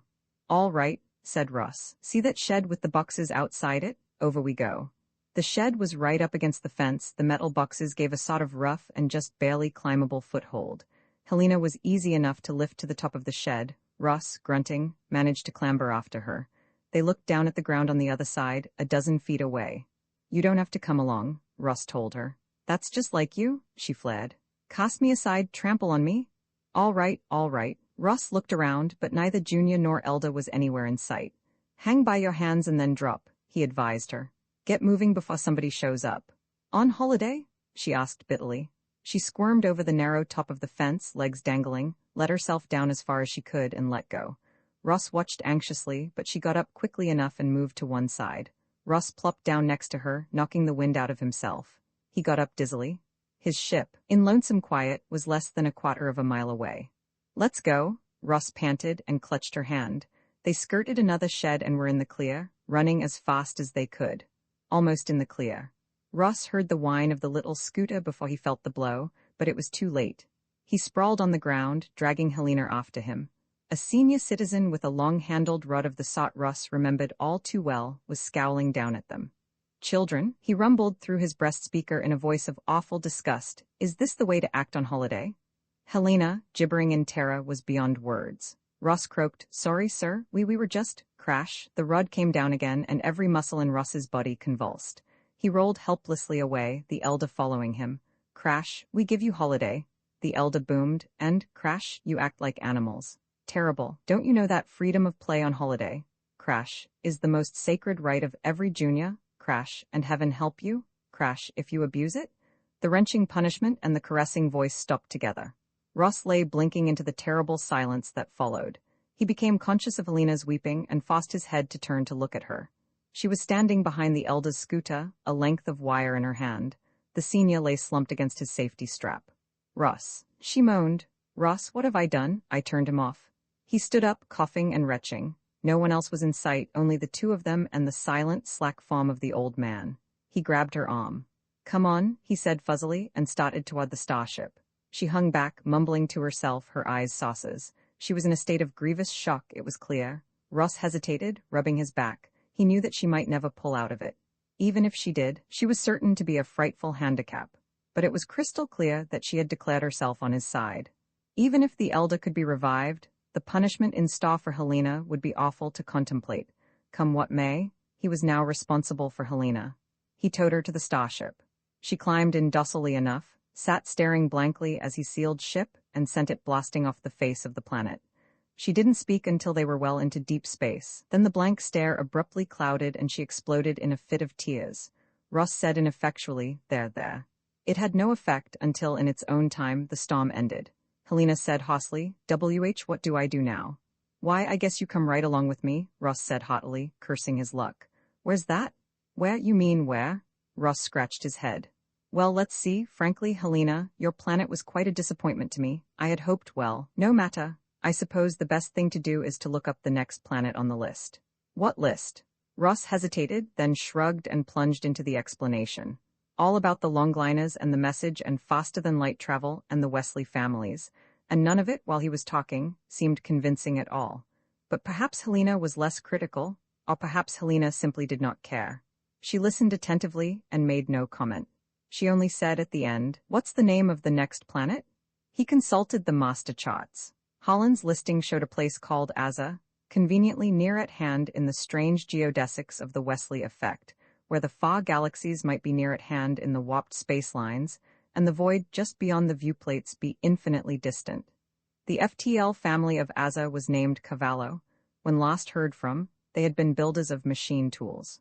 Ross told Helena about it. She shrugged and watched curiously as he began to set up the FTL problem on the huge board. Roman 7, they were well within detection range of Aza's radar, if any, and yet there had been no beeping signal that the planet's GCA had taken over and would pilot them down. Another blank. He studied the surface of the world under his highest magnification and saw no signs that it had been devastated by war. There were cities, intact as far as he could tell, but not very attractive. The design ran to huge, gloomy piles that mounted toward central towers. Aza was a big world which showed not much water and a great deal of black rock. It was the fifth of its system and reportedly had colonized its 4 adjacent neighbors and their moons. His own search radar pinged. The signal was followed at once by a guarded voice from his ship-to-ship communicator. What ship are you? Do you receive me? The band is 798.44. He hastily dialed the frequency on his transmitter and called, I receive you. We are a vessel from outside your solar system, home planet Halsey. We want to contact a family named Cavallo of the planet Aza, believed to be engaged in building machine tools. Can you help us? You are a male, the voice asked cautiously. In command or simply the communicator?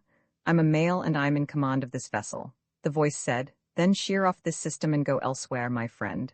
What is this? Who are you? My name does not matter. I happen to be on watch aboard the prison orbital station Minerva.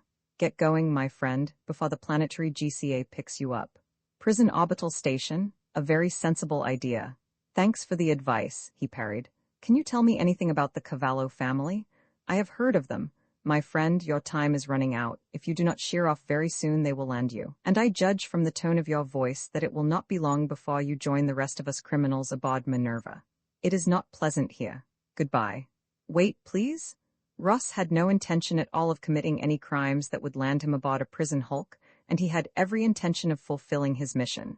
Tell me about the Cavallo family, and why you expect me to get in trouble on Aza. The time is running out, my friend, but the Cavallo family of machine tool builders is located in Novgorod, and the crime of which all of us aboard Minerva were convicted is conspiracy to advocate equality of the sexes. Now go? The carrier wave hum of the communicator died, but immediately there was another electronic noise to fill the cabin, the beep of a GCA radar taking over the sealed landing controls of the craft. Helena had been listening with very little comprehension. Who was your friend, Ross? She asked. Where are we? I think, Ross said, he was my friend, and I think we are in trouble. The ship began to jet tentative bursts of reaction mass, nosing toward the big, gloomy planet.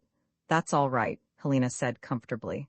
At least they won't know I disconnected a senior citizen. She thought a moment. They won't, will they? I mean, the senior citizens here won't know about the senior citizens there, will they? He tried to break it to her gently as the ship picked up speed. Helena, it's possible that the old people here won't be senior citizens, not in your planet's sense. They may just be old people, with no special authority over young people. I think, in fact, that we may find you outranking older people who happen to be males. She took it as a joke. You are funny, Ross. Old means senior, doesn't it? And senior means better, wiser, abler, and in charge, doesn't it? We'll see, he said thoughtfully as the main reaction drive cut in. We'll see very shortly. The spaceport was bustling, busy, and efficient. Ross marveled at the speed and dexterity with which the anonymous ground operator whipped his ship into a braking orbit and set it down. And he stared enviously at the crawling clamshells on treads, bigger than houses, that cupped around his ship. The ship was completely and hermetically surrounded, and bathed in a mist of germicides and prophylactic rays. A helmeted figure riding a little platform on the inside of one of the clamshells turned a series of knobs, climbed down, and rapped on the ship's entrance pot. Ross opened it diffidently, and almost strangled in the antiseptic fumes. Helena choked and wheezed behind him as the figure threw back its helmet and said, "Where's the captain?" "I am he," said Ross meticulously. "I would like to be put in touch with the Cavallo Machine Tool Company of Novgorod." The figure shook its long hair loose, which provided Ross with the necessary clue. It was a woman. Not a very attractive-looking woman, for she wore no makeup, but by the hair, by the brows, and by the smoothness of her chin, a woman all the same. She said coldly, "If you're the captain, who's that?" Helena said in a small voice, "I'm Helena, from Junior Unit 23. Indeed. Suddenly the woman smiled. "Well, come ashore, dear," she said. "You must be tired from your trip. Both of you come ashore," she added graciously. She led the way out of the clamshells to a waiting closed car. Aza's sun had an unpleasant bluish cast to it, not a Type G at all. Ross thought that the lighting made the woman look uglier than she really had to be. Even Helena looked pinched and bloodless, which he knew well was not the case at all. All around them was activity. Whatever this planet's faults, it was not a stagnant home for graybeards. Ross, craning, saw nothing that was shoddy, nothing that would have looked out of place in the best-equipped part of Halsey's planet. And the reception lounge, or whatever it was, that the woman took them to was a handsome and prettily furnished construction. "Some lunch?" the woman asked, directing her attention to Helena. "A cup of tribrew, maybe? Let me have the boy bring some." Helena looked to Ross for signals, and Ross, gritting his teeth, nodded to her to agree. Too young the last time, too male this time. Was there ever going to be a planet where he mattered to anyone? He said desperately, "Madam, forgive my interruption, but this lady and myself need urgently to get in touch with the Cavallo Company. Is this Novgorod?" The woman's pale brows arched. She said with an effort, "No, it is not." "Then can you tell us where Novgorod is?" Ross persisted. If they have a spaceport, we can hop over there in our ship. The woman gasped something that sounded like, well. She stood up and said pointedly to Helena, if you'll excuse me, I have something to attend to. And swept out. Helena stared wide-eyed at Russ. She must have been a real senior citizen, huh? Not exactly, said Russ despairingly. Look, Helena, things are different here. I need your help. Help? Yes, help, he bellowed. Get a grip on yourself, girl. Remember what I told you about the planet I came from? It was different from yours, remember? The old people were just like anybody else. She giggled in embarrassment. They were? He yelled. And they are here too, old people, young people, doesn't matter. On my planet, the richest people were, well, never mind. On this planet, women are the bosses. Get it? Women are like elders, so you'll have to take over, Helena. She was looking at him with a puzzled frown. She objected. But if women are, they are. Never mind about that part of it now. Just remember that for the purposes of getting along here, you're going to be my boss. You tell me what to do. You talk to everybody. And what you have to say to them is this: you must get to Novgorod immediately and talk to a high-ranking member of the Cavallo Machine Tool Company. Clear? Once we get there, I'll take over. Everything will be under control then. He added prayerfully, I hope. Helena blinked at him. I'm going to be your boss, she asked. That's right. Like an elder boss is a junior, and it's legal? Russ started to repeat, that's right, impatiently again, but there was a peculiar look in Helena's round eyes. Helena? He said warningly. She was all concern. Why, what is it, Russ? She asked solicitously. You look upset. Just leave everything to me, dear. They got started on the way to Novgorod, not in their ship. The woman had said there was no spaceport in Novgorod, and not alone, so that Russ could not confirm his unhappy opinion of Helena's inner thoughts. But at least they were on their way to Novgorod in the Azorian equivalent of a chartered aircraft, with Helena chatting happily with the female pilot, and Russ sitting uncomfortably on a narrow, upholstered strip behind. Everything he saw in Aza confirmed his first impressions. The planet was busy and prosperous. Nobody seemed to be doing anything very productive, he thought, but somehow everything seemed to get done. Automatic machinery, he guessed. If women were to have any chance of gaining the upper hand on a planet, most of the hard physical work would have to be fairly well mechanized anyhow, and particularly on this planet. They had been flying for 6 hours, at a speed he guessed to be not much below that of sound, and fully half of the territory they passed over was bare, black rock. The ship began losing altitude, and the pilot, who had been curled up in a relaxed position, totally ignoring the aircraft, glanced at her instrument panel. Coming in for a landing, she warned. Don't distract me right now, dear. I've got 1,000 things to do. She didn't seem to be doing any of them, Ross thought disapprovingly. All she did was watch varicolored lights blink on and off. But no doubt the ship landing, too, was as automatic as the piloting. Helena turned and leaned back to Russ. We're coming in for a landing, she relayed. Russ said sourly, I heard. Helena gave him a look of reprimand and forgiveness. I'm hungry, she mused. The pilot turned from her controls. You can get something at the airport, she offered eagerly. I'll show you. Helena looked at Russ. Would you like something? But the pilot frowned. I don't believe there's any place for men, she said disapprovingly. Perhaps we can get something sent out for him if you like. Although, really, it's probably against the rules, you know. Russ started to say with great dignity, Thank you, but that won't be necessary. But he didn't quite get it out. The ship came in for its landing. There was an enormous jolt and a squawk of alarm bells and flashing lights. The ship careened crazily and stopped. Oh, Don, complained the pilot mildly. It's always doing that. Come on, dear, let's get something to eat. We'll come back for him later. And Russ was left alone to stare apprehensively at the unceasingly flashing lights and to listen to the strident alarms for 3/4 of an hour. His luck was in, though. The ship didn't explode. And eventually a pallid young man in a greasy apron appeared with a tray of sandwiches and a vacuum jug. Up here, boy, Russ called. He gaped through the pot. You mean come in? Sure, it's all right. The young man put down the tray. Something in the way he looked at it prompted Russ to invite him. Have some with me? More here than I can handle. Thanks, I believe I will. I was supposed to take my break after I brought you this stuff. He poured steaming brew into the cup that covered the jug, politely pushed it to Russ and swigged from the jug himself. You're with the starship? He asked, around a mouthful of sandwich. Yes, I, the captain, that is, wants to contact an outfit called Cavallo Machine Tool. You know where they are? Sure, biggest firm on the south side, 15th Street, you can't miss them. The captain, is she the lady who was with Pilot Brewer? Yes, the youngster's eyes widened. You mean you were in space alone with a lady? Russ nodded and chewed. And she didn't? There wasn't, well, any problem? No, said Russ, you have much trouble with that kind of thing. The boy winced. If I've asked once, I've asked 100 times for a transfer. Oh, those jet pilots. I used to work in a roadside truck stop. I know truckers are supposed to be rough and tough, maybe they are, but you can't tell me that deep down a trucker isn't a lady. When you tell them no, that's that. But a pilot, it just eggs them on. As a city today, Novgorod tomorrow, what do they care? Ross was fascinated and baffled. It seemed to him that they should care and care plenty.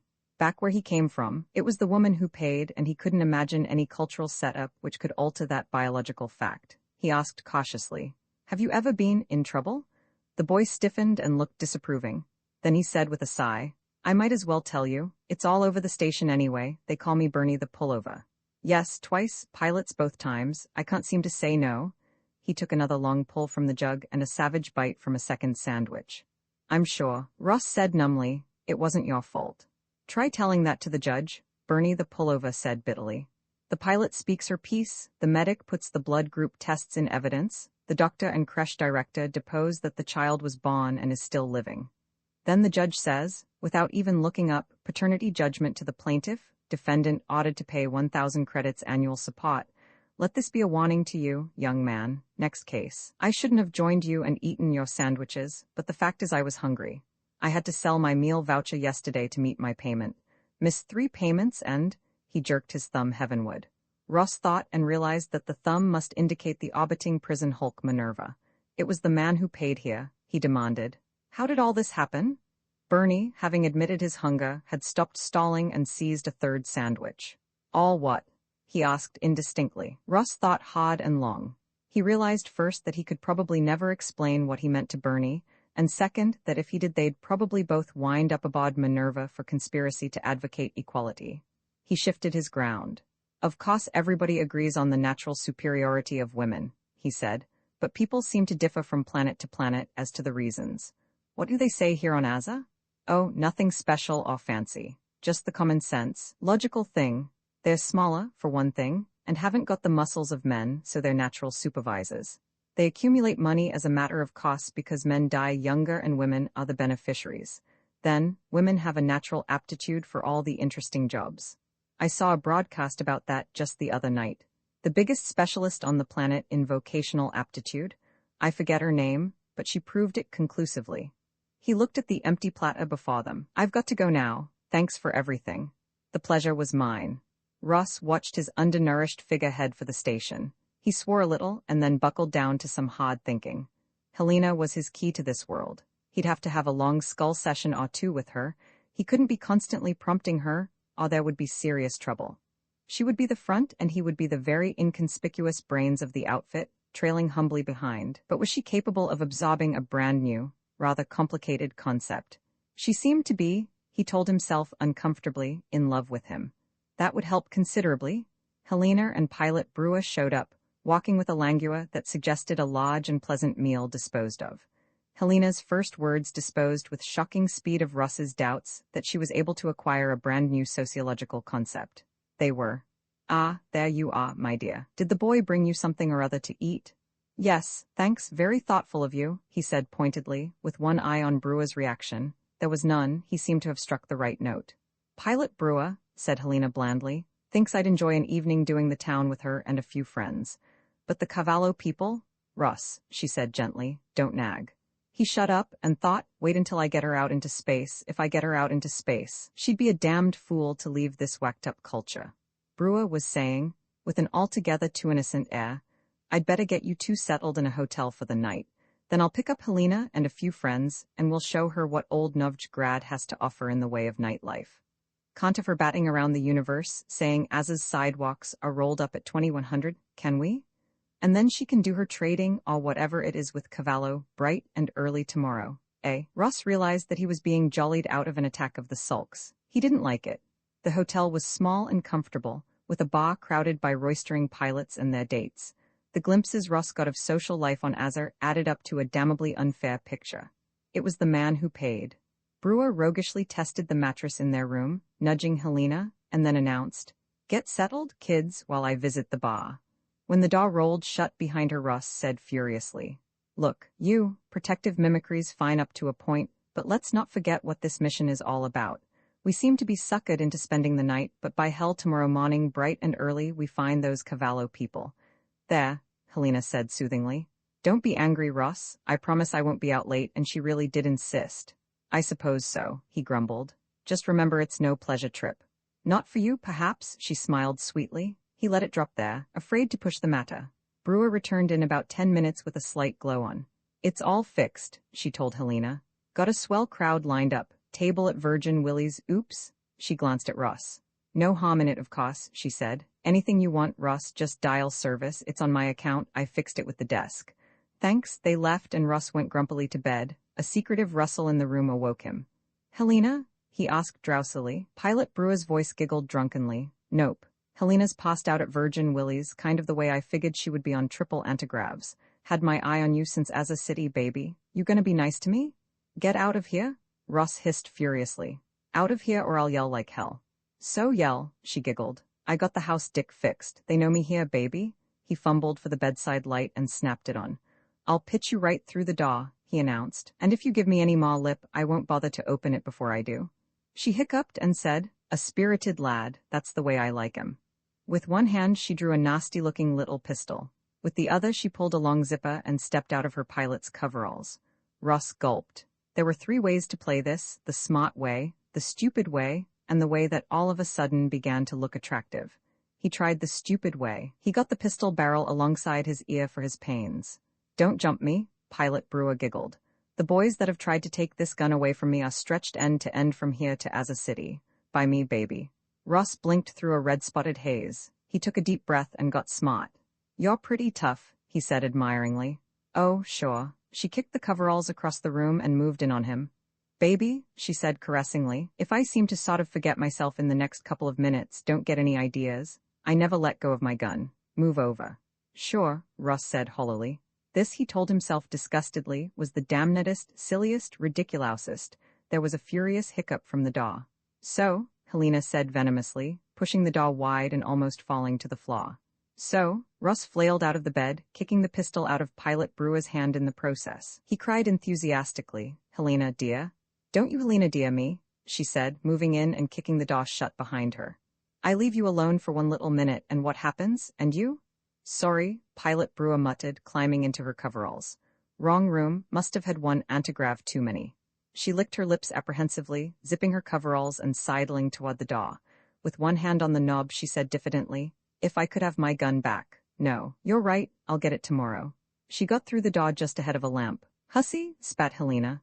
And you, Ross, it was the last straw. As Ross lurched toward her, he regretted only one thing, that he didn't have a hairbrush. Pilot Brewer had been right. Nobody paid any attention to the noise. Yes, Ross. Helena had hardly touched her breakfast. She sat with her eyes downcast. Yes, Ross, he mimicked bitterly. It better be yes, Ross. This place may look all right to you, but it's trouble. You don't want to find yourself stuck here all your life, do you? Then do what I tell you. Yes, Ross. He pushed the remains of his food away. Oh, the hell with it, he said dispiritedly. I wish I'd never started out on this fool's errand, and I double damn well wish I'd left you in the dye vats. Yes, Ro, I mean I'm glad you didn't, Ross, she said in a small voice. He stood up and patted her shoulder absently. Come on, he said. We've got to get over to the Cavallo place. I wish you had let me talk to them on the phone. She said reasonably, but you said? I know what I said. When we get there, remember that I do the talking. They walked through green-lit streets filled with proud-looking women and sad-eyed men. The Cavallo Machine Tool Corporation was only a few intersections away. By the map the desk clock had drawn for Helena, they found it without trouble. It was a smallish sort of building for a factory, Ross thought, but perhaps that was how factories went on Asa. Besides, it was well constructed and beautifully landscaped with the purplish lawns these people seemed to prefer. Helena led him through the door, as was right and proper. She said to the busy little bald-headed man who seemed to be the receptionist, We're expected. Miss Cavallo, please. Certainly, ma'am, he said with a gap-toothed smile, and worked a combination of rods and buttons on the desk beside him. In a moment, he said, Go right in. 3 up and 4 over, can't miss it. They passed through a noisy territory of machines where metal was sliced, spun, hacked, and planed. No one seemed to be paying any attention to them. Ross wondered who had built the machines and had a sudden flash of realization as to where those builders were now, on Minerva, staring at the unattainable free sky. Miss Cavallo was a motherly type with a large black cigar. Sit right down, she said hotly. You too? Young man, tell me what we in Cavallo Company can do for you. Helena opened her mouth, but Ross stopped her with a gesture. That's enough, he said quietly. I'll take over. Miss Cavallo, he declaimed from memory, what follows is under the seal. Is it indeed? What do you know? She said. Ross said, Wesley. Miss Cavallo slapped her thigh admiringly. Son of a gun, she said admiringly. How this takes me back, those long-ago childhood days, learning these things at my mother's knee. Let's see, the limiting velocity is c. But c2 is not a velocity, Ross finished triumphantly, and from the heart, Miss Cavallo, you don't begin to know how happy this makes me. Miss Cavallo reached over and pumped his hand, then Helena's. To the girl she said, You've got a right to be a proud woman, believe me. The way he got through it without a single stumble? Never saw anything like it in my life. Well, just tell me what I can do for you now that that's over. Ross took a deep, deep breath. He said earnestly, a great deal. I don't know where to begin. You see, it all goes back to Halsey's planet where I come from. This ship came in a longliner, and it got some of us a little worried because, well, it seemed that some of the planets were no longer in communication. Miss Cavallo? She was smiling pleasantly enough, but Ross had the crazy feeling that he just wasn't getting through to her. Go right ahead, she boomed. God knows I've got nothing against men in business, that's old-fashioned prejudice. Take your time, I won't bite you. Get on with your proposition, young man. It isn't exactly a proposition, Ross said weakly. All of a sudden the words seemed hard to find. What did you say to a potential partner in the salvation of the human race when she just nodded and blew cigar smoke at you? He made an effort. Halsey's planet was the 7th alternate destination for this ship, and so we figured, that is, Miss Cavallo, it kind of looked like there was some sort of trouble. So Mr. Holland, he's the one who has the FTL secret on Halsey, like you do here on Aza. He passed it on to me, of course. Well, he asked me to, sort of take a look around. He stopped. The words by then were just barely audible anyhow, and Miss Cavallo had been looking furtively at her watch. Miss Cavallo shrugged sympathetically to Helena. They're all like that under the skin, aren't they? She observed ambiguously. Well, if men could take our jobs away from us, what would we do? Stay home and mind the kids? She rawed and poked a box of cigars at Helena. Now, she said briskly, let's get down to cases. I really enjoyed hearing those lines from you, young man, and I want you to know that I'm prepared to help you in any possible way because of them. Open a line of credit, speed up deliveries, send along some of our technical people to help you get set up, anything. Now, what can I do for you? Turret lathes, grinders, screw machines? Miss Cavallo, Ross said desperately, don't you know anything about the faster-than-light secret? She said impatiently, Of course I do. Young man, said the responses, didn't I? There's no call for that item, though. I don't want to buy one, Ross cried. I have one. Don't you realize that the human race is in danger? Populations are dying out or going out of communication all over the galaxy. Don't you want to do something about it before we all go under? Miss Cavallo dropped all traces of a smile. Her face was like flint as she stood up and pointed to the window. Young man, she said icily, take a look out there. That's the Cavallo Machine Tool Company. Does that look as if we're going under? I know, but Clyde's Cianus 1 Ragensworld, at least a dozen planets I can name, are gone. Didn't you ever think that you might be next? Miss Cavallo kept her voice level, but only with a visible effort. She said flatly, No, never. Young man, I have plenty to do right here on Aza without bothering my head about those places you're talking about. 75 years ago, there was another fellow just like you, Flanny, some name like that. My grandmother told me about him. He came bustling in here causing trouble, with that old silly jingle about Wesley and C-Square and so on, with some cock and bull story about a planet that was starving to death, stirring up a lot of commotion. Well, he wound up on Minerva, because he wouldn't take no for an answer. Watch out that you don't do the same. She marched majestically to the door. And now, she said, if you've wasted quite enough of my time, kindly leave. Ruminate, stupid old bat, Ross muttered. They were walking aimlessly down 15th Street, the nicely landscaped machine tool works behind them. Helena said timidly, You really shouldn't talk that way, Ross. She is older than you, after all. Old heads are? Wisest, he wearily agreed. Also the most conservative. Also the most rigidly inflexible, also the most firmly closed to the reception of new ideas. With one exception, she reeled under the triple blasphemy and then faintly asked, What's the exception? Ross became aware that they were not alone. Their very manner of walking, he a little ahead, obviously leading the way, was drawing unfavorable attention from passers-by. Nothing organized or even definite, just looks ranging from puzzled distaste to anger. He said, Somebody named Holland. Never mind, and in a lower voice. Straighten up. Step out a little ahead of me. Scowl. She managed it all except the scowl. The expression on her face got some stupefied looks from other pedestrians, but nothing worse. Helena said loudly and plaintively. I don't like it here after all, Russ. Can't we get away from all these women? Should the impulse seize you, placard ancient Brooklyn, with 24 sheets proclaiming the Dodgers to be cellar-dwelling bums, mount a detergent box and inform a crowd of Altarians that they are degenerate slith-fondlers, if you must. Announce in a crowded Cephian barroom that Sadkia Raval is no better than she should be. From these situations, you have some chance of emerging intact. But never pronounce the word women, as Helena pronounced it on 15th Street, Novgorod, Aza. The mob took only seconds to form. Ross and Helena found themselves with their backs to the glass doors of a food store. The handful of women who had actually heard the remark were all talking to them simultaneously, with fist-shaking. Behind them stood as many as a dozen women who knew only that something had happened and that there were comfortably outnumbered victims available. The noise was deafening, and Helena began to cry. Ross first wondered if he could bring himself to knock down a woman, then realized after studying the hulking virago in their foreground that he might bring himself to try but probably would not succeed.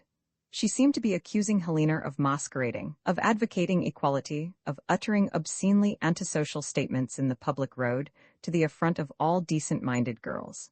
There was violence in the air. Ross was on the point of blocking a roundhouse right when the glass doors opened behind them.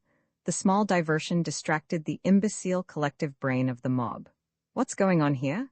A sooty voice demanded. Ladies, may I please get through? It was a man trying to emerge from the food shop with a double armful of cottons. He was a great fat slob, quite hairless and smelling powerfully of kitchen. He wore the gravy-spotted whites of any cook anywhere. The virago said to him, Keep out of this, Willie. This fellow here's a masquerader, the thing I heard him say? I'm not, Helena wept. I'm not. The cook stooped to look into her face and turned on the mob. She isn't, he said definitely. She's a lady from another system. She was slopping up triple antigravs at my place last night with a gang of jet pilots. That doesn't prove a thing? The virago yelled. Madam, the cook said wearily. After her third antigrav, I had to trip her up and crown her. She was about to climb the bar and corner my barman. Ross looked at her fixedly. She stopped crying and nervously cleared her throat. So if you'll just let us through, the cook bustled, seizing the psychological moment of doubt. His enormous belly bulldozed a lane for them. Beg pardon. Excuse us, madam, will you thank you? Beg pardon. The Lynches were beginning to drift away, embarrassed. The party had collapsed. Faster, the cook hissed at them. Beg pardon, and they were in the clear and well down the street. Thank you, sir, Helena said humbly. Just Willie, if you please, the fat man said. One hand descended on Russ's shoulder and another on Helena's. They both belonged to the virago. She spun them around, glaring. I'm not satisfied with the brush-off, she snapped. Exactly what did you mean by that remark you made? Helena wailed. It's just that you and all these other women here seem so young. The virago's granite face softened. She let go and tucked in a strand of steel-wool hair. Did you really think so, dear? She asked, beaming. There, I'm sorry I got excited. A wee bit jealous, were you? Well, we're broad-minded here in Novgorod. She patted Helena's arm and walked off, smiling and jaunty. Virgin Willie led off and they followed him. Russ's knees were shaky. The virago had not known that to Helena, young meant stupid. The cook absently acknowledged smiles and nods as they walked. He was obviously a character. Between salutes he delivered a low-voiced, rapid-fire reaming to Ross and Helena. Silly stunt. Didn't you hear about the riots? Supposed to be arms caches somewhere here on the south side. Everybody's nerves absolutely ragged. Somebody gets smashed up in traffic, they blame it on us. Don't care where you're from, watch it next time.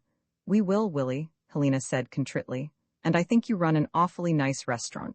Yeah, said Ross, looking at her. Willie muttered. I guess you're clear. You still staying at that hot pilot's hangout? This is where we say goodbye then. You turn left. He waddled on down the street. Helena said instantly. I don't remember a thing. Ross. Okay, he said. You don't remember a thing. She looked relieved and said brightly, so let's get back to the hotel. Okay, he said. Climbed the bar and tried to corner the halfway to the hotel he slowed, then stopped and said, I just thought of something. Maybe we're not staying there anymore. After last night, why should Brewer carry us on her tab? I thought we'd have some money to carry us from the Cavallos by now. The ship? She asked in a small voice. Across the continent. Hell, maybe Brewer forgave and forgot. Let's try anyway. They never got as far as the hotel. When they reached the square it stood on, there was a breathless rush and Bernie stood before them, panting and holding a hand over his chest. "In here," he gasped, and nodded at a shop front that announced hot brew. Ross thoughtlessly started first through the door and caught Bernie's look of alarm. He opened the door for Helena, who went through smiling nervously. They settled at a small table in an empty corner in stiff silence. "I've been walking around that square all morning," Bernie said, with a cowed look at Helena. Ross told her, "This young man and I had a talk yesterday at the plane while you were eating." "What is it, Bernie?" He still couldn't believe that he was doing it, but Bernie said in a scared whisper, "Wanted to head you off and warn you.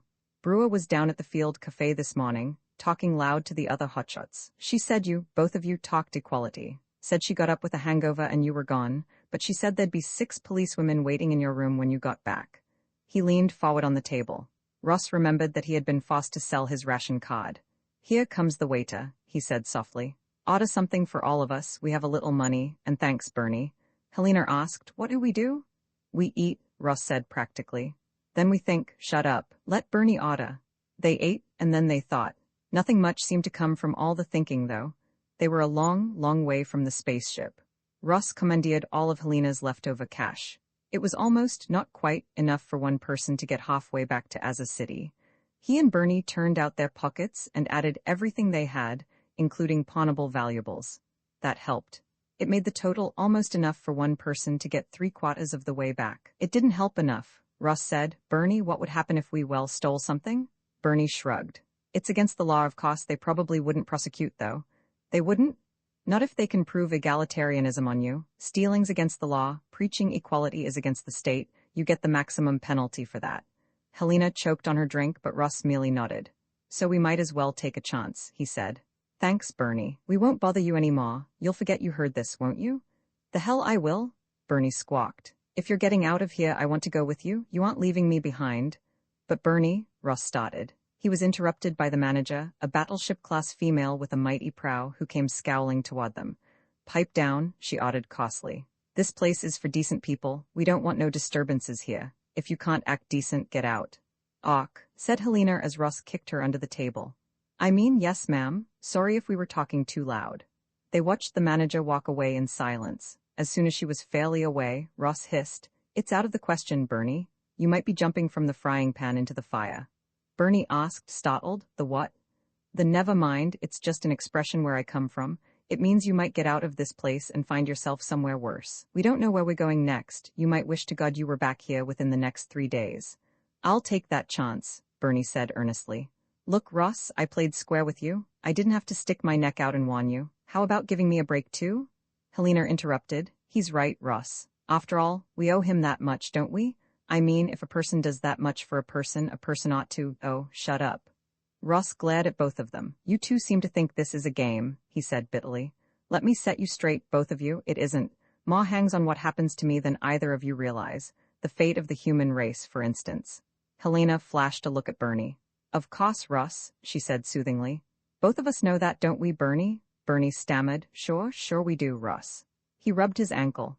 He went on, "Honest, Ross, I want to get the hell away from Asa once and for all. I don't care where you're going. Anything would be better than this place and the damned female bloodsuckers that—" He stopped, petrified. His eyes, looking over Ross's shoulder, were enormous. "Go on, Sonny," said a rich female voice from behind Ross. "Don't let me and the lieutenant stop you just when you're going good." "It must have been that damn manager," Bernie said for the 15th time. Ross uncrossed his legs painfully and tried lying on the floor on his side. "What's the difference?" he asked. "They got us, we're in the jug. And face it, somebody would have caught us sooner or later and we might have wound up in a worse jail than this one." He shifted uncomfortably. "If that's possible, I mean, why don't they at least have beds in these places?" "Oh," said Bernie immediately, "some do. The jails in Asa City and Nuevo Reykjavik have beds, Novgrad, Elena, and Milo don't. I mean, that's what they tell me," he added virtuously. "Sure," Ross growled. "Well, what do they tell you usually happens next?" Bernie spread his hands. "Different things. First there's a hearing. That's all over by now. Then an indictment and trial. Maybe that's started already. Sometimes they get it in on the same day as the hearing, sometimes not. Then tomorrow sometime, most likely, comes the sentencing. We'll know about that, though, because we'll be there. The law's very strict on that. They always have you in the cot for sentencing." Ross cried. "You mean the trial might be going on right now without us?" "Of course. What else?" Think they'd take a chance on having the prisoners creating a disturbance during the trial. Ross groaned and turned his face to the wall. For this, he thought, he had come the better part of 100 light years. For this, he had left a comfortable job with a brilliant future. He spent a measurable period of time cursing the memory of old Holland and his double-jointed, persuasive tongue. Back in the days of Ross's early teens, he had seen a good many situations like this in the Tridus, and the hero had never failed to extricate himself by a simple exercise of superhuman strength, intellect, and ingenuity. That, Ross told himself, was just what he needed now. The trouble was, he didn't have them. All he had was the secret of faster-than-light travel. And here on Azar, as on the planet of the Greybeards, it had laid a king-sized egg. Women, Ross thought bitterly, women were basically inward-directed and self-seeking. Trust them with the secret of FTL. Make them, like the Cavallos, custodians of a universe-racking truth, and see the secret lost or embalmed in sterile custom. What, he silently demanded of himself, did the greatest of scientific discoveries mean to a biological baby foundry? How could any female, no single member of which class had ever painted a great picture, written a great book, composed a great sonata, or discovered a great scientific truth, appreciate the ultimate importance of the FTL drive? It was like entrusting a first folio Shakespeare to a broody hen. The shredded scraps would be made into a nest. For the egg came first. Motherhood was all. That explained it, of course. That, Ross told himself moodily, explained everything except why the FTL secret had fallen into apparently equal or worse desuetude on such planets as Gemsel, Clyde, Cianus I, Ragensworld, Tau Ceti Roman II, Capella's family of 8, and perhaps 100 others. Ragensworld was gone entirely, drowned in a planetary nebula. The planet of the Greybeard had gone to seed. Nothing new, nothing not hallowed by tradition had a chance in its decrepit social order. His home, Halsey's planet, was rapidly, calmly, inevitably depopulating itself. And Azza had fallen into a rigid, self-centered matriarchal order that only an act of God could break. Was there a pattern? Were there any similarities? Ross searched desperately in his mind, but without result. The image of Helena kept intruding itself between him and his thoughts. Was he getting sentimental about that sweet little chucklehead, who, he hastily added, had come near to criminally assaulting him? Who had climbed the... He turned to the little waiter and demanded, "Will she, Helena, be on the orbital station with us if we're all convicted?" No, I should think not. As a responsible person, she gets the supreme penalty." Ross numbly asked after a long pause. "How? Nothing painful." It was hard to think of Helena dangling grotesquely at a rope's end or jolting as she sat strapped in a large, ugly chair. But there were things he had heard of which were horribly worse. Bernie had been watching him. "I'm sorry," the little man said soberly. "It's up to the judge. She's a foreigner, so they may consider that an extenuating circumstance and place some quick-acting poison aboard for her to take. Otherwise, it's slow starvation." A faint, irrational hope had begun to dawn in Ross's mind. "Aboard what? Exactly how does it work?" "They'll put her aboard some hulk with the rockets disabled, fire it off into space. And that's that. I suppose they'll use the ship she came in." Ross was frantically searching his pockets. He had a stylus. "Got any paper?" he briskly demanded of Bernie. "Yes, but..." The waiter blankly passed over an odd book. Ross sprawled on the floor and began to scribble. "Never mind how or why this works. Do it. You saw me work the big, fan-shaped computer in the center room, and you can do it too. Find the master star maps in the chart room. Look up the coordinates of Halsey's system. Set these coordinates on the 27 dials marked proximate mass. Take the readings on the windows above the dials and set them on the cursors of the computer." He scribbled furiously, from time to time forcing himself deliberately to slow down as the writing became an unreadable scrawl. He filled the ruled fronts of the outer pages and then the backs, perhaps 10,000 closely written words, and not one of them wasted. Holland's precise instructions, mercilessly drilled into him, flowed out again. He flung the stylus down at last and read through the book again, ignoring the gaping Bernie. It was all there, as far as he could tell. Grant her a lot of luck and more brains than he privately credited her with, and she had a fighting chance of winding up within radar range of Halsey's planet. GCA could take her down from there. An annoying ship-like object hanging on the radar scopes would provoke a reconnaissance. She knew absolutely nothing about FTL or the Wesley Drive, but then, neither did he. That fact itself was no handicap. He might rot on Minerva, but some word might get back to Holland, and so would the ship, and Helena would not perish miserably in a drifting hulk. Bernie saw the mysterious job was ended and dared to ask, "A letter?" "No," Ross said jubilantly. "By God, if things break right, they won't get her. It's like this." He happily began to explain that his FTL ship's rockets were only auxiliaries for fine maneuvering, but he counted on the cot not knowing that. If he and Helena could persuade. As he went on, the look on Bernie's face changed very slowly from hope to pity to politely simulated interest. Correspondingly, Ross's accounting became labored and faulty. The pauses became longer, and at last he broke off, filled with self-contempt at his folly. He said bitterly, "You don't think it'll work?" "Oh no," Bernie protested with too much haughtiness. "I could see she's awfully mechanically minded for a woman, even if it wouldn't be polite to say so." "Sure it'll work, Ross, sure?" The hell it would. At least he had disposed of a few hours, and perhaps some bungling setting would explode the ship, or end a Wesley jump in the heart of a white dwarf star, sudden annihilation, whiffing Helena out of existence before her body could realize that it had died, before the beginning of apprehension could darken happy absorption with a task she thought would bring her to safety. For that reason alone, he had to carry the scheme through. The cot room was a chintzy place bright with spring flowers. Ross and Helena looked numbly at one another from opposite corners while the previous order of business was cleared from the docket. A wedding. The judge, unexpectedly sweet-faced and slender though gray, obviously took such parts of her work seriously. "Marilyn and Kent," she was saying earnestly to the happy couple, "I suppose you know my reputation. I lecture people a bit before I tie the knot. Evidently, it's not such a bad idea because my marriages turn out well. Last week in Elena, one of my girls was arrested and reprimanded for gross infidelity, and a couple of years ago, right here in Novgorod, one of my boys got 500 lashes for non-support. Let's hope it did them some good, but the cases were unusual. My people, I like to think, know their rights and responsibilities when they walk out of my cot, and I think the record bears me out. Marilyn, you have chosen to share part of your life with this man. You intend to bear his children. This should not be because your animal appetites have overcome you and you can't win his consent in any other way, but because you know, down deep in your womanly heart, that you can make him happy. Never forget this. If you should thoughtlessly conceive by some other man, don't tell him. He would only brood. Be thrifty, Marilyn. I have seen more marriages broken up by finances than any other reason. If your husband earns 100 Elenas a week, spend only that and no more. If he makes 50 Elenas a week, spend only that and no more. Honorable poverty is preferable to debt. And from a practical standpoint, if you spend more than your husband earns, he will be jailed for debt sooner or later, with resulting loss to your own pocket. Kent, you have accepted the proposal of this woman. I see by your dossier that you got in just under the wire. In your income group, the anti-bachelor laws would have caught up with you in one more week. I must say I don't like the look of it, but I'll give you the benefit of the doubt. I want to talk to you about the meaning of marriage. Not just the wage assignment, not just the insurance policy, not just the waiver of paternity and copulation rights, so-called. Those, as a good citizen, you will abide by automatically.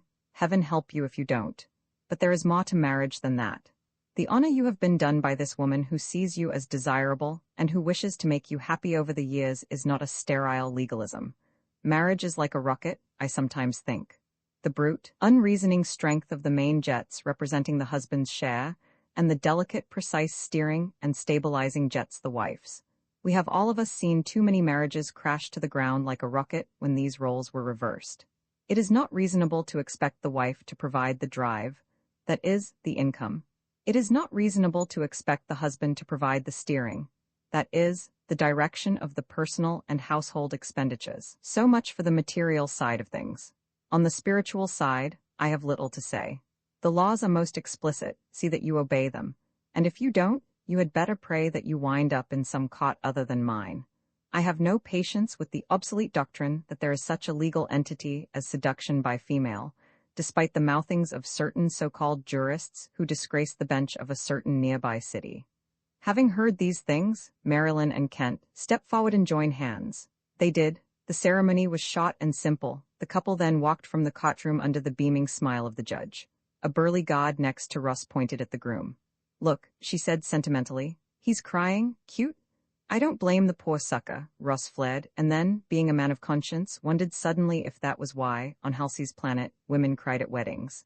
A clock called, "Dear, let's have those egalitarians front and center, please." Her honors terribly rushed. Helena was escorted forward from one side, while Ross and Bernie were jostled to the far from the other. The judge turned from the happy couple. As she looked down at the three of them, the smile that curved her lips turned into something quite different. Ross, quailing, suddenly realized that he had seen just that expression once before. It was when he was very, very young, when a friend of his mother's had come bustling into the kitchen where he was playing, just after she had smelled, and just before she had seen, the long-dead rat he had fetched up from the abandoned cellar across the street. While the clerk was reading the orders and indictment, the judge's stare never wavered. And when the clerk had finished, the judge's silent stare remained for a long, terrible time. In the quietest of voices, the judge said, "So." Ross caught a flicker of motion out of the corner of his eye. He turned just in time to see Bernie, knees buckling, slip white-faced and unconscious to the floor. The guards rushed forward, but the judge raised a peremptory hand. "Leave him alone," she ordered soberly. "It is kinda. Defendants, you are charged with the gravest of crimes. Have you anything to say before sentence is passed on you?" Ross tried to force words, any words, to protest, to plead, to vilify, through his clogged throat. All he managed was a croaking sound, and Helena, by his side, nudged him sharply to silence. He turned to her sharply, and realized that this was the best chance he'd be likely to get. He clutched at her, rolled up his eyes, slumped to the floor in as close an imitation of Bernie's swoon as he could manage. The judge was visibly annoyed, and this time she didn't stop the attendants when they rushed in to kick him erect. But he had the consolation of seeing a flash of understanding cross Helena's face, and her hand dart to a pocket with the paper he had handed her. In the confusion, no one saw. The rest of the courtroom scene was kaleidoscopic in Ross's recollection. The only part he remembered clearly was the judge's voice as she said to him and Bernie, "For the rest of your lives, as long as Almighty God shall, in her infinite wisdom, permit you the breath of life, be banished from Aza and all of its allied worlds to the prison hulk in orbit Minerva." And they were hustled out as the judge, even more wrathful than before, turned to pronounce sentence on Helena. Roman 9. The god spat disgustedly. "Fine lot of wrecks we're getting," she complained. "Not like the old days, they used to send real men here." She glowered at Ross and Bernie, holding their commitment papers loosely in her hand. "And for treason, too," she added. "Used to be it took guts to commit a crime against the state." She shook her head, then made a noise of distaste and scribbled initials on the commitment papers. She handed them back to the pilot who had brought them up from Aza, who grinned, waved, and got out of there. "All right," said the god. "We have to take what we get. I'll have to put you two on construction. You'll never stand up under hard work. Keep your noses clean, that's all. Up at 0500, breakfast till 0510, work detail till 1950, dinner and recreation till 2005, then lights out. Miss a formation and you miss a meal. Miss 2 and you get punishment detail. Nobody misses 3. Ross and Bernie found themselves sharing a communal cell. They had all of 5 minutes to look around and get oriented, then they were out on their first work detail. It wasn't so bad as it sounded. Their shiftmates were a couple of dozen ragged-looking wrecks, half-heartedly assembling a sort of Meccano toy wall out of sheets of perforated steel and clip spring bolts. All the parts seemed well worn, some of the bolts hardly closed. It took Ross the better part of his first detail, whispering when the gods were looking the other way, to find out why. Their half of the prisoners were construction, the other half was demolition. What construction in the morning put up, demolition in the evening tore down. Neither side was anxious to set any speed records, and the gods, without exception, were too bored to care. With any kind of luck, Ross found, he could hope eventually to get a real job, manning the Minerva's radar, signal, or generating facilities, working in the kitchens or service shops, perhaps even as an orderly in the god quarters. Although Ross quite by accident chanced to see a god's orderly as he passed through a corridor near the work area, a handkerchief held daintily to his nose. And though the orderly's clothing was neat and his plump cheeks indicated good eating, the haunted expression in his eyes made Ross think twice. The one thing he could not do, according to the testimony of every man he spoke to, was escape. The 5th time Ross got that answer, the god had stepped out of the room. Ross took the opportunity to thrash the thing through. "Why?" he demanded. "Back where I come from we've got lots of prisons. I never heard of one nobody escaped from." The other prisoner laughed shortly. "Now you have," he said. "Go ahead, try. Every one of us has tried, one time or another. There's only one thing stopping you. There's no place to go. You can get past the gods easy enough. They're lazy when they're not either drunk or boy chasing. You can roam around Minerva all you like. You can even get to the space lock, and if you want to you can walk right through it. But not in a spacesuit, because there aren't any on board.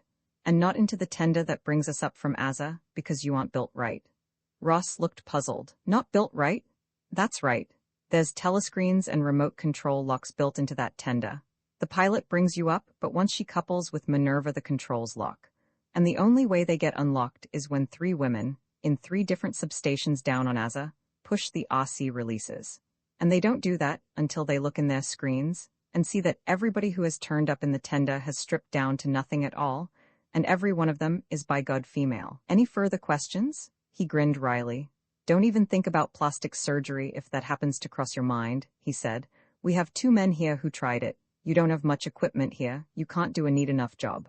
Ross gulped. Hadn't given it a thought, he assured the other man. You can't even hide away in a trunk or something?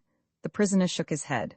On any trunks, everything's one way, Aza to Minerva, except pilots and gods. No men ever go back. When you die, you go out the lock without a ship, same with everything else that they want to get rid of. Ross thought hard. What if you're sent up here and all, and then some new evidence turns up and you're found innocent? Don't they send you back then? Found innocent? The man looked at Ross pityingly. Man, you are new. Hey, he called. Hey, Chuck, this guy wants to know what happens if they find out back on Aza that he's innocent. Chuck exploded into laughter. Wiping his eyes, he walked over to Ross. Thanks, he grinned. Haven't had a good laugh in 15 years. I don't see that that's so funny, Ross said defensively. After all, the judge can make a mistake. None of us is per awk. Shut up, Chuck hissed, holding a hand over Ross's mouth. Do you want to get us all in real trouble? Some of these guys would rat to the gods for an extra hunk of bread.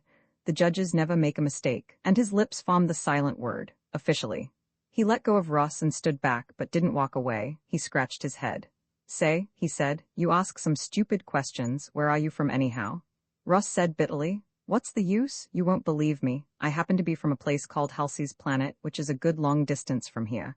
About as far as light will travel in 200 years, if that gives you an idea. I came here in an FTL. That is, a faster-than-light ship. You don't know what that is, of course, but I did. It was a mistake, I admit it, but here I am. Somewhat to Ross's surprise, Chuck didn't laugh again. He looked dubious and he scratched his head some more, but he didn't laugh. To the other prisoner he said, What do you think, Sam? Sam shrugged. So maybe we were wrong, he observed. Ross demanded, wrong about what?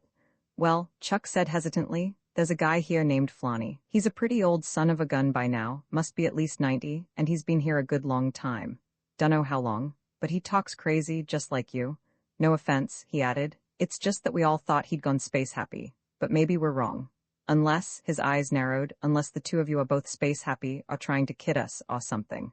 Ross said urgently, I swear, Chuck, there's no such thing. It's true. Who's this Flanny? Where does he say he came from? Who can make sense out of what he says? All I know is he talked a lot about something faster than light. That's crazy. That's like saying slower than dark, or bigger than green, or something. But I don't know, maybe it means something. Believe me, Chuck, it does. Where is this man? Can I see him? Chuck looked uncertain. Well, sure, that is, you can see him all right, but it isn't going to do you a whole hell of a lot of good because he's dead. Died yesterday. They're going to pitch him out into space sometime today. Sam said, this is when Witka flips. 1 week without his old pal, Flanny, and he'll begin to look funny. 2 weeks and he starts acting funny. 3 and he's talking funny and the gods begin to crack down. I give him a month to get shot down and heaved through the locker. Old pal? Russ demanded. Who's this Witka? Where can I get in touch with him? Him and Flanny were both latrine oddities. That's where they put the feeble old men, mopping and polishing. Number 2 head, any hour of the day or night. Old Buzzard has his racket. We're supposed to get a hank of celesponge per man per day, but he's always fresh out, unless you slip him your saccharin ration every once in a while. Ross asked the way to number 2 head and the routine, but it was an hour before he could bring himself to ask the hulking god for permission. Sure, Sonny, she boomed. I'll show you the way. Need any help? No, thanks, ma'am, he said hastily, and she roared with laughter. So did the members of the construction gang. It must have been an ancient gag. He hurried on his way thinking dark and bloody thoughts. Witka? He asked a tottering ancient who nodded and drowsed amid the facilities of the head. The old man looked up blearily and squeaked. Fresh out, you should have saved some from yesterday. That's all right, I'm a new man here. I want to ask you about your friend Flanny. Witka bowed his head and began to cry noiselessly. I'm sorry, Mr. Witka, I heard, but there's something we can do about it, maybe. Flanny was a faster-than-light man. He must have told you that. So am I, Russ from Halsey's planet. He hadn't the faintest idea as to whether any of this was getting through to the Ancient. It seems Flanny and I were both on the same mission, finding out how and why planets were dropping out of communication. You and he used to talk a lot, they tell me. Did he ever tell you anything about that? Witka looked up and squeaked dimly. Oh yes, all the time. I humored him. He was an old man, you know, and now he's dead. The tears leaked from his rheumy eyes and traced the sad furrows beside his nose. Was he getting through? What did he say, Mr. Witka, about faster than light? The old man said, T equals L sub 0 e to the minus d over 2n. That damned formula again. But what does it mean, Mr. Witka? What did he say it meant? Russ softly urged. The old man looked surprised. Genes? He asked himself hazily. Generations? I don't remember, but you go to Earth, young man. Flanny said they'd know, and know what to do about it too, which is more than he did. His very words, young man? Russ didn't dare stay longer. Furthermore, he suspected that the old man's attention span had been exhausted. He started from the room with a muttered thanks, and was stopped at the door by Witka's hand on his shoulder. You're a good boy, Witka squeaked. Here. Russ found himself walking down the corridor with an enormous wad of cellosponge in his hand. The bunks were hard, but that didn't matter. Dormitories were the outmost layer of the hulk. Pseudogravity varies inversely as the fourth power of the distance, and the field generator was conventionally located near Minerva's center. When your relative weight is 1/4 normal, you can sleep deliciously on a gravel driveway. This was the dormitory's only attractive feature.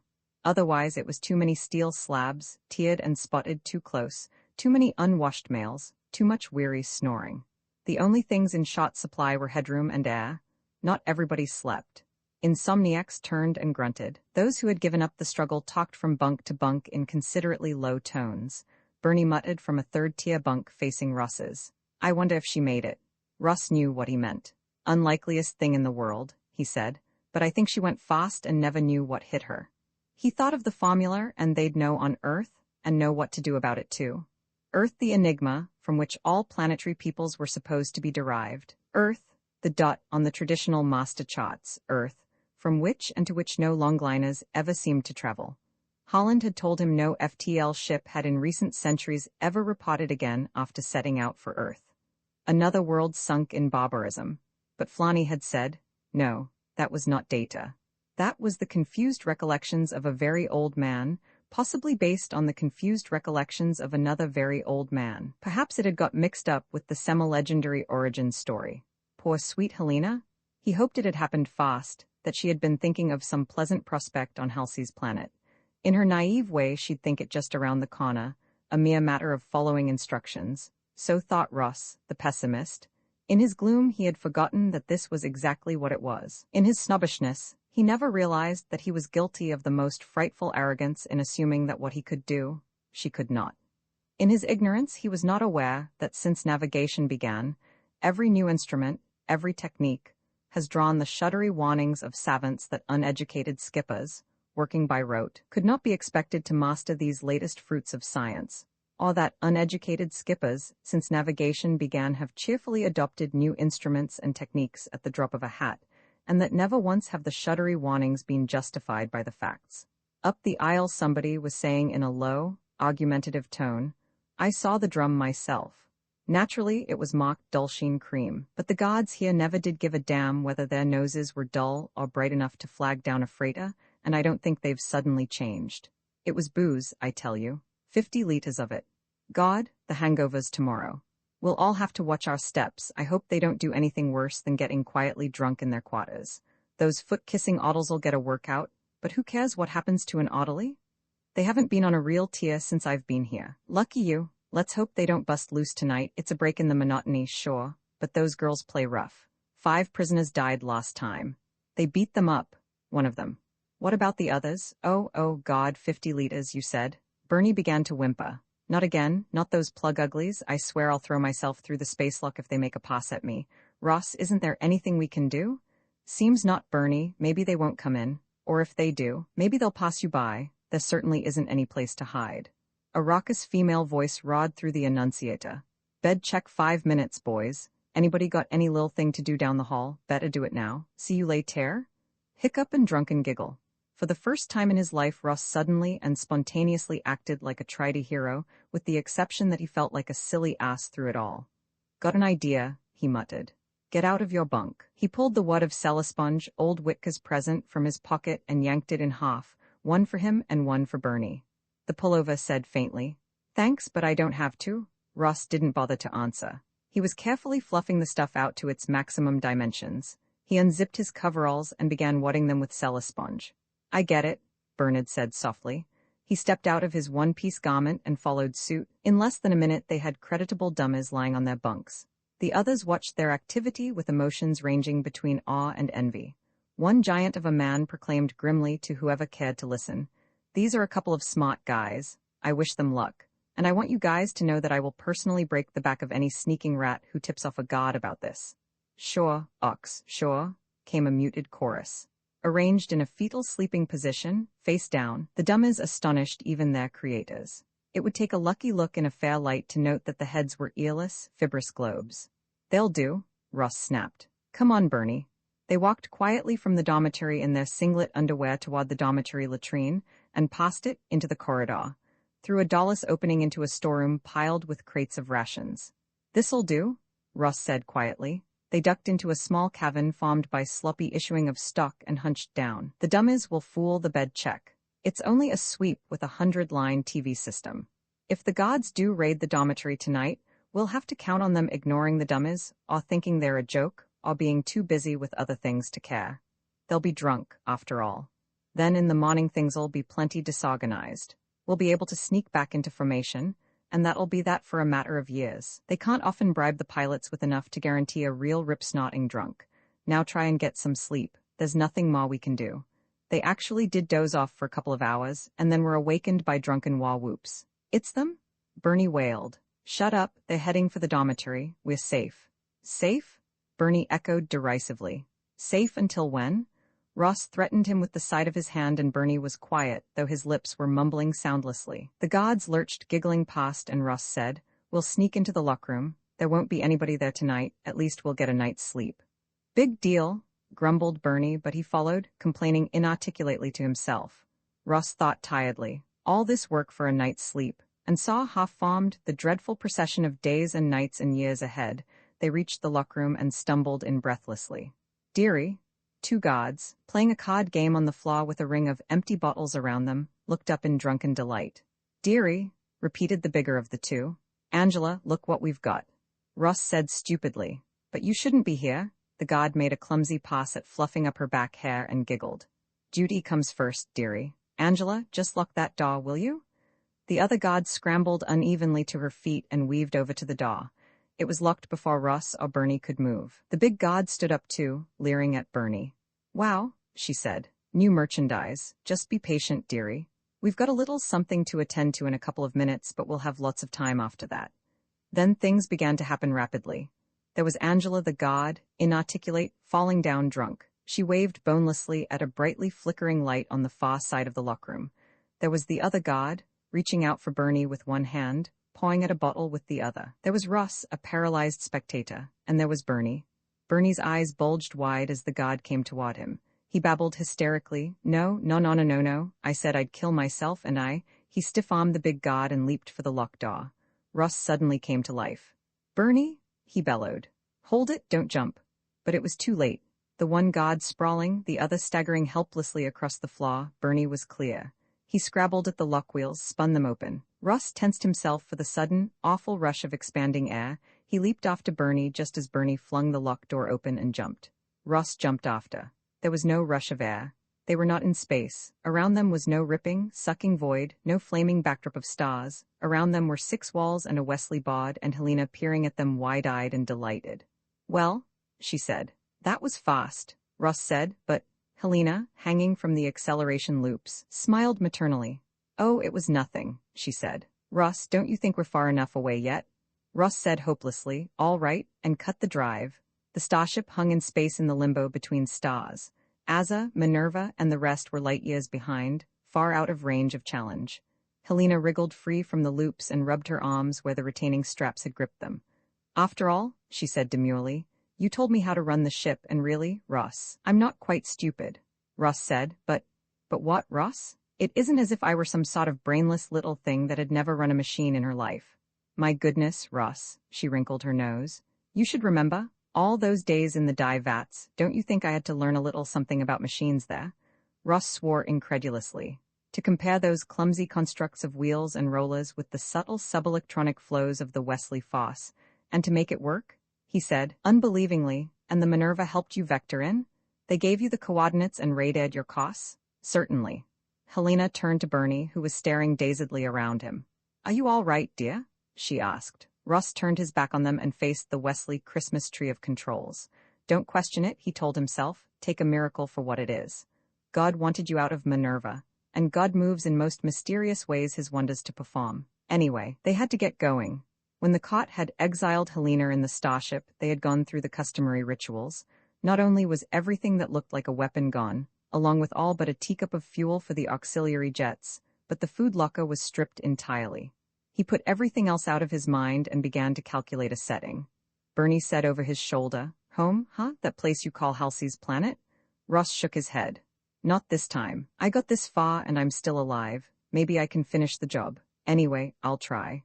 The first solid suggestion I've had ever since I took off was what that half-witted old moron, he ignored a little gasp from Helena, said back on Minerva. If Flanny had lived, he would have gone there. We'll go there now. He finished manipulating the calculator and began to set it up on the board. He said, the name of the place is Earth.